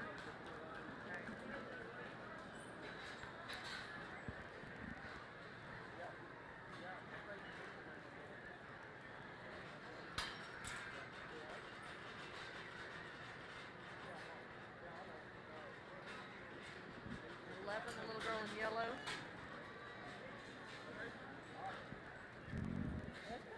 First place is still sitting out there. Yeah. That one class. This one Yeah. is still out there. First, second. Second and third. You didn't like that class.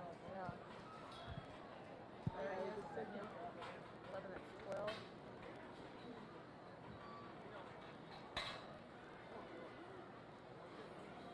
It's a little, what's her name?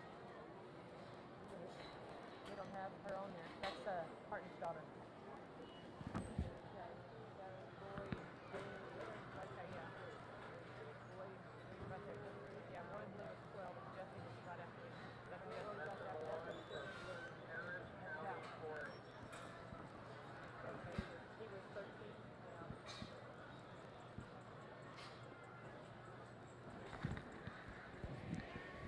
Class 9, you have a pig in Class 9, Tarrant County 4-H. We need your pig to the show ring.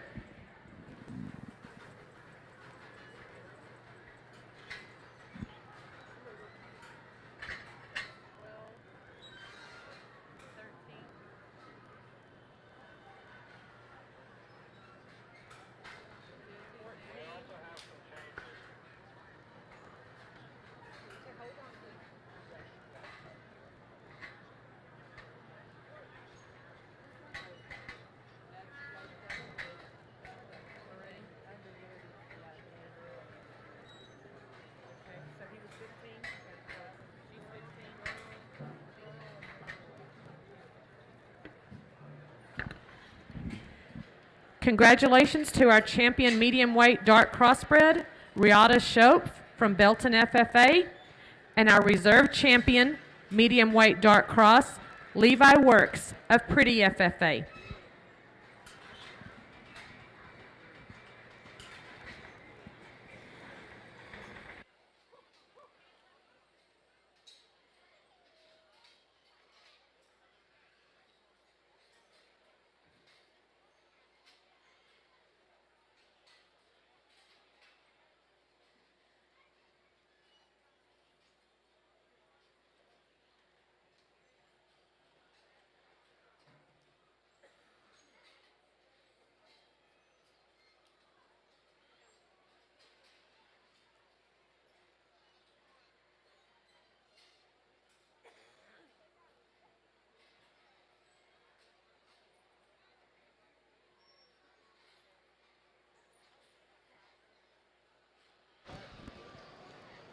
One more shout out for our Stars Gilt Show buckle sponsors.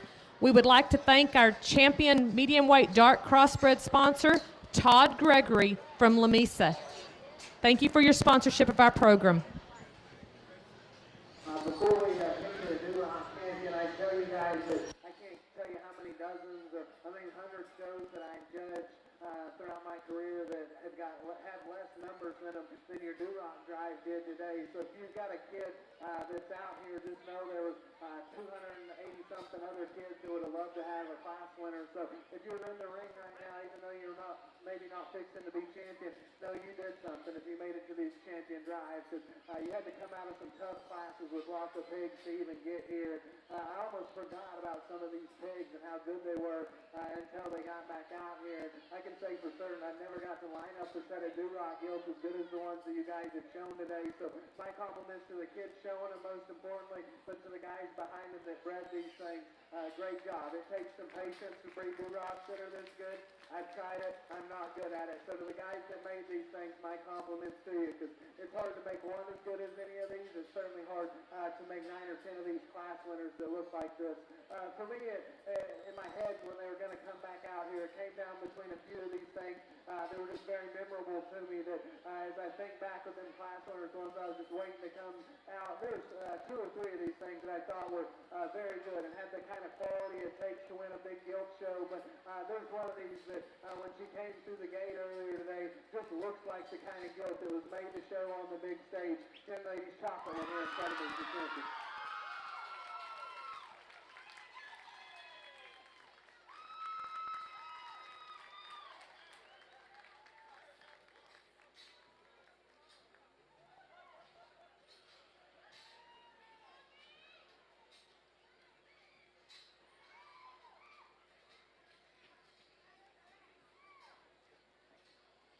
We bring in the second place out of that class, and I remember talking about how competitive that class was and how deep it was, and that gilt obviously gets out here and she jumps right in the mix. There's another gilt that came out of a class that was incredibly tough, and we talked about a top pair in that class that was so good, and if we got to line up 2 and 3, there's no doubt they'll both come out of the same class. My second favorite one, young lady in the white sweater, she's going to be a coach.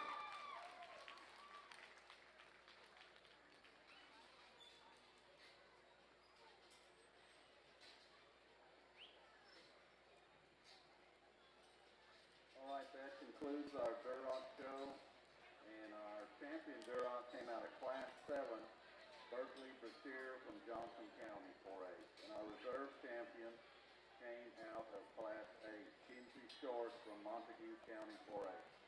Now we will judge the hamsters, and please come to the holding ring, the first class of hamsters. There's only 3 of them, then we're going to stop and resume tomorrow morning.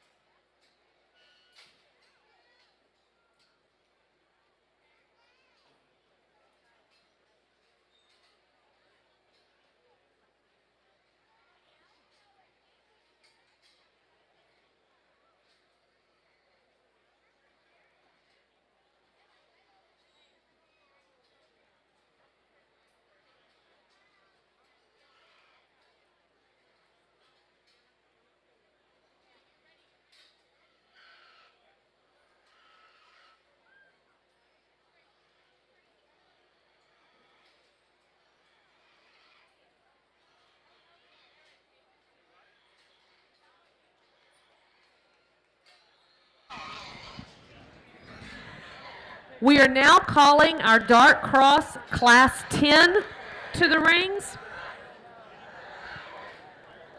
Dart Cross Class 10.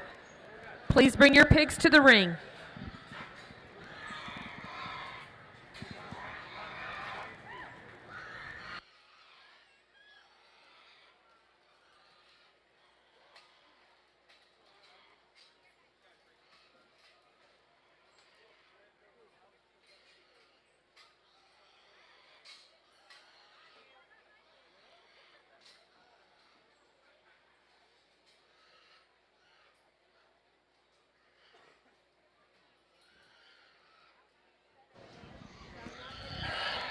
Here is a reminder that if you have a breed champion or reserve breed champion that is fed by the ADM Mormons Showtech feed, please see your Mormons Showtech rep, Tad Knight, or log on to www.admani.com and fill out the Youth Livestock Awards application to receive your monogrammed jacket.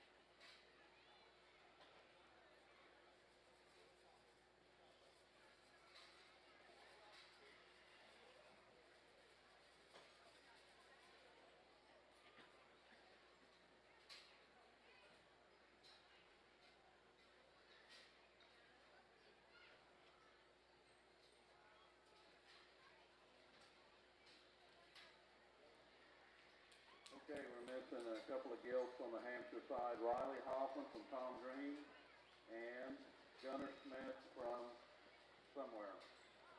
Please, your class is being shown. Come this way. If you're not, let us know. Thank you.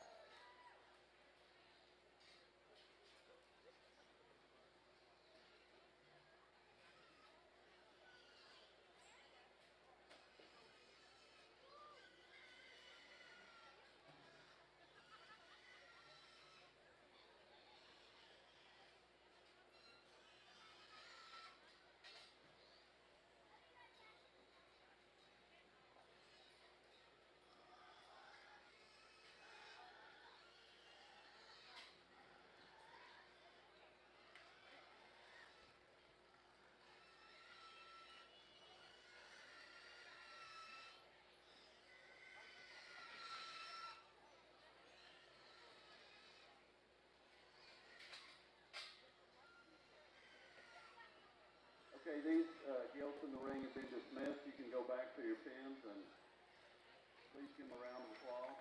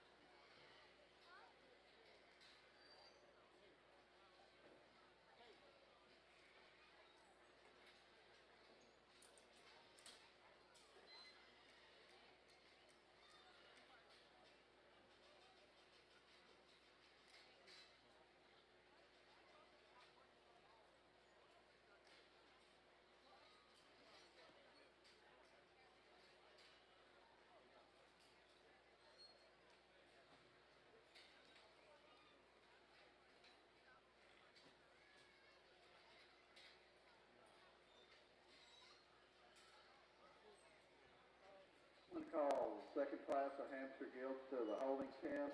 The second class of Hampshire Gilts, please make your way to the holding pen.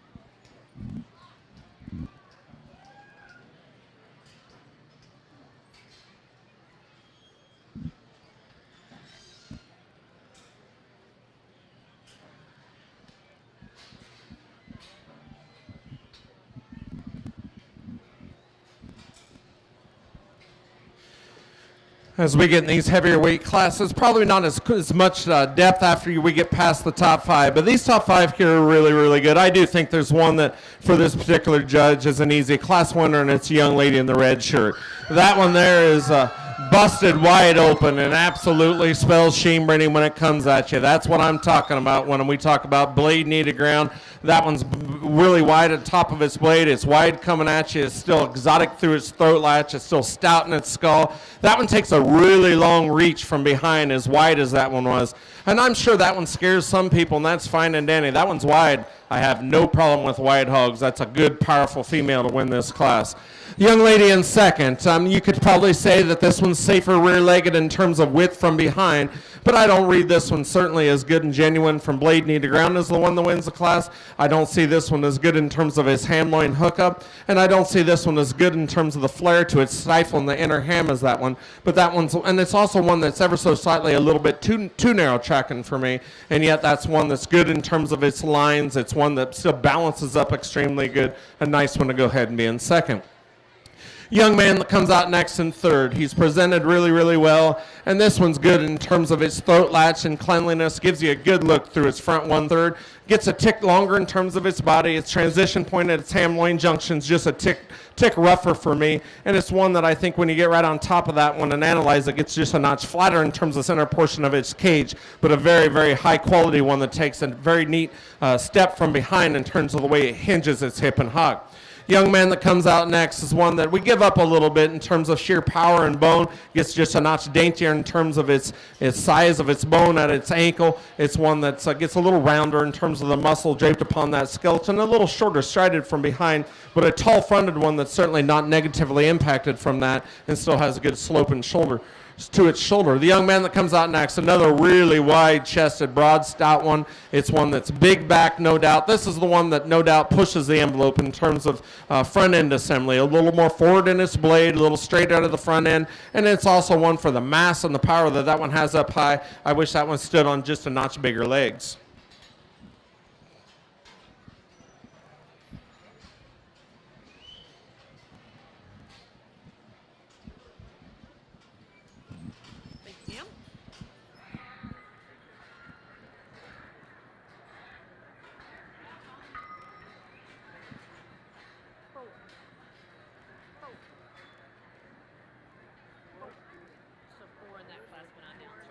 That's class 9? Class, yeah, that was class 9.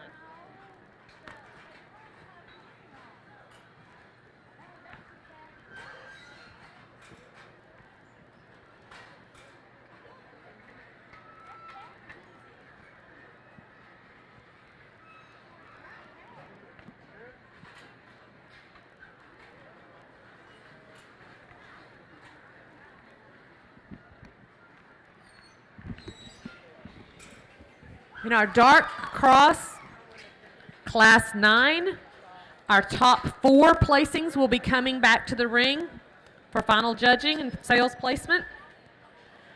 10th place was Jarrett Skaggs of Oldham County 4-H. 9th place, Aubrey Taylor from Decatur FFA. 8th place, Justin Torres from Floydada FFA.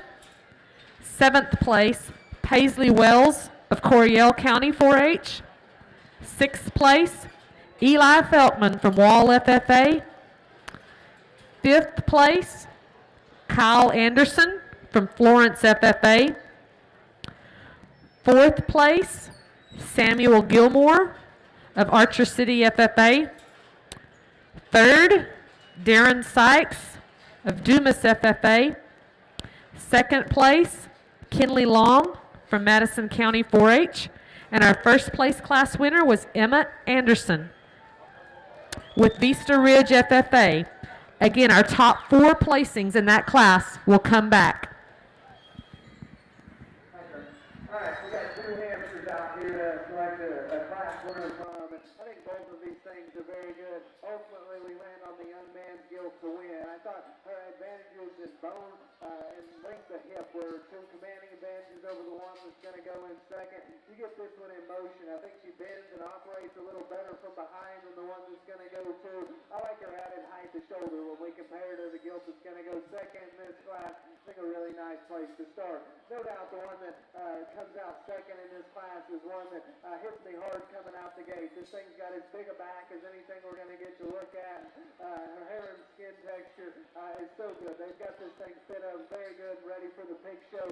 We compare that Gilt to the one that wins. She's further in her front arm. You put that thing into motion. She wants to tuck her hind leg up under her a little bit. That's all caused by her being a little shorter on the top side of her rump. But that thing is fresh back, great ribs, good body, good looking.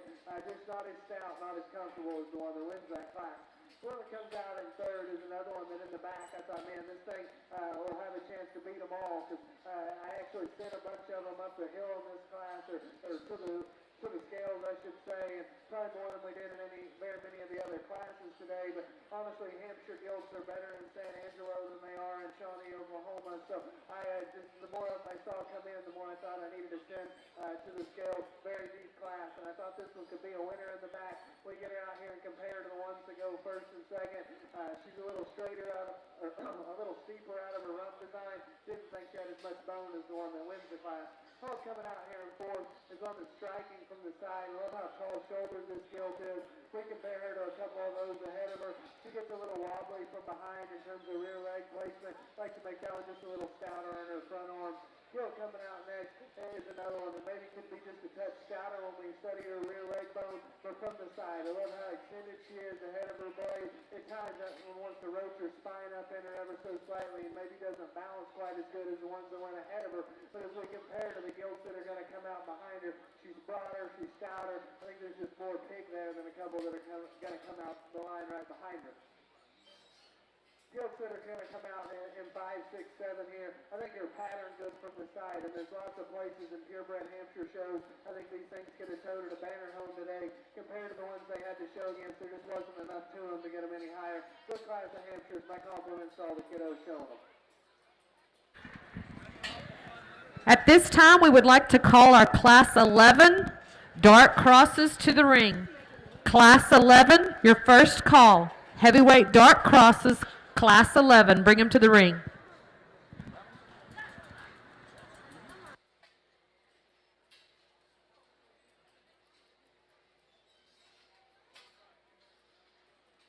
Placings in this first class of Hampshire's 8th was Landon Gentry from Brewer, FFA.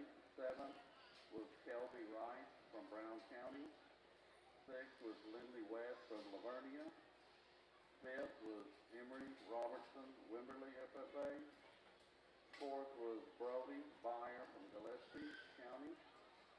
3rd was Markley Matthias from Midland, FFA. 2nd was Blakely Butterworth from Sierra County. And our class winner was Chad Greenman from Buster County, Florida. We're now judging Class 2 Hampshire.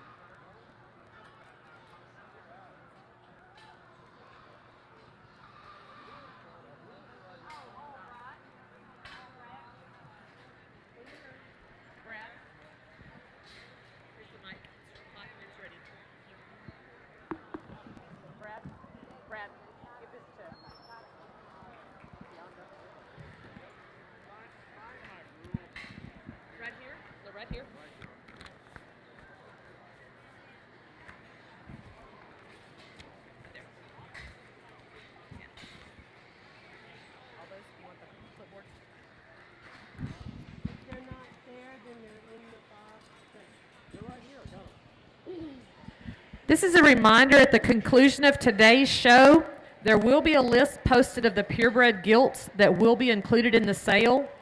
The sale order will be posted at the conclusion of tomorrow's show. If your gilt is not selected for the sale, you may be released from the barn, and you can get the trailer releases over by the office. Thank you.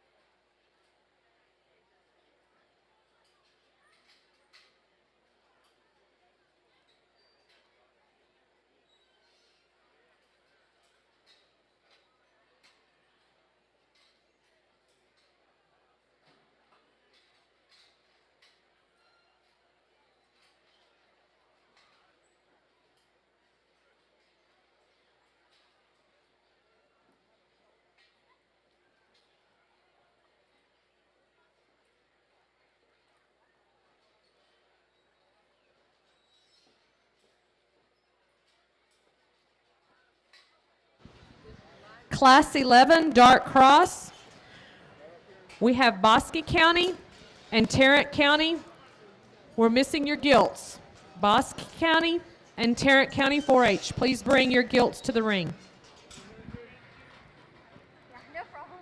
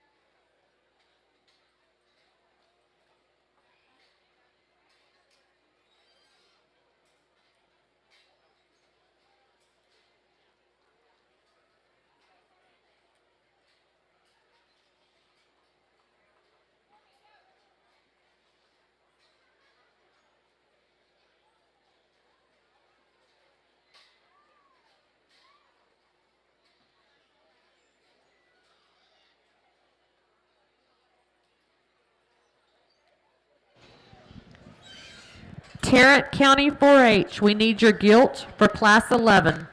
Tarrant County 4-H, Class 11 Gilt. Please bring her to the show ring.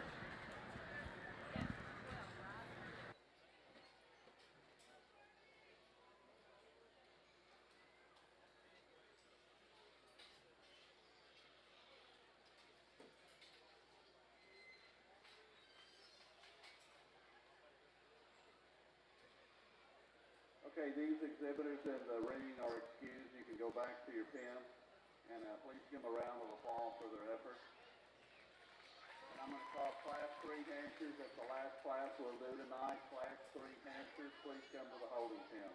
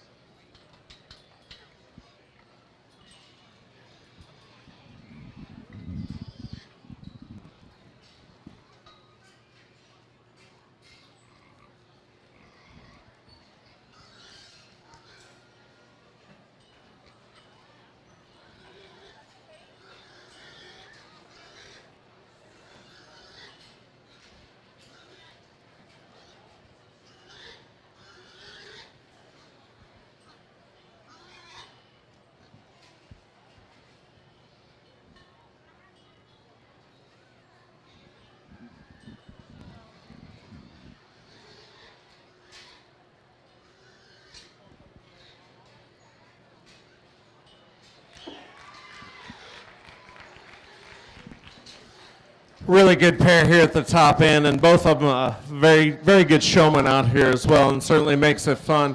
It's tight within this pair for me, and yet I think there's one that has just that much more punch, and not that the other one doesn't have enough punch, but when you get to cutting it out here, there's one that's bigger in terms of her stifle. There's one that I think is better in terms of her length of stride from behind, and yet she's the most powerful one. It's the young lady in the multicolored shirt will win this one.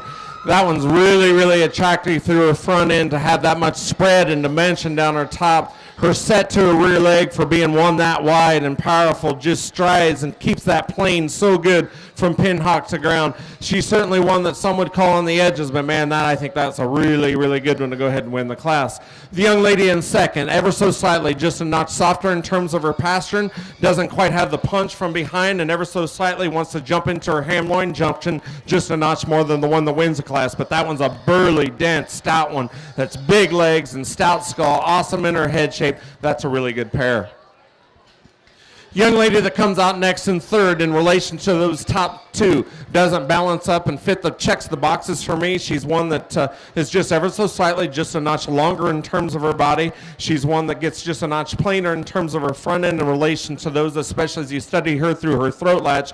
She's also one that's starting to go a little softer on her pasterns, more so than even the one in second. But her structural integrity is so good that even though she's too long-bodied for this particular judge, you got to use one like that in terms of her function and go. It's really good stuff. Young lady then that comes out next in fourth, one that's still wide-chested and powerful. She probably deviates the most at her knee in relation to those top ones that were all powerful, and she, of those others, is the shortest strided out of her front end assembly because she's rolled forward more on the front side of her blade. She too is the roundest in terms of the way the muscles draped upon her skeleton from behind, but another high quality one to be in this tough class. Young lady that comes out next, big feet, front feet on this, and yes, they're getting a little bit softer in terms of their pastern, and this nice surface, it doesn't affect her movement whatsoever. She's big in terms of her cage. She wants to just swivel just a little bit in terms of the way she puts her foot weight on her outside hoof wall, wants to rotate and twist at the ground when she does it. She was a little more secure in terms of the way she utilized her foot, especially her heel, then she wouldn't have that twist and rotation, and that's why she's placed where she is. Awesome set, awesome class. Give those exhibitors a hand. Go ahead and bring crossbred, dark crossbred class 12 to the holding pens. Dark crossbred class 12. Bring them this way. I need to remind exhibitors, and in just a second, we're going to announce the top 5 light colored crosses.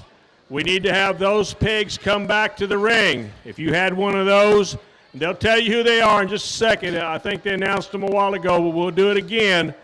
You'll need to bring the top 5 light crossbreds back to the ring for the champion overall crossbred and the top 5 overall crossbreds. So make sure you get those things dialed up, get them ready. If you were in the top 5, they're going to call the names out once again. You need to be getting ready because as soon as we pick our champion dark cross, we'll roll into that. Over here on this side, we've got an interesting set of answers to sort through. As it is oftentimes, there's different parts and pieces to the puzzle that can kind of surface, and obviously some issues within all of them we'd like to work on. And I know we're not having a spare on my side, but I do think the two that we're going to lead this class with are the two gilts that do have the most value. And if we were lining up a seller on this side, no question for me, these are the two of this class that bring the most money. Because what these things can offer for this breed and the parts and pieces that they have, I think are very, very good. If we step back and study them, the young lady on the far side there that has your class winner brings you one that's just so stout. And if you can step in behind that one and look at the bone column that she drops to the surface, it's insane, honestly. You would think that one would tie up and get restricted, because in this breed, when you make them this stout, oftentimes they're not sound. And I would say that's certainly not the case with this one. She may not be as loose and bendy moving from behind as one that's going to end up in second, but she is plenty sound for this guy to be that stout. You get on top of her, that is a big back, a stout skull, big arms, and to be that big arms and big front footed, I still think she's propped up good enough on her front toes. If I want to get mean or critical of that one, I like to lengthen out her rump design ever so slightly. Moving past that, I think that's an incredible kind of an animal to go ahead and start. The one that comes in second is another one that I think is just a little bit of an outlier this breed, and I'll be the first to admit she wants to get a little easy there in her spine, and that is an issue, and that probably drops her out of contention to being able to be your class winner today. But because of that, I also think that's why this thing is so loose from behind. This thing is flexible and loose, and her skeleton all over. You get on top of her, and show you the shape she's got in between her blades. She's so good there. She's so hard and true in the back that she has, and that turns into a big square full hip, and have that kind of squareness and that kind of muscle pattern, and still be able to get out here and flex and drive. I think it's very incredible, very hard to do those things. In an ideal world, I strengthen her on her front toe and strengthen her down her back ever so slightly. If we do that, we're talking big things with this one. I still think she's awfully good to be second in the class. The one coming out here is third is the Gilt is so stout. Another one that I think has got a long-term maternal kind of value to it. If you study this with jawline and you study how bold she is in her rib cage and her center body, this one looks like a mama. For me, as we compare her out here to wants to go first and second, although she may make a bit of Bruce out of any of them, she's got to be third in a show Gilt scenario. She gets two jams out the front of her blade. She's a little shorter couple there behind her hip one junction as well, but everything is stout. She's good in her ribs, good in her body. And to be that stout, I still think she gets out here and she's found a nice Gilt there to go ahead and be third in this spot. The one that comes fourth is a little bit of a problem child out here because in no time since that Gilt and I had met that she had any desire to act like a show pig. But if that thing would get out here and show herself off, I think there'd be a lot of people standing ringside that lay dancers that would try to gobble this thing up. Because she is so good in her skeleton. If you just watch this thing where she plants her toes and how she hits the surface on all fours, man, that Gilt is good there. She's good in her upper rib cage. She's good in the build that she's got through the center portion of her body. She needs to act like a show pig. And part of that is because she is a little deeper throated and her neck does tie a little lower into her shoulder than I would deem ideal. But even beside that, I think that's a real good thing. If we could readjust the front third of that little skeleton, I think she's certainly coming to try to get a piece of it today. Still coming out next, young man did a nice job of getting ready for the show. We get on top of it so they can study the composition that she's got, that good muscle texture, that twist build in her rib cage and her body. That girl just needs more punch. When you step in right behind her, she gets a little flatter in her side. So as she comes and as she goes at the top end of this class, she's certainly the narrowest gauge one. Gives you a cool look from the side, fresh up high. Certainly some cool things to look at and talk about with that girl. Gilt coming out next is another one in terms of skin height and hair presentation. We're certainly ready to come to the big show. As we study that Gilt compared to her contemporaries, she's the straightest one on both ends of her skeleton. And as we watch that one get out here in motion, I bet she was the shortest strided at the top end of this class. I do love the look. She gets you ahead of her blade. I like how stout she is in her jawbone. I just got to make that one get out here and go better to work her up any higher. Here coming out next is one that I thought had a lot of value as well for this breed, and is a little different in her type and kind. That one's got some added daylight underneath her, and the breed that takes and don't particularly like to grow. I do think this Gilt has got some value for somebody who's also got little powers trying to make breed decisions. I like her height and shoulder, I like her added length, and her cushion to get on top for their good shape there. For a showing setting, and to get out here and try to be competitive today, I got to make that one bolder about her rib cage. I got to soften her in her body and just allow her to balance better. And I do think moving forward, there's a good breeding hog that somebody can make some nice significant show Gilts with it. So I compliment all the head coach with those breeders that not set up.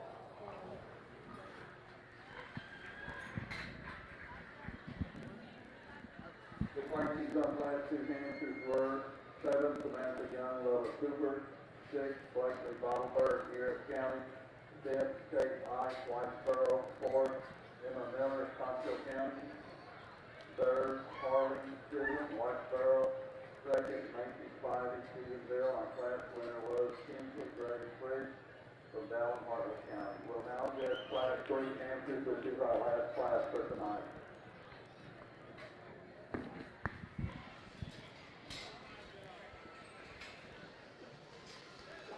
As a reminder, our lightweight crosses that will be brought back to the ring to judge for the the crossbred champion will be Allie Bridges, who showed the medium weight champion, was the grand champion. Our reserve grand champion shown by Blakely Bottleberger, which was the heavyweight champion. Our third place overall was to Peyton Weisenhunt, who was our reserve champion middleweight. Mason Oram, who had our lightweight champion, was fourth overall. And our fifth overall lightweight cross was Cole Kate, who showed our heavyweight reserve champion.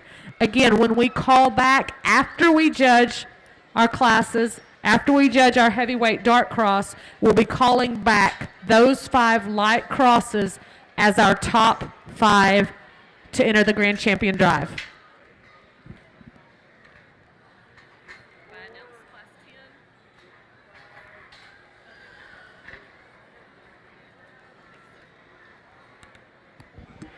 Our placings in our Class 10 dart crosses, the top 4 of which will be brought back for the sale drive. 10th place was Peyton Barker from Hardeman County 4-H. 9th place, Breeley Barbie, Jones County 4-H. 8th place, Macy Savell, ERA FFA. 7th place, Cannon Harris with Cisco FFA. 6th place, Rylan Corbin with Brock FFA. 5th place, Briley Coombs from Iowa Park FFA. Our 4th place was Lark Levin of Carson County 4-H. 3rd place, Kenzie Short with Montague County 4-H. 2nd place, Brooklyn Kathy of Paradise FFA. And our 1st place Class 10 winner was Mila Wagner, Montgomery County 4-H.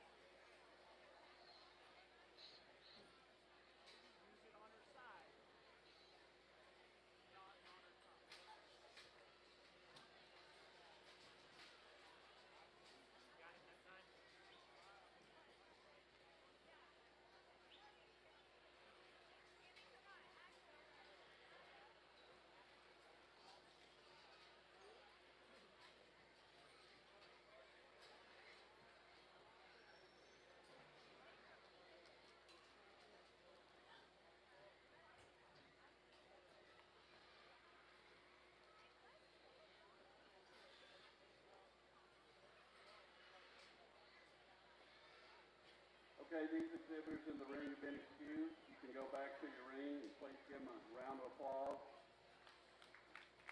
We are judging our last class of hamsters for the evening. If you're a first or second place hamster gill, please make your way to the holding chairs so we can show for the champion hamster. I'm going. You're done? I'm done. Thank you. We'll see you in the morning. On time. Once again, I would like to remind our light crosses, top 5, that you will be called back to the ring. Be getting ready to come back when I call you. That's Allie Bridges, Blakely Bottleberger, Peyton Weisenhunt, Mason Oram, and Cole Kate. Please be getting your pigs ready to come back for our champion dark crossbed drive. Yeah. Division drive. The heavyweight. How did you get in charge of the microphone?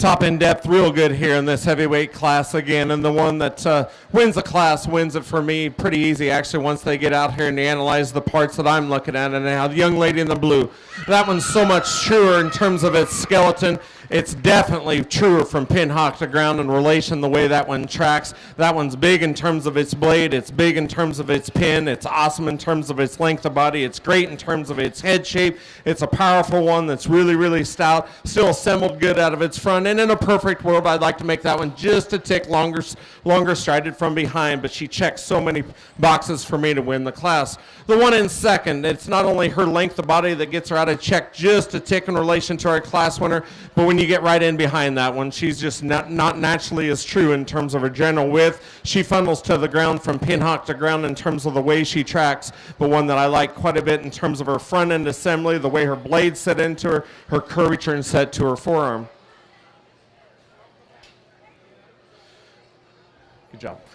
Young lady in third, man, when this one comes right at me, I just love the presence that this one has. It's her front 3/4 is what gets her into third place. She's a tall-fronted one that ever so slightly pushes forward, but I'm acceptable on that. It's from behind is where I'd like to make her just reach and plant with more authority. She's a little more tentative in terms of the length of stride she takes from behind, and she certainly doesn't plant with her heel and grasp the surface and push and plant with as much authority as those top two did, but she gives a great silhouette from the ringside, a tall-fronted one that's still really good.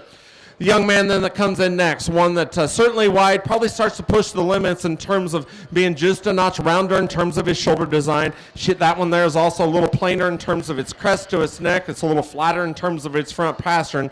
I like this one in its placing because that one's got a rear leg that's timeless. It's just good in terms of the set and angle to its hock. It's good in terms of its length of stride from behind. Pick that one up and elevate it on its pastern so we can get it up maybe another spot. The young man that comes out next with the calico, sorry, bud. If I lose distraction, that's why I'm that way.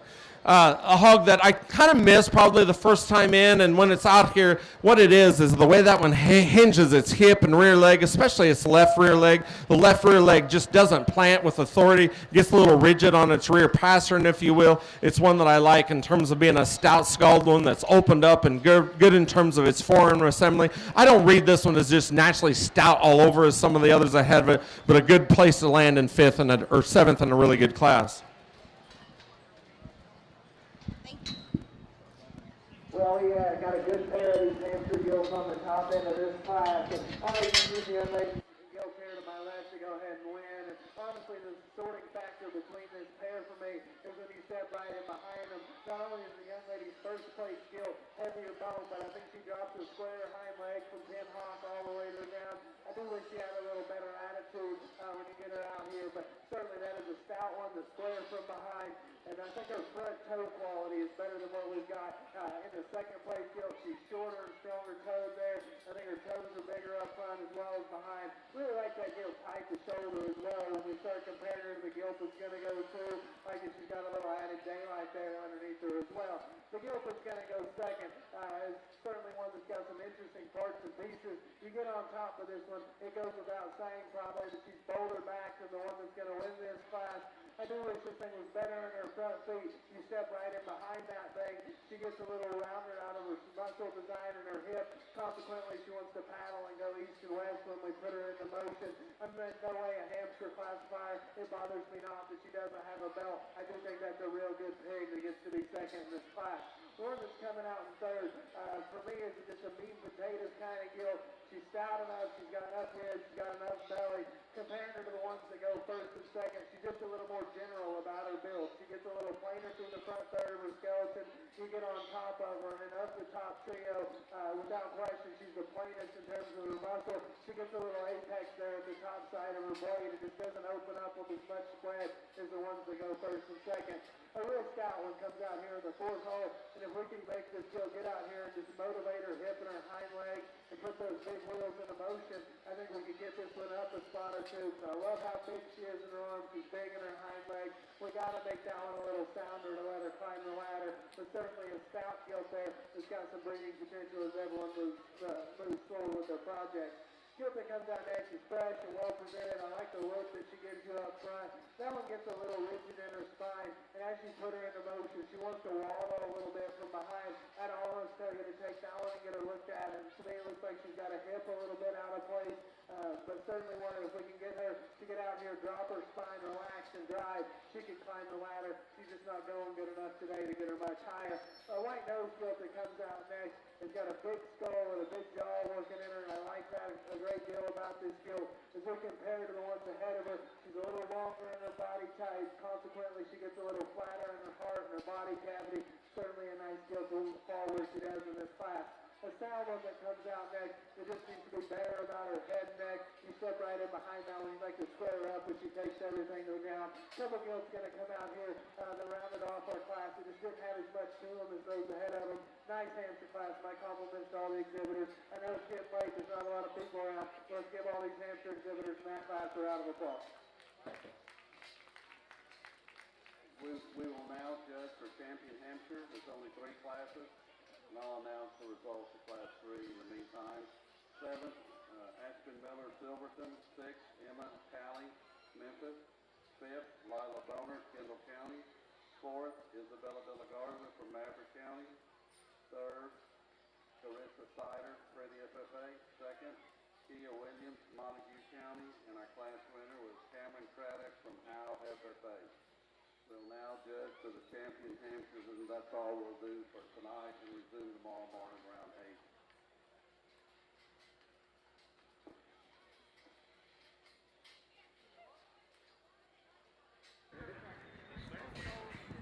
See, she should never see that sheet. She doesn't get that sheet. If she gets that sheet, you do over there. For the, you understand what I'm saying? That's the sheet she gets from it's all 1, 2, 3, 4, 5, 6, 7, 8, 9, 10, like that.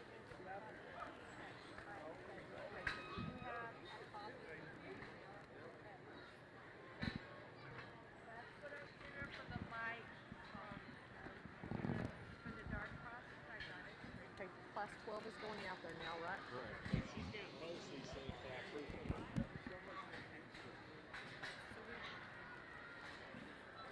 So they're good. We've got class 12 in the ring, so we're ready to call back our division champions, right? No. First and second. I mean, Yeah. first and second heavyweights, right? As soon as they get here, as soon as they get revealed with us, Yeah, I go over there. as soon as they're in here, tell her, then she can call back the division champion in reserve. That's only going to be 4 of you. At this time, we'd like to call back our Class 9, 10, and 11 first and second place hogs. Class 9, 10, and 11 first and second place hogs to show for our heavyweight division champion. Don't tell her to post anything else till she talks to me.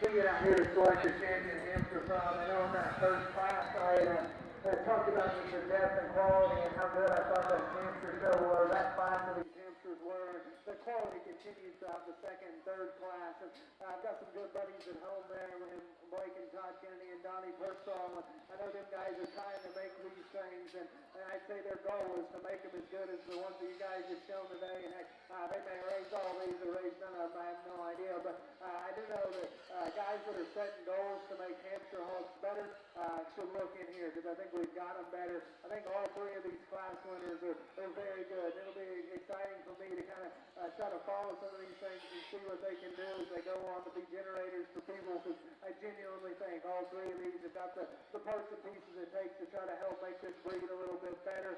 As we get them out here and study them, there's one for me that I think just doesn't need any excuses. So it's the hardest one to punch a hole in, but still a pig that gets out here and is stout, wide, mobile, got some shape, got the right kind of condition and body feel. I like the young man's Gilt best. He's going to be a champion.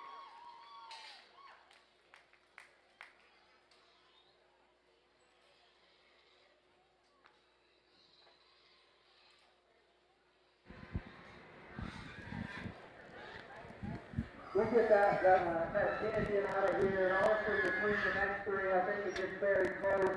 Just so you guys know what I'm saying, the last time I talked today, so you guys can all go home happy. You don't have to listen to me for a little while, but as we get these three out here to select who they are from, I thought the quality still remains very good between these three. They've all just each got their own little problems. This Gilts young lady in the blue sweater is driving here is one is one we talked about in that class. Is just has some expensive traits and lots of value. That's a great big hind leg. And like we talked about, I still think she gets out here and is sound enough. I would really like to lengthen that Gilt out of her hip to have made her your champion today. But I do think she's one, obviously gets out here, jumps in contention, because what that one is good, she's very good. I just thought comparing her to the champion, she probably came with an additional problem or two. The Gilt that wins our heavyweight class there is one that from the side is very striking and balances up so well. When we had those three class winners out here, to me, I read that one as being the biggest one by 60 or 80 pounds. But also, she goes right away from you. She's the narrowest one. So it's hard for me to tie into a big one that gets outpowered by pigs that are weighing 75 pounds or more less than her. But still, her quality, her bone tolerance, her toe quality is so good. I think, obviously, you'll be considered out of the Euros. And then the second place comes out of that class. And that's one I talked about earlier in the day. It's hitting me hard as she came out of the gate. I didn't read that one to be quite as stout in her bone work as the one that won that class and went on to be your eventual champion. If you call that one stout enough, that's obviously the one you got to use. So you get these out here, they've all got their own pieces, their own parts, their own problems, but yet they've also got their own advantages, and they've got their parts in places where they're very good. There's one of these out here that's just a little bit of a freak to me of the stoutness that she offers. I like the young lady in the blue on the far side to be your result.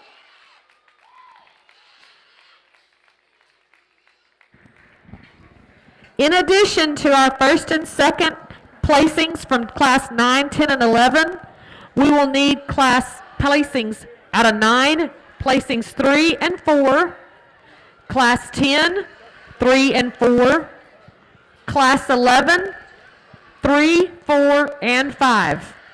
So class 9, placings 1 through 4, class 10, placings 1 through 4, class 11, placings 1 through 5. We need you back to show for the heavyweight division champion. Okay, on our hands is still our champion, man. Just taken out of the first class is Cassidy Swearingen from Buskey County, 4H, and our reserve champion was out of class 2, Kinsley Grace Rich from Dallam, Hartnett County. That concludes our hamster show. We will start again with the remaining breeds of the morning around 8. Thanks everyone for coming. Be safe, and we'll see you tomorrow.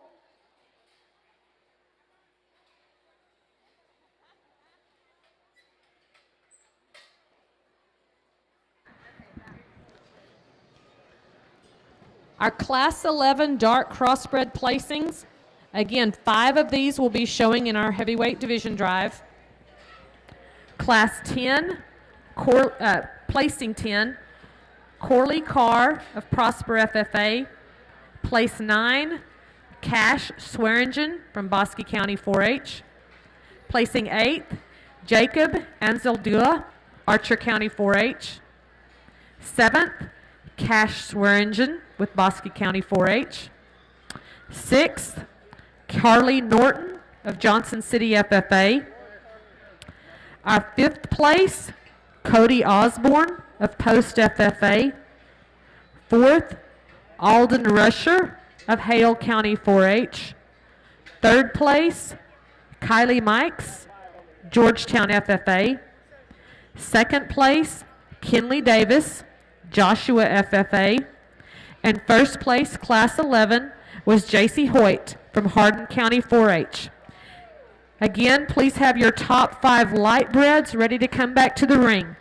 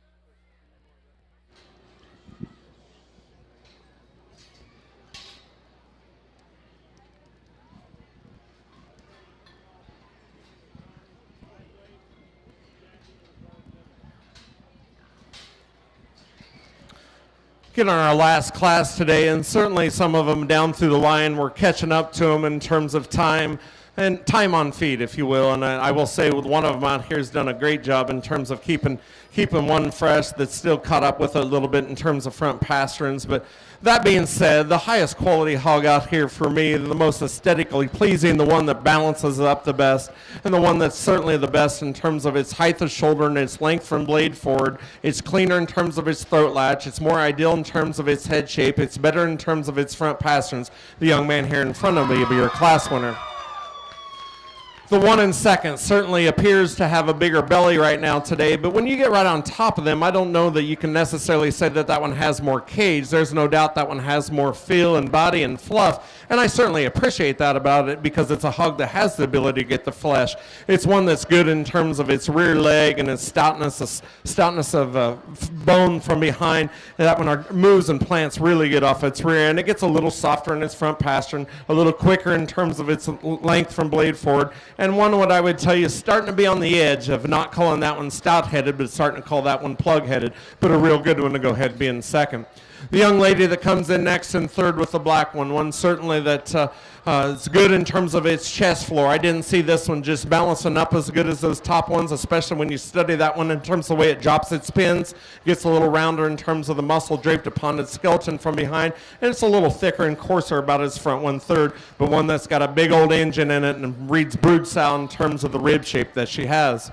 The young lady that comes out next is one that's still secure enough for this age in terms of her front end assembly. There's no doubt she's going down on her front pasturing, but in relation to some of the others that I accepted in front pasturing, she gets a little longer in terms of her toes and a little more slender in terms of her toes. I can do flat pasturing if we have big legs to go with it, but that one there was where we'd be critical on that. She's still fresh in terms of her back shape. She's really clean in terms of her lines. A nice one to go ahead and be up there in the heavyweight class. The young lady that comes out next, this one's really good in terms of structural mobility, but she needs to be because that one's too long-bodied for me, and because of that, she is longer hipped and she is longer fronted, and she does take a really long stride. It's just hard for me when you look at animals like this to say that we're going to be able to keep a barrel in a check in terms of its weight on a way-back system or hold one as we're wanting to make these hogs older. If you start with one that long body in terms of a sow, you're going to struggle in terms of making those hogs hit way back and look fresh when you're making that next generation of show barrows. The young man that comes out next, certainly a stout, dense one. I'm certain that, 30 days ago or something, this one probably would have been up a little higher. This one's certainly getting a little flatter in terms of its front end, a little coarser about its front end in terms of its neck, but one that I think will be a nice sow for someone down the road because it's one that's still good in terms of its rear leg structure. It has some broodiness to it. A real good class of heavyweights, and I would tell you in terms of lots of the last classes that I judged throughout the shows, this was one of the better jobs of keeping hogs together in terms of not falling apart with maturity, because these things still have a freshness to them, and put your hands together for that.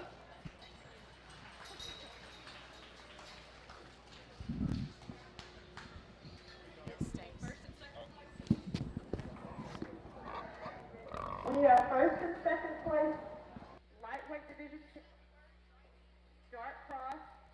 We need our first and second medium weight dark cross. Bring them back to the ring, please.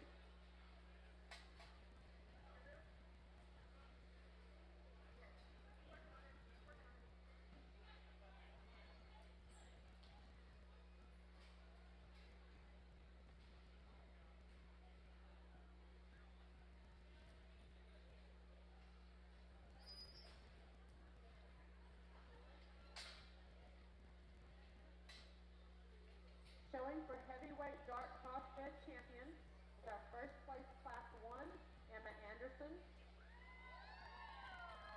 First place class 10, Mila Wagner.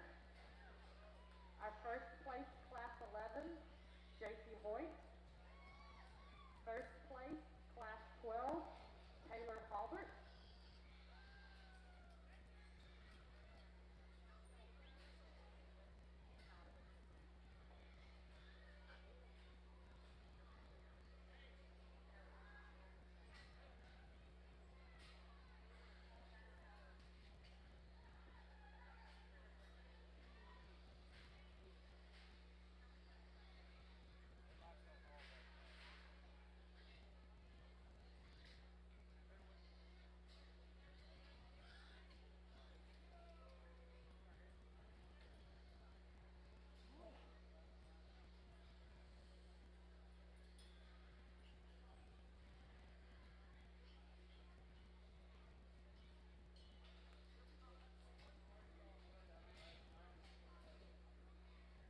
We are looking for our fourth place out of a class 9 and our third place out of class 10.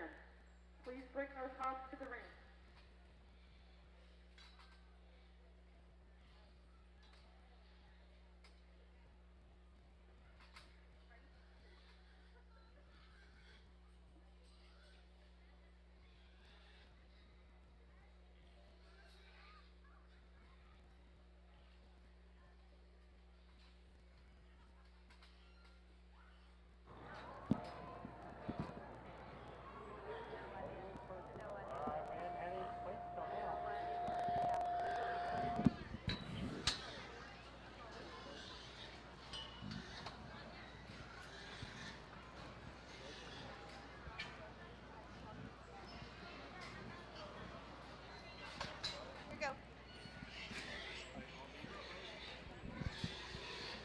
get these heavyweights out here. And I'm real happy with the heavyweights we have out here. So many times on the heavyweight divisions, I have to make excuses for my class winners because they're falling apart and we got structure problems or they're caving in and they're not fresh. And these hogs all still offer that. Now, I do think there's one out here that's that much fresher and that much better in terms of its presence and that much better in terms of its attractiveness and that much better in terms of still having bulk and power that I'm looking for. The young lady in the colored shirt here will be your champion.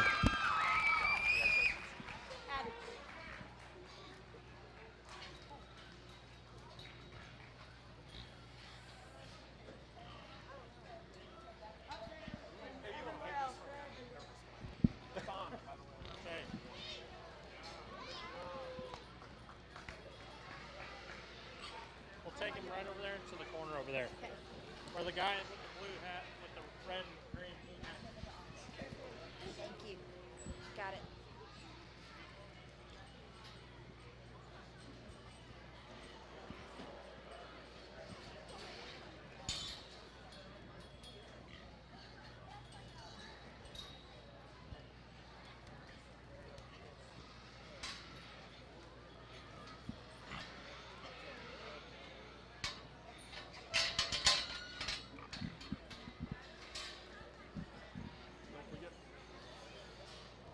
Drop that second in class out. Man, that one, that was one of the tougher classes again of the day, and I went back and forth between those two because that one's so stout and dense and ideal in her head shape and perfect in her ear set and ear size, and her proportionality is awesome. Comfort level behind is fantastic. I will not separate them. That will be your reserve division.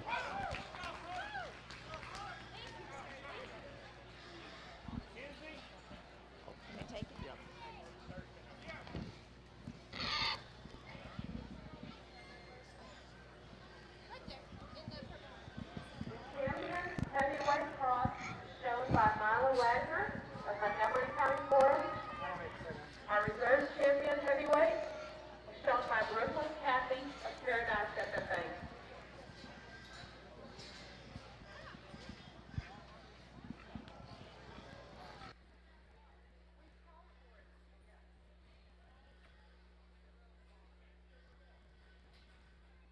Kenzie Short, we need your hog in the ring.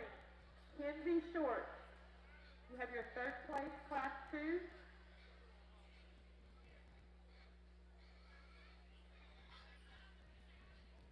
Sorry, class 10. Kenzie Short, class 10.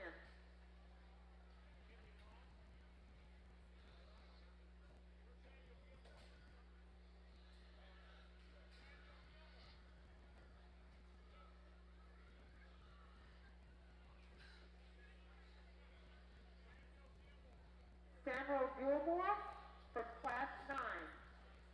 Samuel Gilmore, we need your gilt from class 9.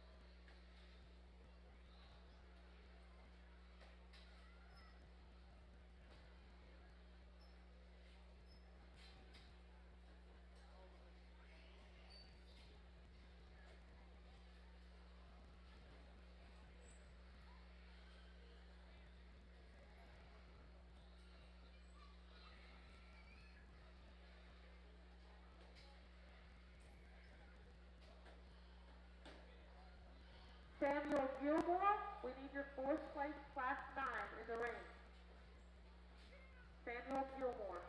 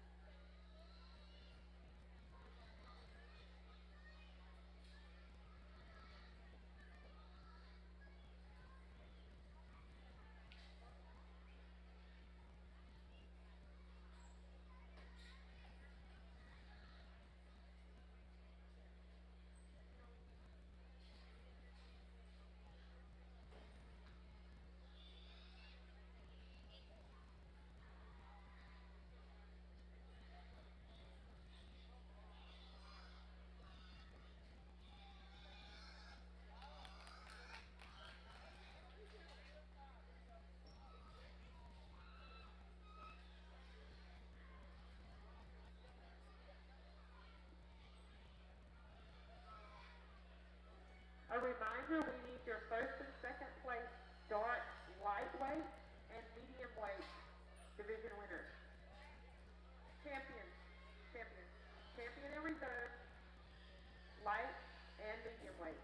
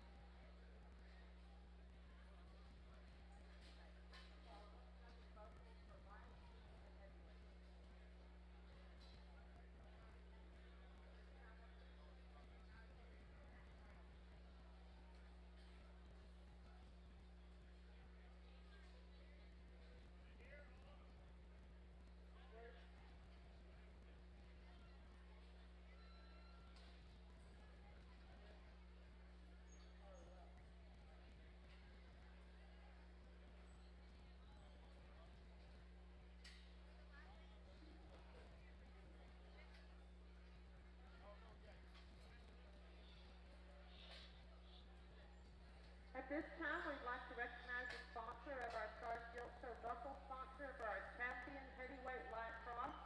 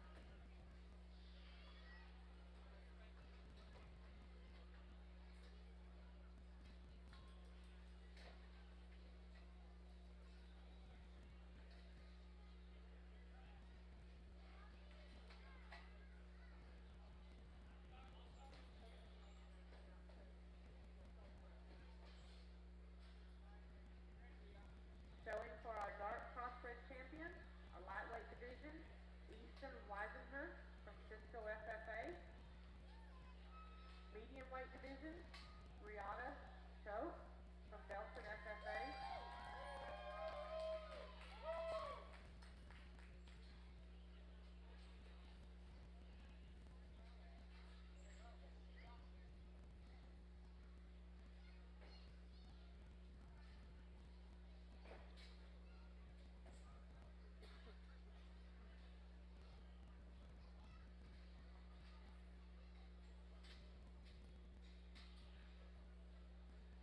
Our heavyweight champion, Milo Wagner from Montgomery County 4-H.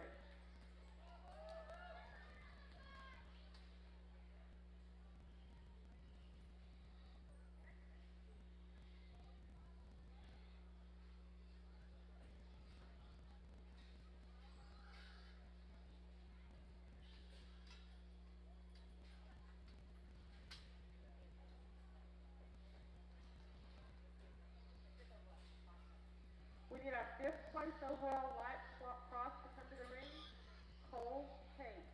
Please bring your light cross 5th overall to the ring.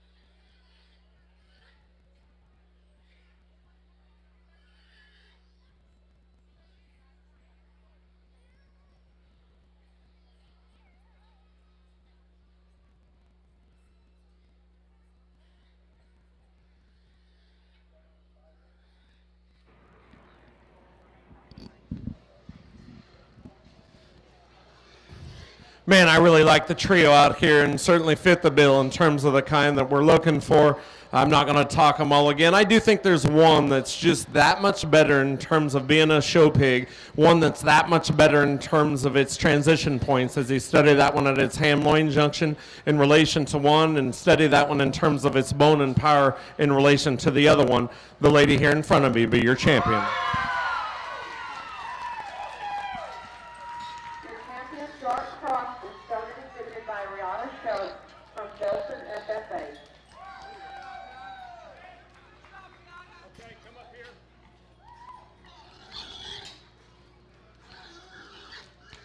That brings out our reserve middleweight division champion, Levi Worth from City FFA.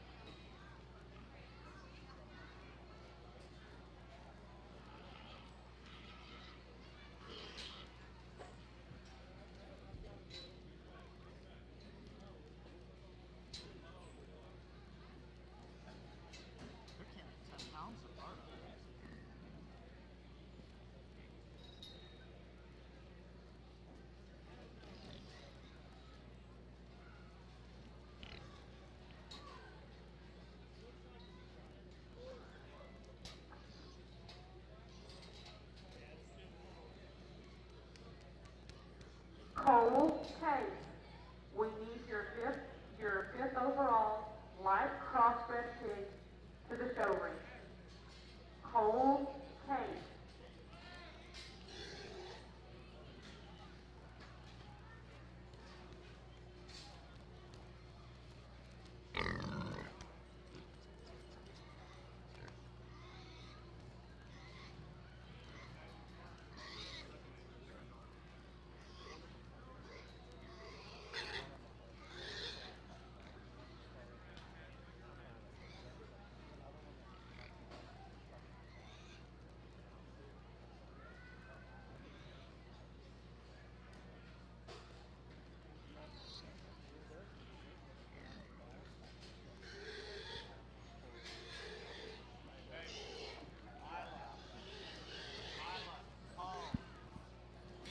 Man, these things are good, and it's so fun when they come out and continue to come out and look the same, and it's just the minor details out here. The one out here that, for me in it, you really don't even tell a difference in terms of weights between the lightweight and the reserve middle.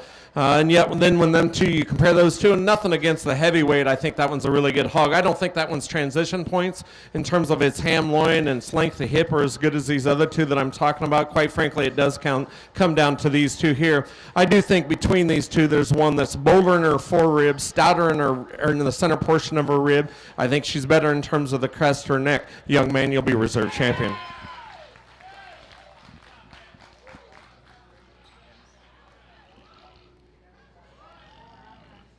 The reserve champion dart cross is shown and exhibited by Ethan Whitehurst from Cisco FFA. Congratulations.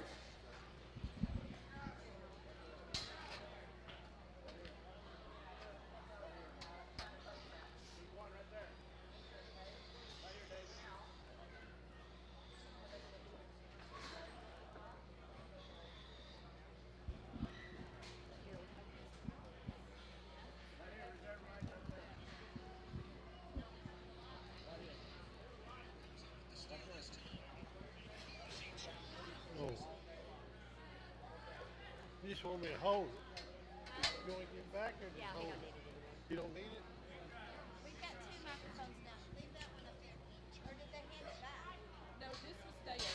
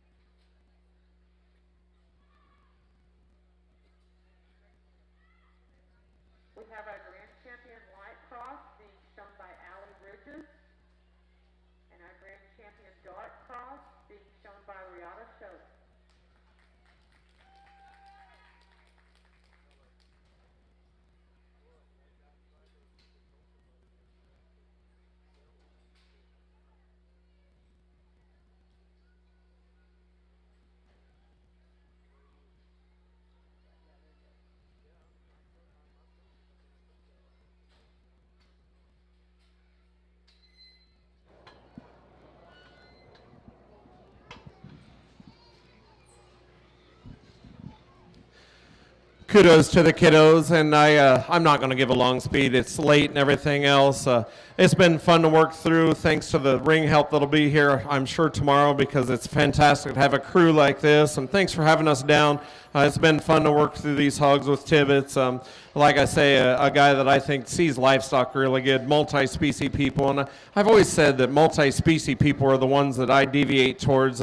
Nothing against other people that see them, but sometimes when a person says they can see hogs perfect and they can't see cattle perfect, I sometimes wonder if they can really see hogs perfect, because it all good livestock comes together. We get this pair out here, and I do think there's one that, and I haven't said it about the blue because the running gear is so amazing, but I think there is one hog out here that's just that much better in terms of its width at its knee. It's that much better in terms of its top line presence. It's that much better in terms of its throat latch assembly and presence. The Dark Cross will be your champion. Very good show. Cross is third exhibited by Rihanna Gilts, Belford FFA.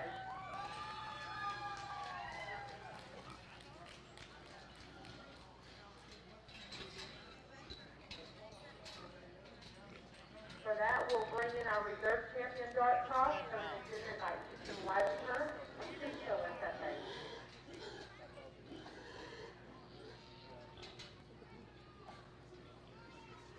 Still fits the bill extremely well, and quite frankly, the same can be said about it over the blue butt. And no offense to the blue butt, because I think that one is a great sow in the future, and yet the one that I think is the second best today is the other Dark Cross.